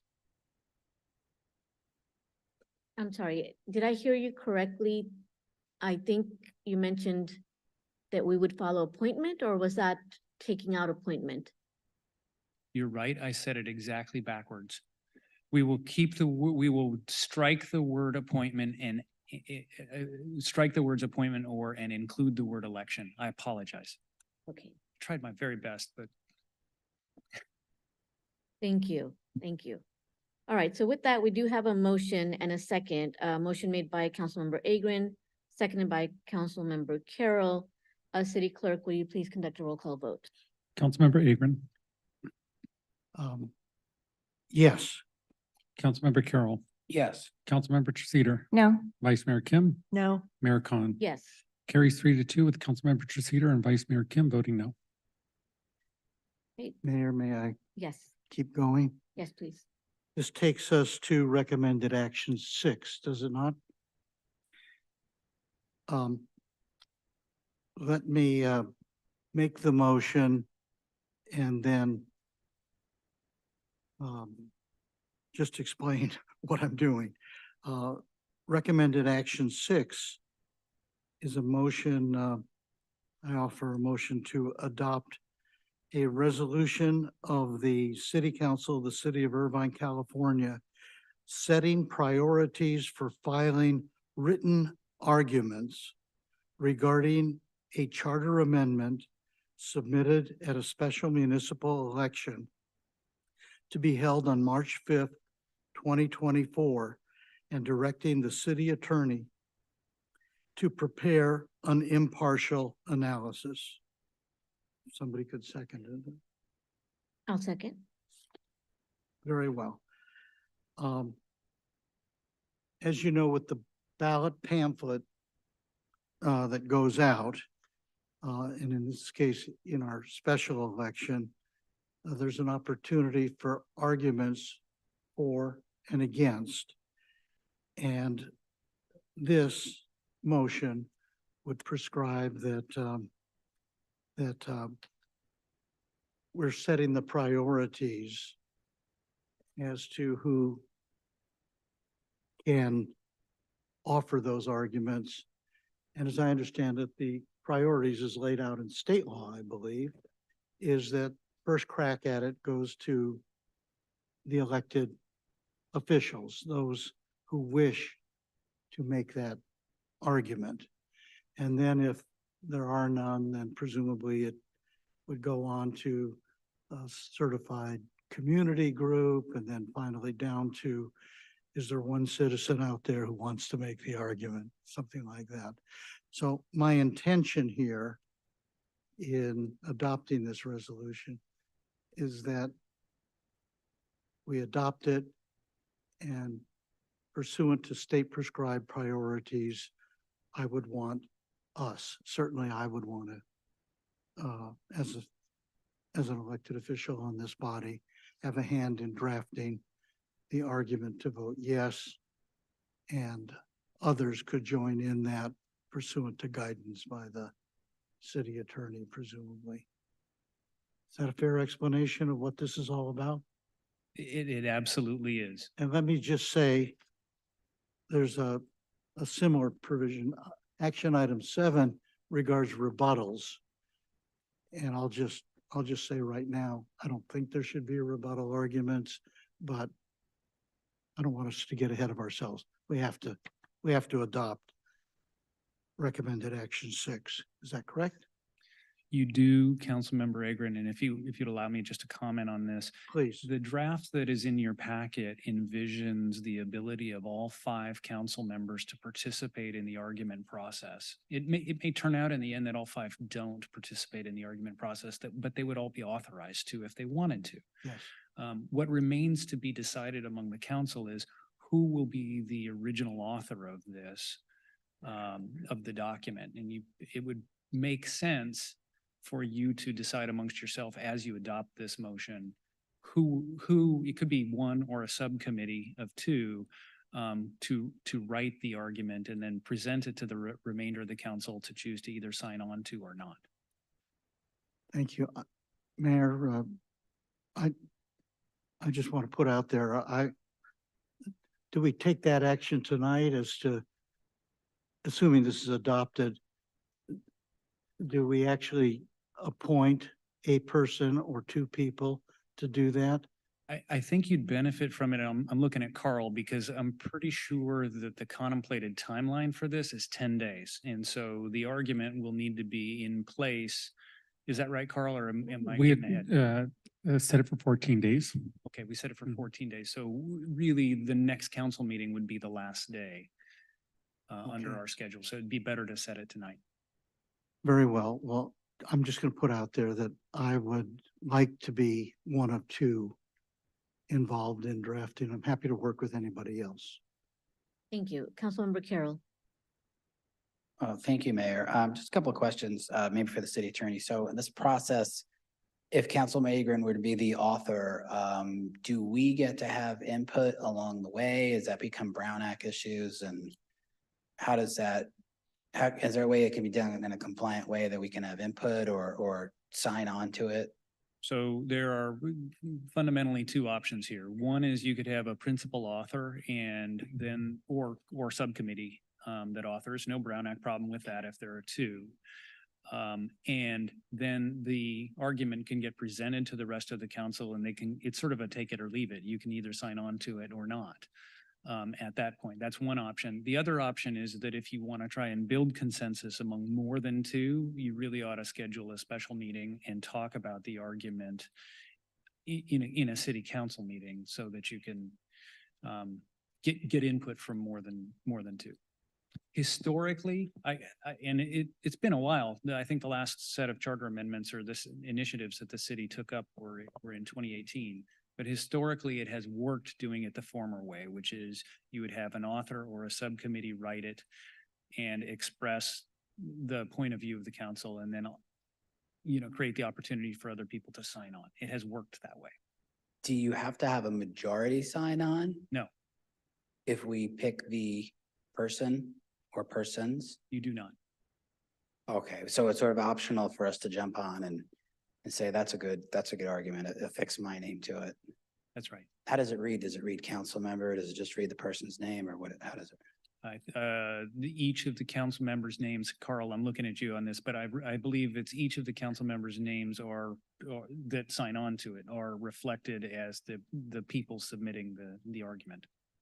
Okay, and the rebuttal is optional.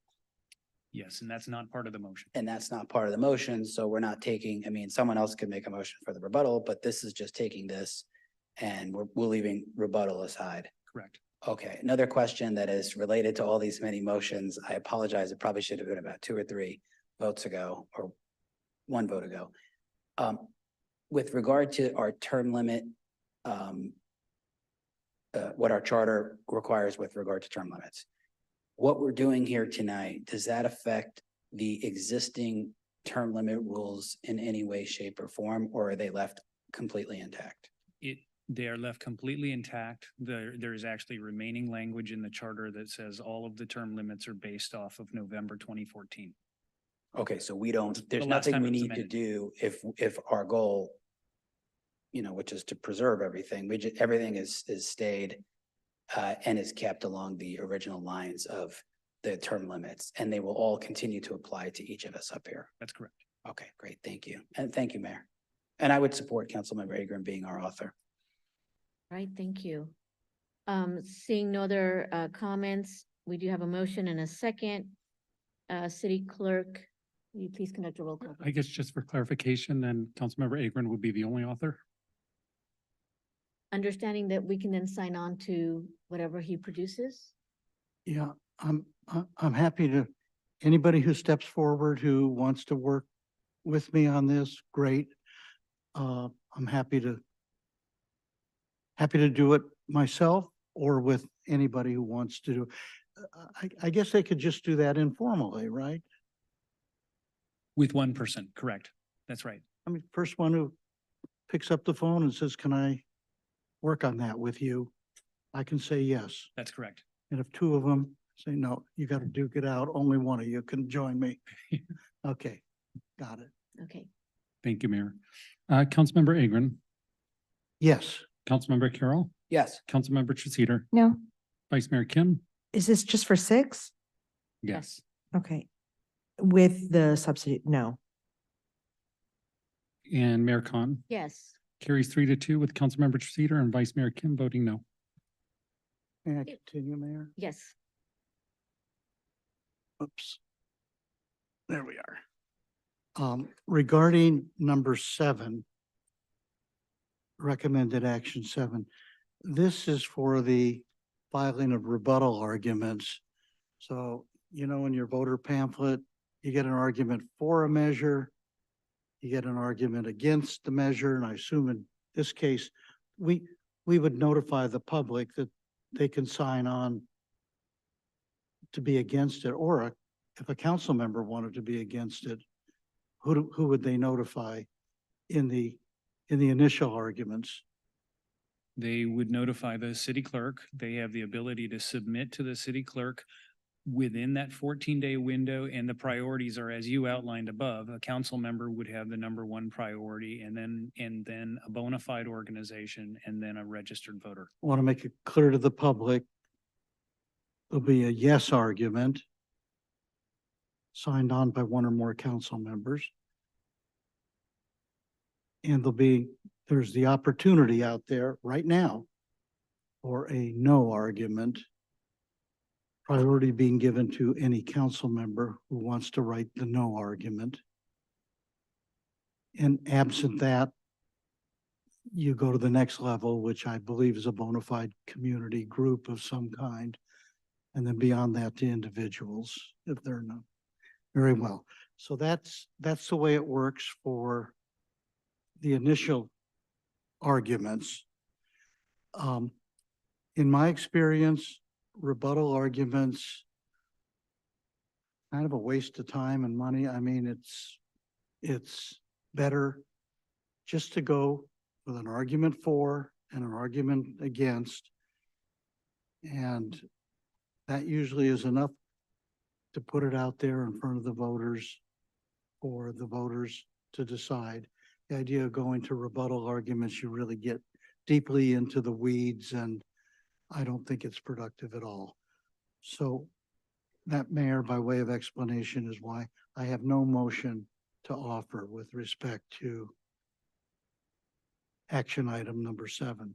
I will make that motion. I think it's fair for for residents to have pro and con, for or against. That's just democracy. I'm sorry. I'm sorry, I did not call on you, Vice Mayor, yet. So Yeah, I'm not sure. Mayor, may I Yeah. kind of sort of answer that? It's not that there won't be a for and against. There won't but there won't be a second round. The so-called rebuttal arguments is a second round of 300-word arguments for and against. That's what the rebuttal argument is about. Am I correct? You are correct. Thank you. Councilmember Treceder. Yeah, I just want to be absolutely clear. So no matter what, there's going to be a rebuttal in there. I think this is a nomenclature thing. There will be a for and against argument. Okay. A rebuttal argument, it would be responses to the for and against arguments. There will be no rebuttal argument unless there's a motion that passes. And actually, I think there's a motion pending. Or no, it hasn't. Yeah. Okay. All right. Thank you. All right, thank you. Any other comments? Vice Mayor Kim. Yes, I would like to make the motion to adopt point number 7, a resolution of the City Council of the City of Irvine, California, providing for the filing of rebuttal arguments for charter amendment submitted to a special municipal election to be held on March 5th, 2024. Is there a second? I'll go ahead and second it for just purposes of discussion, but I don't agree with it, but go ahead, Vice Mayor. Okay. Again, just so that I understand this, there will be for, there will be against, and there will also be an impartial analysis. So that's correct, Vice Mayor Kim. In the last motion, the one that approved the for and against arguments, that also required, as state law does, that I prepare a 500-word impartial analysis. Okay, so we determined who's writing the for. I guess Councilmember Agrin said he wanted to do the for, but who's doing the against? The against it's not specified in the resolution who's doing the against, and so it falls to the priority that exists in the elections code. The number one person, if a council member submits an against argument, it will get published because it's in the number one priority position. Number 2 is a bona fide organization. It's like an association of people or individuals, and that's in the second priority. And if nobody in either of those 2 priorities submits, then a person eligible to vote in Irvine can submit an argument. Okay, and so a rebuttal argument is just adding more context to the fors and to the against. Certainly, yes, that's one way of characterizing it. Yeah. Yes. Because this whole issue around districting has been somewhat confusing, and a lot of people still are asking the question. I see, what's the pros, what's the cons? I know on some of the booths that the districting have been in, I mean, people have like, is this good? Is this bad? Does this help me? Does this not help me? And they just truly want to know. So for me, when it comes to something like this, the more information, the better. I don't think it's an exercise in futility. I don't think it's a waste of money. It is simply informing our constituents. Again, just a more deeper analysis of the pros and the cons for districting. Educating our residents, our constituents is not a bad thing. So that's why I want to support this, to provide more information, more transparency, more openness, more opportunities for them to read. They may read it, they may not read it, but at least we provided that for them. And I think that is our responsibility in having it an open and transparent form of government. So that's why I want to support this. So thank you. Councilmember Cedar. Thank you. Yeah, I was really on the fence about this. Actually, I was inclining to say no, but after listening to the vice mayor, I have to say, I think it is good. The more community voices, the better. There may be a community voice that really wants to advocate for this. And I think that would be very helpful in addition to the council. And there might be more than one community voice that wants to rebut it. And I think that also is helpful. I want to make sure that I recognize that the residents of Irvine are very smart. They are well educated, and I think that they are able to process the rebuttal as well as the initial arguments. Thank you. Councilmember Agrin. Thank you, Mayor. I don't have any problem with rebuttal arguments. If the sentiment at the dais here is to allow for rebuttal arguments, that's fine. Though the people who write those don't have to be chosen though for like another 14 days or until the initial arguments are already submitted. Thank you for the question, Yes. Councilmember Agrin. I want to make sure that this is clear. The default authors of the rebuttal arguments are the authors of the main arguments. So the for argument will be rebutted by the against that. They'll get, the person that writes against will get to write an opposition argument. And then if there's a rebuttal, that same person will have the right to write a rebuttal to the for argument. And so crosswise, the inverse is true as well. The person that writes the for argument will have the ability to write the rebuttal to the opposition argument, unless they assign in writing the authority to write the rebuttal argument to someone else. They have the ability to do that, but the starting authors are the same. Thank you for explaining those rules. I'm fine with the motion if that's the sentiment of the council. Okay, so we have a motion and a second. City Clerk, please conduct a roll call vote. Councilmember Agrin. Yes. Councilmember Carroll. Yes. Councilmember Treceder. Yes. Vice Mayor Kim. Yes. Mayor Khan. Yes. Carries 5-0. Okay, and I'll turn it back over to Councilmember Agrin. You want to finish up the last one? That's right. There we are. Recommended action number 8. I move that we approve a budget adjustment allocating $500,000 for the March 5th, 2024 special municipal election from increased general fund revenues. I'll second. Is there any discussion on this item? Seeing none, City Clerk, please conduct a roll call vote. Councilmember Agrin. Yes. Councilmember Carroll. Yes. Councilmember Treceder. Yes. Vice Mayor Kim. Yes. Mayor Khan. Yes. Carries 5-0. Thank you. So with that, I believe we are done with district elections. All right.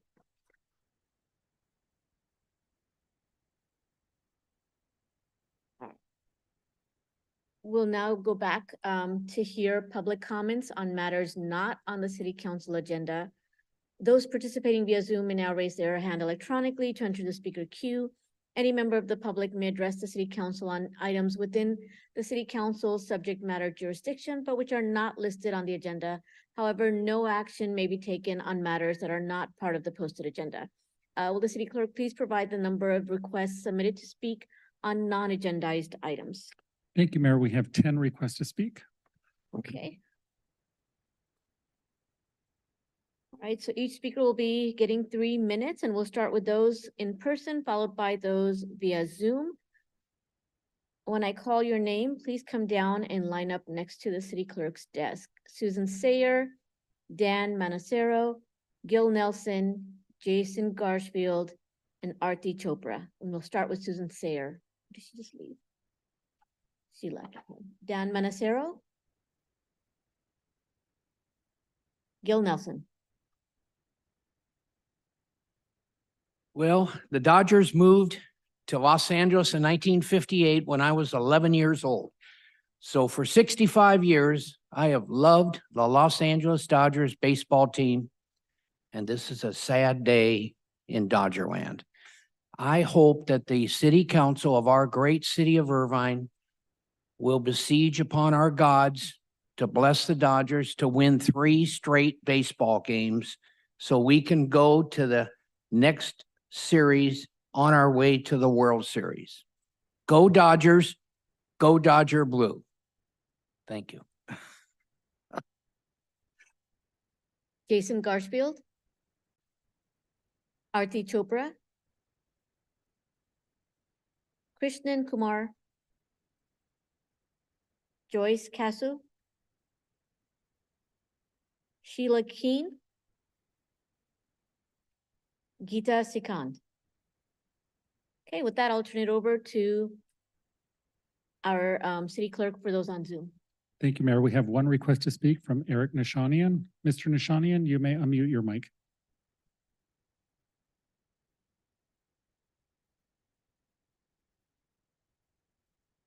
Mr. Nishanian, are you there? Sorry. Sorry, Mr. Nishanian, go ahead. I second Gil Nelson's proposal regarding the Dodgers. Go Dodgers. The only thing I can say is perhaps it's time for the city to appoint a poet laureate, seeing that we have 2 universities here and also very articulate high school students, and it would give them an opportunity to promote the city and themselves at the same time. And if you haven't been paying attention, our poet laureate for both the state of California and the United States is proposing poems about the state and the nation with regard to the parks and outdoors, and also in relationship to cities. And there's certainly a lot to write about in the city of Irvine. And there's plenty of people here that are writers and creatives, and it gives an opportunity for the city to bolster them and our institutions and the city all together. And one other thing I want to ask is, how many names does Tammy Kim have? Has anybody confirmed that? And the pastor, we don't need political comments during invocations for the Irvine. The pastor is myopic. That was political. It was inconsiderate. Christians have been marginalized in Pakistan recently.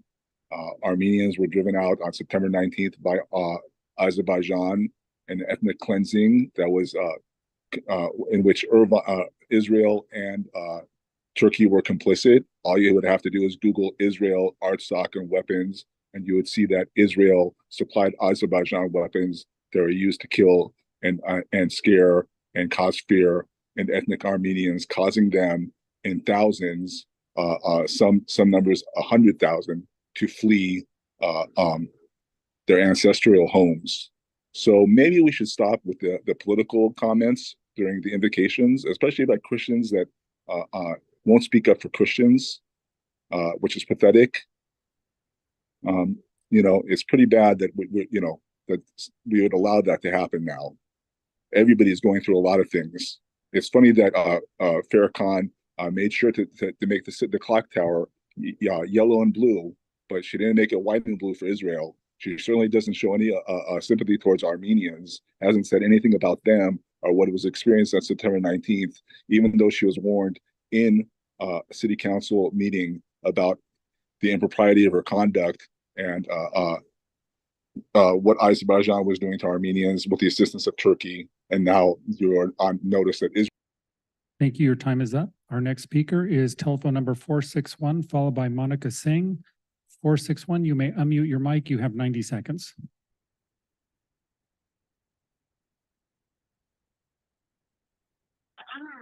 Hi, council members. Good evening. This is Raj here in Cadence Park.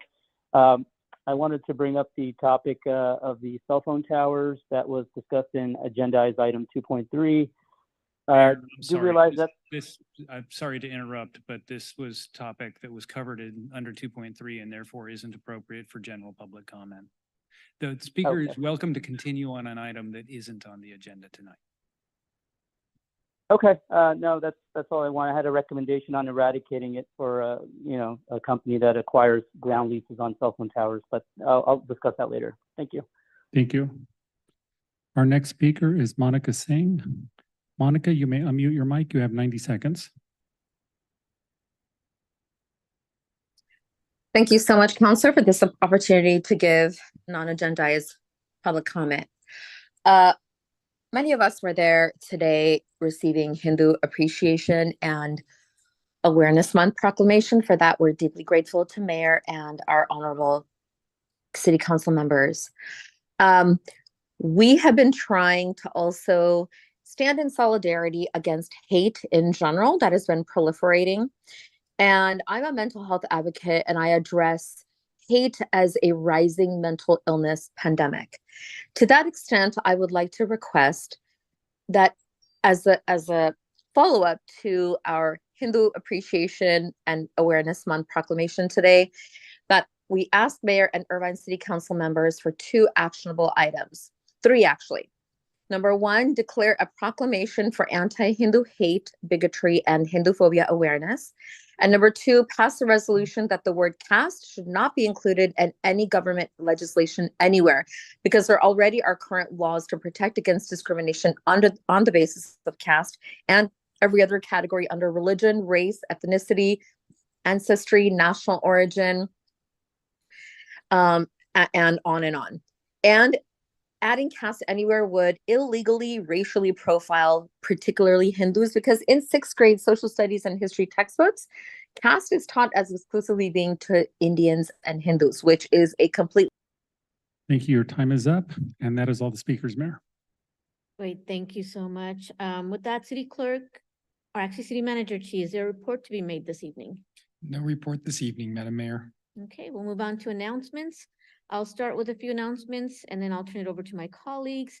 After learning more about our city's population and that 21% of our population is on CalOptima, I did ask CalOptima to come and present to the City Council.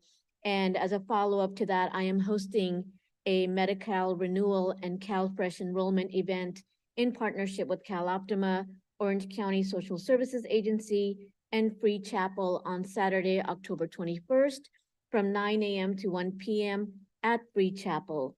People can update their Medi-Cal contact, apply for Medi-Cal and CalFresh. There will be food distribution, diaper distribution, and connections to many community resources. So I hope that our communities will come out and get re-registered and updated at this event. I'm also supporting the Orange County Justice Fund's Immigration Legal Clinic, providing free consultation with a licensed immigration attorney. This will be on November 4th and registration is required.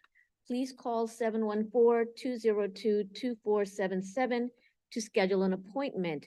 This event is only open to Irvine residents. And finally, later this week, I will be at Harvard's Institute for Quantitative Social Science for the Building Connected Communities Conference with U.S. Surgeon General Murthy. I am honored to be among the 3 mayors invited nationwide to share our work, especially our work here with youth engagement at this conference. So really excited about this upcoming opportunity. With that, I'll turn it over to Vice Mayor Kim. Thank you. Just a few announcements that I have.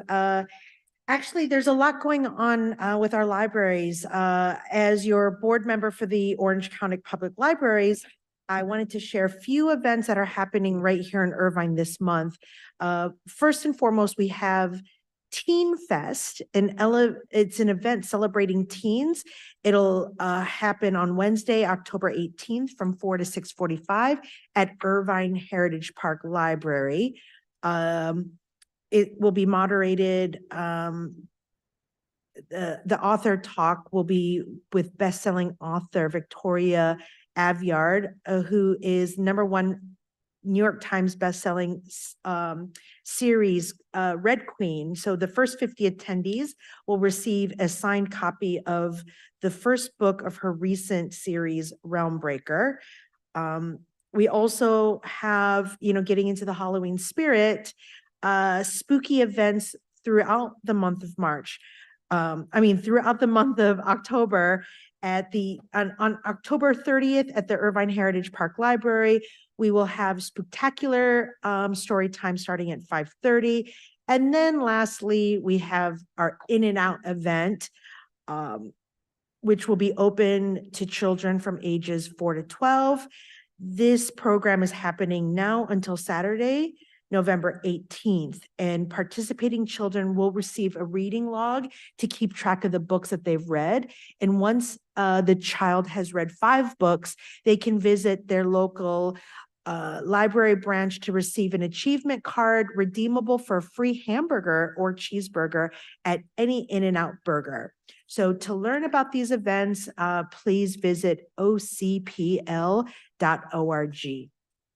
Additionally, as your board member for the Orange County Fire Authority, I wanted to remind our residents again that this upcoming Saturday, October 14th, from 10 a.m. to 1 p.m., OCFA will be hosting fire station open houses across all 23 participating cities. And right here in Irvine, we have Station 4, Station 26, Station 27, and Station 36 that will be participating. It will be a great opportunity to get to know your local firefighters and to learn all about the great work that they do. So I encourage our residents to join us on Saturday, October 14th. I will have a list of the stations on my social media with addresses. And last but not least, on this coming Tuesday, October 14th, our Irvine Fine Arts Center will have a really amazing exhibition, a very unique exhibition being hosted by the Korean American Special Education Center in partnership with the Federation of Disabilities, Culture and Arts Association of South Korea. It is an exhibit at the Irvine Fine Arts Center that will be promoting 8 artists with disabilities. And so this will be a very meaningful exhibition. It'll be a world-renowned exhibition hosted right here in Irvine. So I hope everyone will join me for the opening ceremony next Tuesday at 4:30. So that concludes my announcement. So thank you. Councilmember Treceder. Thank you. So first, I want to extend my heartfelt support for our Jewish members of Irvine. I, along with many people, have been following the events happening in Israel since Saturday. I've watched some of the videos that have come out. It's horrifying and grisly. It's not a war. It is a terrorist activity. We have people who are coming in very well armed, very well armored, targeting non-combatants, seems particularly women and children. There was a report earlier today where in one of the neighborhoods, they found kids 2 years old and younger, babies killed, some beheaded, some of them killed in front of their parents, people killed with their hands tied behind their backs. It's terrible. And I know that the Jewish community here is hurting, that to them, I think it feels like September 11th. In fact, I think if you go by proportion of the population killed, it's actually greater what's been happening this weekend in Israel than what we experienced with September 11th. And I just want to say that I've heard the people, and I know it's really tough. And I'm very glad that the IPD has been reaching out to the Jewish communities as well as the Islamic centers to make sure that they feel safe. It's really important. So there's that. The other thing I want to mention is that we did have an OCPA board meeting earlier this month, and actually last month, time goes by. I want to report on what we covered. One is that we did attest to our first power content label for 2022. The power content label is a consumer label. It's almost like a nutritional label, but for power supply. You can see where your energy is coming from. It demonstrates the OCPAs among the greenest and cleanest community choice aggregators in California. In aggregate, we provided, of all the energy we delivered, 95.5% of it was renewable. We're very proud of that. We exceeded our mandatory state requirements as well as our voluntary requirements for renewable energy. All customers will receive this power content label in October. You may have received it already. And you can find it on the website for ocpower.org under resources and key documents. And I will leave it at that. Thank you. Great. I have some city announcements to make. This Saturday, October 14th, we will celebrate our diverse heritage and culture at the 22nd Annual Irvine Global Village Festival. The city's signature event will take place from 10 a.m. to 6 p.m. at the Great Park and will include international cuisine, live entertainment, a kids' village with crafts, interactive activities, and a petting zoo, cultural and religious exhibits, and an international marketplace.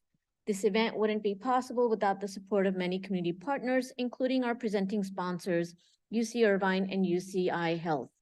Our state sponsors are Chinese American Mutual Association, Concordia University, and 5 Point Great Park Neighborhoods. Our cultural state sponsor is Modern Brain. I want to offer my thanks to all of our sponsors for their support of the event and our community. Festival admission and general parking are free. Premier parking closer to the festival site will be available for $10 on site, cash or credit card accepted. Irvine Global Village Festival offers so much to look forward to, and I hope to see many in our community at the event. For more information, visit irvinefestival.org. The City of Irvine, in partnership with Ocapica and Groundswell, will host a training on how to be an upstanding Irvine resident this Thursday, October 12th, from 4:30 to 6:30 p.m. at Quail Hill Community Center. The training will teach attendees how to address and de-escalate anti-Semitic, anti-Black, anti-Asian racist situations through the bystander intervention methodology offered by the nonprofit organization Right to Be. It will also provide hate crime statistics and information from the Irvine Police Department. To learn more and view a program agenda, visit cityofirvine.org. This October, we have Halloween fun planned throughout the month. Bring your little ghouls and goblins to the Lakeview Senior Center on Friday, October 27th from 9:30 to 11 a.m. for a morning of trick-or-treat stations, snacks, and activities. Tickets are $5 per person. Registration is recommended and available at yourirvine.org. Walk-ups are accepted as space permits. For more information, call 949-724-6900. Make moonlit memories with your family under the stars at Heritage Community Park during Tent or Treat on Friday, October 27th from 6 to 8 p.m. Trick or treat at Black Cat Campground, play games, and make crafts at this unique outdoor spin-off seasonal event. Costumes are encouraged. Register online at yourirvine.org. The fee is $15 for children 3 to 14 years old and includes a trick-or-treat bucket to collect candy and participation at all activity booths. Ages 15 and older are free. And Monster Splash returns to William Willett Junior Aquatic Center on Saturday, October 28th from 1 to 5 p.m. Dress in your spooky best and join us at the pool to celebrate Halloween. In addition to trick-or-treating around the pool decks, we'll have a floating pumpkin patch, pumpkin decorating, recreational swimming, a floating obstacle course, bounce houses, and more. Tickets are $12 for children 12 and younger. Adults are free. Parking is free. Registration is required. Visit yourirvine.org to reserve your spot. For more information about this event, visit cityofirvine.org/monster splash. I would like to invite our community to join us on Friday, October 20th for a spectacular Irvine Nights event at the Great Park. Attendees are invited to wear Halloween costumes or their best country attire to this night market held in partnership with the city and PSQ Productions. There will be a blend of food, drinks, shopping, live entertainment by country musicians, the Scotty Mac Band, and engaging activities. There's also a kids zone with games and activities for younger attendees. Irvine Nights will take place from 5 to 10 p.m. at the Palm Court Arts Complex. For more information and to purchase wristbands for the kids zone, visit irvinenights.com. I hope you'll join us for a fun and festive evening. With that, City Manager Chi, before we consider the consent calendar, are there any additions or deletions to the agenda? No adjustments to the agenda, Madam Mayor. Mayor?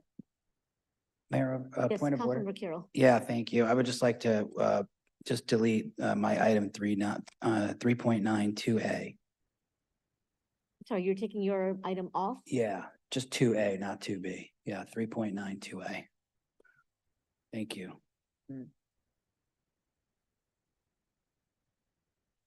Okay, thank you. We will now convene to the regular joint meeting with the City of Irvine as successor agency to the dissolved Irvine Redevelopment Agency.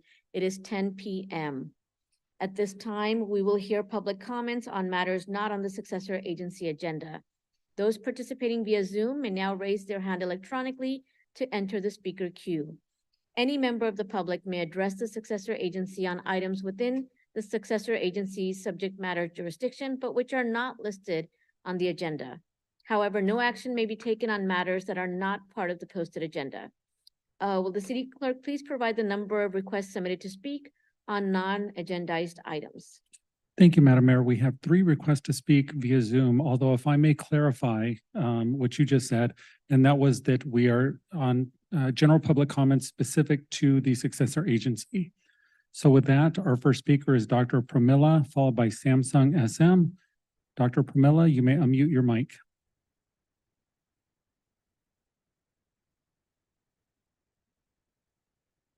Dr. Pramila, are you there? Hello? Yes. I just wanted to check, can I comment on the CAST meeting that you had before, or No, can I? Dr. Pramila, we are on successor agency general public comments. Okay, so not right now. Correct. Okay, I will wait for my turn later on then. Thank you. Thank you. Our next speaker is Eric Nishanian. Mr. Nishanian, you may unmute your mic. I'm sorry, Eric Nishani. Did you guys pass over the consent calendar? Can I speak to that? Or No, we're not in consent calendar just yet. Sorry, thank you very much. Thank you. And that is all, Mayor. Thank you. All right, the City Council will now consider the consent calendars, which consist of items number 3.1 through 3.9 for the City Council and item numbers 4.1 and 4.2 for the successor agency.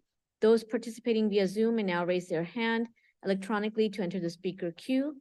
All matters listed under the consent calendars are considered by the city manager and executive director to be routine, and all will be enacted by one roll call vote. There will be no discussion of these items unless members of the City Council or successor agency request specific items to be removed from the consent calendars for separate discussion. And before I turn to my colleagues, we will consider public testimony on items listed on the consent calendars. City Clerk, can you please provide the number of requests submitted to speak? Thank you, Mayor. We have 8 requests to speak. Okay, we'll start with those that are here in person, followed by those via Zoom. I have Parker Shea. Steve Berger, Alan Meyerson,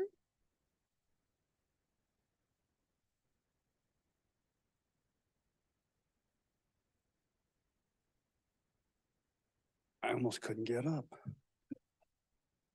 Good evening again, council members. Alan Meyerson. I'm here to speak on 3.9. As I recall, the last council meeting, Vice Mayor Kim was asking for $50,000 to be given to the Korean American Chamber of Commerce for some kind of convention that was going on in Anaheim, and that got voted down. Now I see Mayor Khan's giving $7,500 to that cause. Out of money that you can do with what you want. I understand that. I was glad to see Councilmember Carroll delete his donation to that organization. And I wanted to make a suggestion to Councilmember Carroll. Since funds are being given, it seems like, to specific people, maybe this would be a good time to donate that $7,500 to a nonprofit organization that's going to help the victims in Israel. It might be a good idea. Just a suggestion. But I'm really kind of tired of Tammy Kim causing so much divisiveness in this city by consistently giving money to Korean organizations when you're supposed to represent everybody in this city. And I don't see you doing that. And it really is starting to bother me. And you want to be mayor. And I don't see how you can possibly do a good job as mayor if you don't know how to represent everybody in this city. I know you don't want to look at me, but I'm speaking from the heart. And I'd sure like to see a change.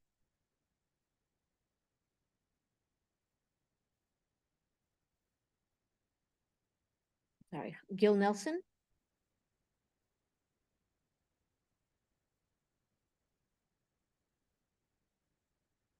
Let it be noted that Kathleen Treseder left the dais.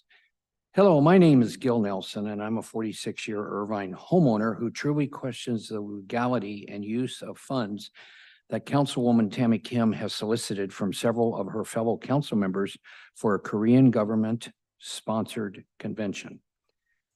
The purpose of each council member's community partnership funds is to benefit nonprofit and other groups in Irvine city limits, like academic or sports groups or other groups who have a need within Irvine.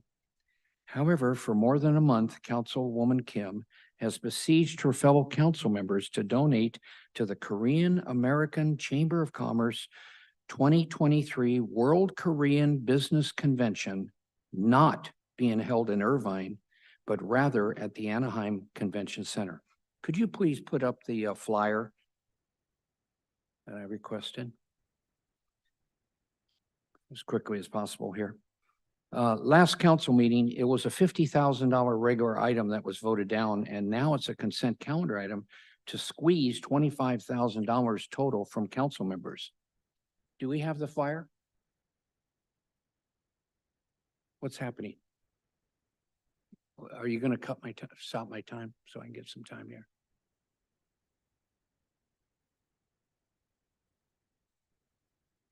Thank you. Okay, as you can see, as you can read from the Korean American Chamber of Commerce Convention flyer on the monitor, the World Korean Convention mission statement is for the sole purpose of, quote, gathering together to form a successful network and broaden their marketplace, end quote, for entrepreneurs and businesses around the world. Not one word about building business in Irvine. The flyer, as you can read, goes on to say that this convention in Anaheim is hosted by Overseas Korean Agency, an affiliate of the Korean Foreign Ministry. I thought it has been the policy of our city council only to do business with organizations directly benefiting Irvine businesses or residents, and never with any foreign government or foreign government agency. I would ask that our Irvine City Council tonight delay any approval of monies for this Korean government-sponsored convention until the legality can be determined. Otherwise, as a municipal government attorney friend of mine told me earlier today, This is nothing more than a blatant misuse of public funds and ought to be reported to the district attorney and state attorney general for further investigation. And further, I've been asked by others, why would Councilwoman Tammy Kim be so frantic in her push to get Irvine involved in this Korean government-sponsored event? Well, maybe Councilwoman Kim needs to answer that question herself to all of us. Maybe Tammy Kim can explain. Your time is up. Is my time up? 3 minutes? Did you give me extra time? It took them 20 seconds to We'll post. give you 20 seconds. Pardon me? You get 20 seconds. Thank you very much. Why she can explain in her race for mayor why she has solicited nearly 2/3 of her $47,000 of her $74,000 campaign funds reported from January to June. Maybe this convention is payback, since it's been reported that the Korean American Chamber of Commerce has held a fundraiser and solicited their members to donate, even though they don't live in Irvine, to Kim's mayor campaign. Gee, just when we thought Irvine campaign couldn't get any worse in Irvine, Tammy Kim, you should be 20 ashamed of seconds is yourself. up, Mayor. All right, thank you. Thank you very much. Harvey Liss?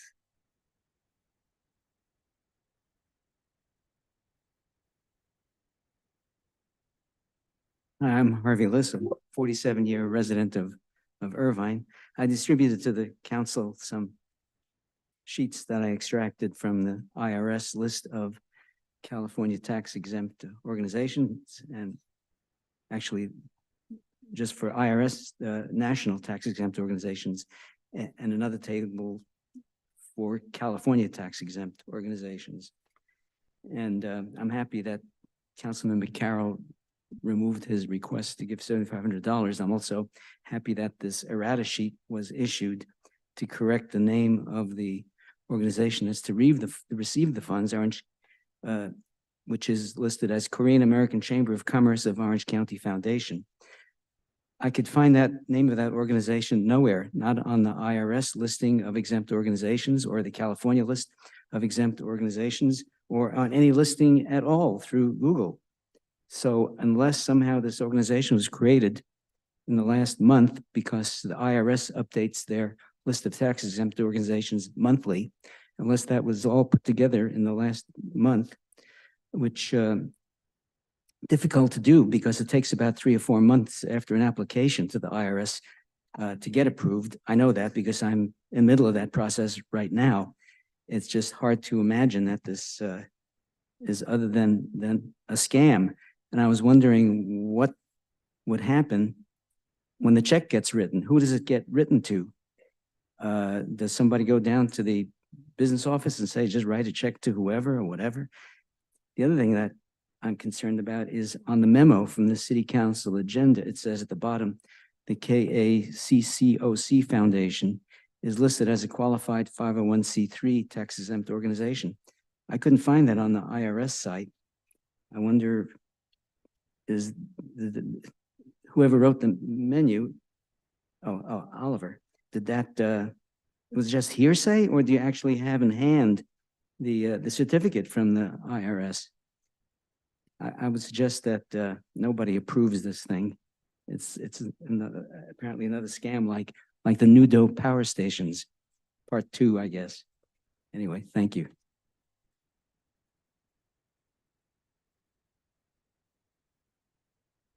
I'm trying to see where our city manager is.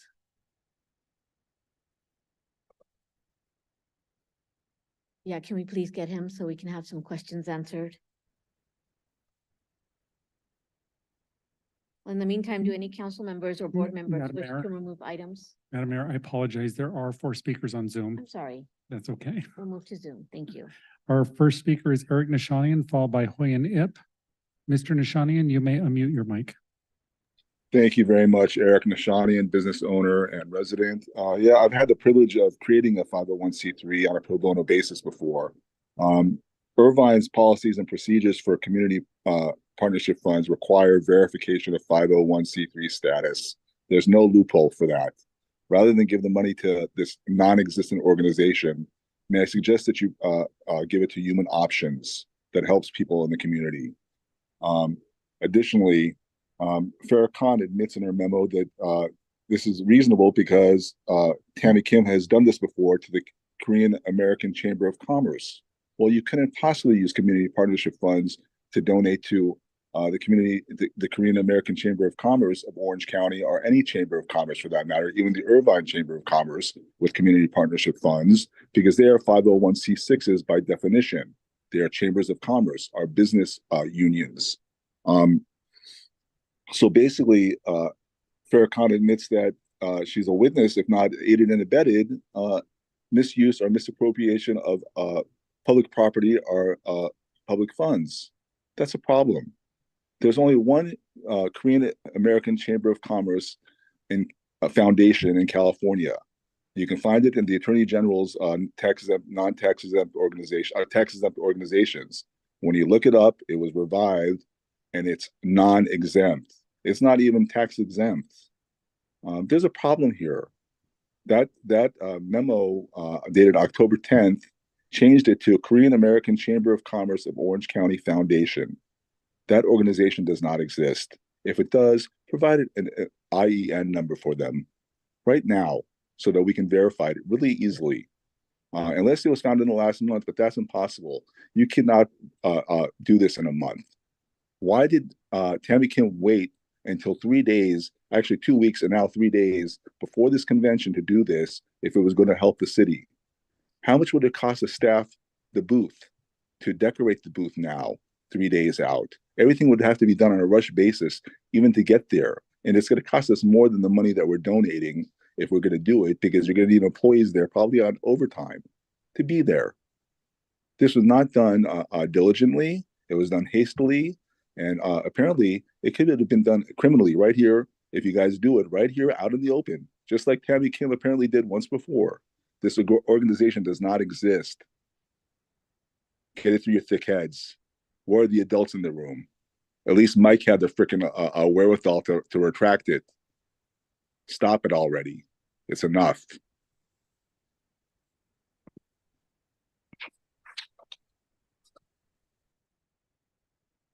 Our next speaker is Hoyen Ip, followed by telephone number 347. Ms. Ip, you may unmute your mic. Good evening, council and staff. Hoyen Ip. Well, this is going to be another long night, so I want to say thank you for your long hours of contribution. I have a comment on item 3.7 on the contract for food and beverage at a Great Park. It doesn't mention any of the climate actions that we're working on, such as single-use plastic bans, induction cooking, and local organic plant-based food. Since we don't know when the climate action and adaptation plan will be adopted and implemented, I think it's necessary to start showcasing some of our solutions, actions on city properties now. I mean, there are so many events, they can serve a great public education. And we know over 20 municipalities have citywide or countywide requirements on reusable footwear. And I emailed you MIT's sustainable event checklist and the Sierra Club's resolution that's paired with a reporting system. Our last event was last Saturday in a county park in Del Mar. We had over 300 people and we only produced half bag of trash. So that'd be really nice to see it here. So please direct staff to develop a sustainable event policy for city properties and the city-sponsored events. Lastly, I want to say thank you for sponsoring the Sustainability Decathlon. There are so many cool features for sustainable homes. And if you have not checked them out, this is a week to check it out. This is the final week. Thank you so much. Our next speaker is telephone number 347. 347, you may unmute your mic. Yes, can you put up my video, please? My flyer. This is Dee Fox, and this flyer was taken from the World Korean Business Convention. This is about an agenda item that couldn't get approved at the last meeting. and now Tammy Kim is trying to ask for funds from a different account. This item is requesting funds from an account earmarked specifically to help Irvine residents and businesses to instead go specifically to Korean businesses in other countries. This is so Korean businesses can come to the U.S. to market themselves while utilizing our resources to boost their economy. Every business owner in the city of Irvine should be outraged that their tax dollars are going to support other businesses overseas. Whether it's business owners that are Asian, Black, Latino, white, or any other race, this item is not following the laws of this city when it comes to diversity and inclusion, not to mention misappropriating public funds. We need to give these funds to our own local businesses that are in need and not prospering businesses that are not even in the United States, let alone Irvine. Irvine businesses like the smash and grab stores that had to close their doors while they got their windows replaced, or the longtime popular restaurant Sam Wu, now gone because of the pandemic, and countless other businesses that could have and still can use our help. Look around you, Tammy Kim, so that you are reminded we have a diverse community, and it is hypocritical of you, not to mention racist, to single out a specific race to benefit from our tax dollars received from all races. How would you feel if the council voted to give $50,000 to only white business owners? I myself would have a problem with that, as should everyone. Tammy Kim, think about what you are asking and all the people, and I stress all the people, including the Korean community in Irvine, that you are choosing to exclude or discount. It is unconscionable for you to support not only a select race to give our funds to, but to give it to overseas businesses so they can grow their economy, and to disregard the city that you are supposed to represent. Should these funds go overseas, the Irvine voters will have the last say at the polls. Thank you. Our next speaker is Jeremy Ficarola. Mr. Ficarola, you may unmute your mic. Yeah, Heather, I'll just keep it short. This is on item 3.9. I'm against the use of this of these funds, charitable funds for non-Irvine based businesses, and I've been looking up this organization online just briefly, so I don't really know for sure, but I would hope that the city staff and the council members do their due diligence to make sure whether or not this is actually a 501(c) or tax exempt organization. I think there needs to be a serious look at that. Thank you.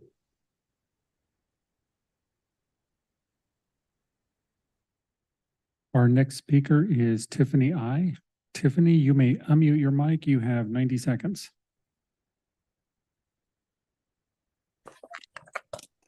Thank you. I've been following the request to support this event, and I kind of have a different take. I don't think we necessarily should be giving money to the event itself, but I do remember that on many of our meetings, we've talked about supporting small upcoming businesses, trying to support more minority-owned businesses in Irvine. And from what I was reading about this particular event, it's the first time it's actually been held outside of Korea. And we are a hub for a lot of startup techs. We keep talking about being a tech hub, trying to be a starter. So if we have this fund available, I'd like to see us perhaps sponsor local small businesses and entrepreneurs to attend the event instead. So that's all. Thank you so much. And that is all, Mayor. Thank you. City Manager Chi, I had a question for you. Wanted to confirm from you if you guys have done the due diligence in making sure that the Korean American Chamber of Commerce, Orange County, has a foundation established. We have previously reviewed documentation that they submitted certifying that they're a 501(c)(3) nonprofit organization. If the council does move forward with approving the CPF grants here, they would not have to recertify, provide documentation, and enter into a funding agreement certifying to the fact that they are a certified nonprofit group. To this point, we understand that they are. We have documentation from 2022 and signed W-9 forms from 2022 indicating that they've been certified nonprofit 501c3 organization. And again, if the council were to approve the funding agreements tonight, they'd have to recertify, sign a new funding agreement, and provide all the necessary documentation before any funding is released. And just to some of our speakers that spoke up, I do want to share that I voted no for the $50,000 coming out of our either general fund or our Irvine Recovery Plan funds. But subsequent to that, I did have a meeting with the Chamber Foundation. And I do know that a lot of our Irvine businesses are participating in the convention in hopes of creating some sort of synergy with the businesses coming over. And that's why I agreed to support the event. And this is a one-time support that I'm providing. And I'm doing so because as I listed in my memo, there are other cities that are participating, and I do want to make sure that our businesses and our city is represented as well. So I will move forward with my contribution for this one time, and noting the removal of 3.92A. With that, do any council members or board members wish to remove any items for separate discussion? Vice Mayor Kim. Sorry, are we, I mean, I'll pull 3.9 just to discuss that, or is that already pulled? Since you It's not pulled, Okay, no. so I'll pull that so I can add to that Okay. as well. Do we have a motion to approve the balance of the consent calendars? I'll move the balance. I'll Second. second. Thank you, Councilmember Carroll. City Clerk, please conduct a roll call vote. Councilmember Board Member Agron. Yeah. Councilmember Board Member Carroll. Yes. Councilmember Board Member Treceder. Yes. Vice Mayor, Vice Chairwoman Kim, Yes. and Mayor Chairwoman Khan. Yes. Carries 5-0. 3.9, and I'll turn it over to Vice Mayor Kim. Thank you. So it's unfortunate that we're revisiting this. Clearly, I introduced an item during last city council meeting, and again, I thank Councilmember Treceder for joining me in that, to have the foresight and the vision to understand really what this was about. I'm glad that the mayor finally has now an understanding that this was an opportunity to put us in the same, I mean, we should be the leaders here in Orange County when it comes to having a global profile. And that's really what this was about. It was an opportunity to help our Irvine businesses, to help them navigate import and export and how to do business, have them be able to network. So this was really an opportunity for them to do that. This is a free event where all Irvine residents can go to. I know so many that are going. I know so many businesses that are participating, and entrepreneurs who are attending to be able to be there. This is something that the cities of Anaheim, Buena Park, Garden Grove, Fullerton have all invested in. And for the amount of revenue that the city receives in Korean and Korean American businesses, eclipse probably all the cities that will be contributing combined. And this was really an opportunity for us to really be present in a bold way, to show basically the wonder and glory that is Irvine. But with that being said, you know, hopefully I can give a little more, and I thank the mayor for contributing with this as well from her own funds. I also want to make it clear that this is a nonprofit organization, EIN 88-1523506. And for whatever reason, they call themselves, the official IRS name is KCCOC Foundation. as opposed to Korean American Chamber of Commerce, Orange County, which I believe we did submit a check last year to them and it must have cashed and not had a problem with, because that's, this is what we certified last year in 2022. So perhaps that was some of the misunderstanding. So they are indeed a legitimate nonprofit organization with a bulk of membership and activity here in the city of Irvine. So thank you. I'm going to make one clarification to Vice Mayor's comments. It is not that I now have an understanding. I had an understanding before. I did not agree with the amount or where the funding was coming from. So I want to make that very clear. With that, I'll move. Oh, I'm sorry, Councilmember Agron. Thank you. Thank you, Mayor. To the extent that there are people still listening or residents who might care about all of this, I want to just take a moment to explain that the Community Partnership Fund monies, that's an allocation of $50,000 a year, actually $10,000 per council member for purposes of helping Irvine residents and businesses through contributions to bona fide nonprofit organizations. I looked at our policies and procedures on this, and it does require apparently a bona fide 501c3. That's actually delineated. It doesn't just say nonprofits. It says a 501c3. And I think it's imperative that we conform to those policies. I'll also just add something else. These community partnership funds, I think this is a great program. This allows council members to assist principally nonprofit organizations that are helpful and do charitable or near charitable work. To my recollection, nobody at this dais, certainly I haven't questioned anybody's donation. Many organizations, some of which I've never even heard of, are listed among the $500, $1,000, maybe $2,000 grants that are being made.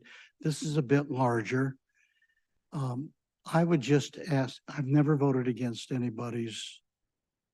These typically go through on a routine basis. I don't plan to vote against this one.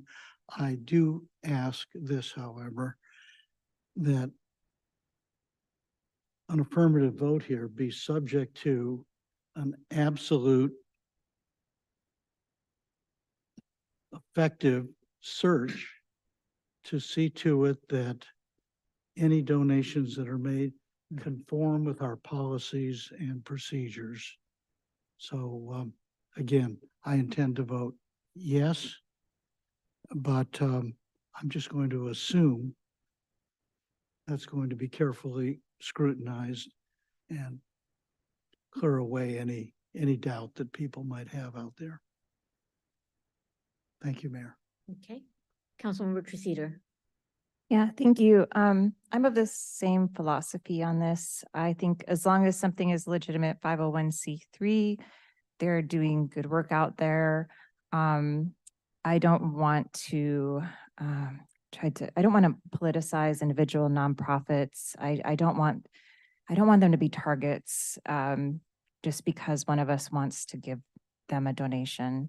I do appreciate that the council has been supportive of my CPFs that I have requested, and I'm going to be supportive of this one as well. Thank you. Thank you. There is a motion and a second. I'm sorry, no? Okay, I move item 3.9. Second. City Clerk, will you please conduct a roll call vote? Councilmember Agron, Yes. Councilmember Carroll, Yes. Councilmember Treceder, Yes. Vice Mayor Kim, Yes. Mayor Khan, Yes, carries 5-0. thank you. Is there a motion to adjourn the regular joint meeting with the successor agency? So moved. Second. City Clerk, please conduct a roll call vote. Councilmember Board Member Agron, Yes. Councilmember Board Member Carroll, Yes. Councilmember Board Member Treceder, Yes. Vice Mayor, Vice Chairwoman Kim, Yes. and Mayor Chairwoman Khan, Yes. carries 5-0. The city council meeting is now reconvened. It is 10:33 PM. We'll now consider public hearing item number 5.2, and I declare the public hearing open. Will the city clerk please read the title of the item?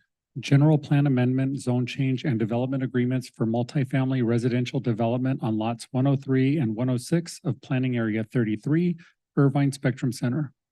Those participating via Zoom may now raise their hand electronically, and will the appropriate staff please introduce themselves and proceed with the staff report? Good evening, Mayor Khan and members of the City Council. My name is Victor Mendez, Associate Planner with Community Development. I'm joined next to me with Bill Rodriguez, Principal Planner. The item before you tonight is a proposed project filed by the Irvine Company to allow for residential units to be located within the Irvine Spectrum Center of Planning Area 33. On March 14th, the City Council approved the memorandum of understanding associated with the future residential development of 4,500 housing units. The subject site is the second of the 6 sites included in the MOU to come up for entitlement and is being evaluated for development of a residential apartment units. The project sites are outlined in white. Lot 103 to the northeast and lot 106 to the southwest. The submitted applications include the general plan amendment, zone change, development agreements, which I will discuss further in detail on each slide. In addition to the increase in residential units, there will be a corresponding reduction in the total regional commercial square footage where units are built. New housing units remain consistent with applicable general plan amendments and policies. The general plan goals of maintaining balance and harmonious land use patterns continue to be met. Adequate public infrastructure will also be provided to serve the new dwelling units. The zone change includes a change to Lot 103's zoning designation from 4.7 Irvine Center Urban Commercial to 4.7 Urban Commercial, and a change to Lot 106 zoning designation from 4.8 Irvine Center Garden Commercial to 4.7C Urban Commercial. The application also includes changes to applicable development standards. Consistent with policies found in the city's general plan and terms of the MOU, the proposed development agreements will result in providing additional affordable housing in planning area 33. Will also include a public benefit funding for $14,500 per unit that will be used for city enhancements such as parks, trails, bridges, and affordable housing. The term of the development agreements will be for 15 years. In regards to the affordable housing, there'll be a total of 220 affordable housing units, which will include 150 new on-site units and 70 off-site units at the Technology Drive site. The on-site affordable housing units will range from very low and moderate income levels for a 75-year period. And the units constructed at the off-site affordable development site will remain affordable in perpetuity. An addendum was prepared for the project to address the potential environmental impacts for the addition of 1,000 residential units into planning area 33. The addendum concluded that there'd be no significant impacts that would result from the development that was analyzed in the previous environmental impact report. On August 1st of this year, the Transportation Commission reviewed and determined that the traffic study is consistent with the city guidelines. And last month, the planning commission recommended city council approval of the GPA, zone change and development agreements. There was also a decision to approve the master plans with the affordable housing plans for the proposed development. And on September 25th, a public hearing notice was posted at the project site, designated city bulletin boards, mailed to all property owners, apartment occupants within 500 feet of the project site. And it was also published in the Orange County Register. With that, staff recommends city council adopt the ordinances and resolution approving the general plan amendment, zone change and development agreements for the residential development in planning area 33. That concludes staff presentation. Staff and the applicant are available for any questions. Thank you. Thank you. I'll turn it over to my colleagues to see if they have any questions or comments. Vice Mayor Kim. Just a quick comment. I'm extremely excited about this. This is part of a bigger project and bigger framework that we've been talking about for nearly 2.5 years now in the making. The first of which we approved back in March. So I'm just really, really excited to see this moving forward. So thank you. Okay, we'll consider public testimony. City Clerk, can you please provide the number of requests submitted to speak on this item? We have one request to speak. Okay, Jeff Davis.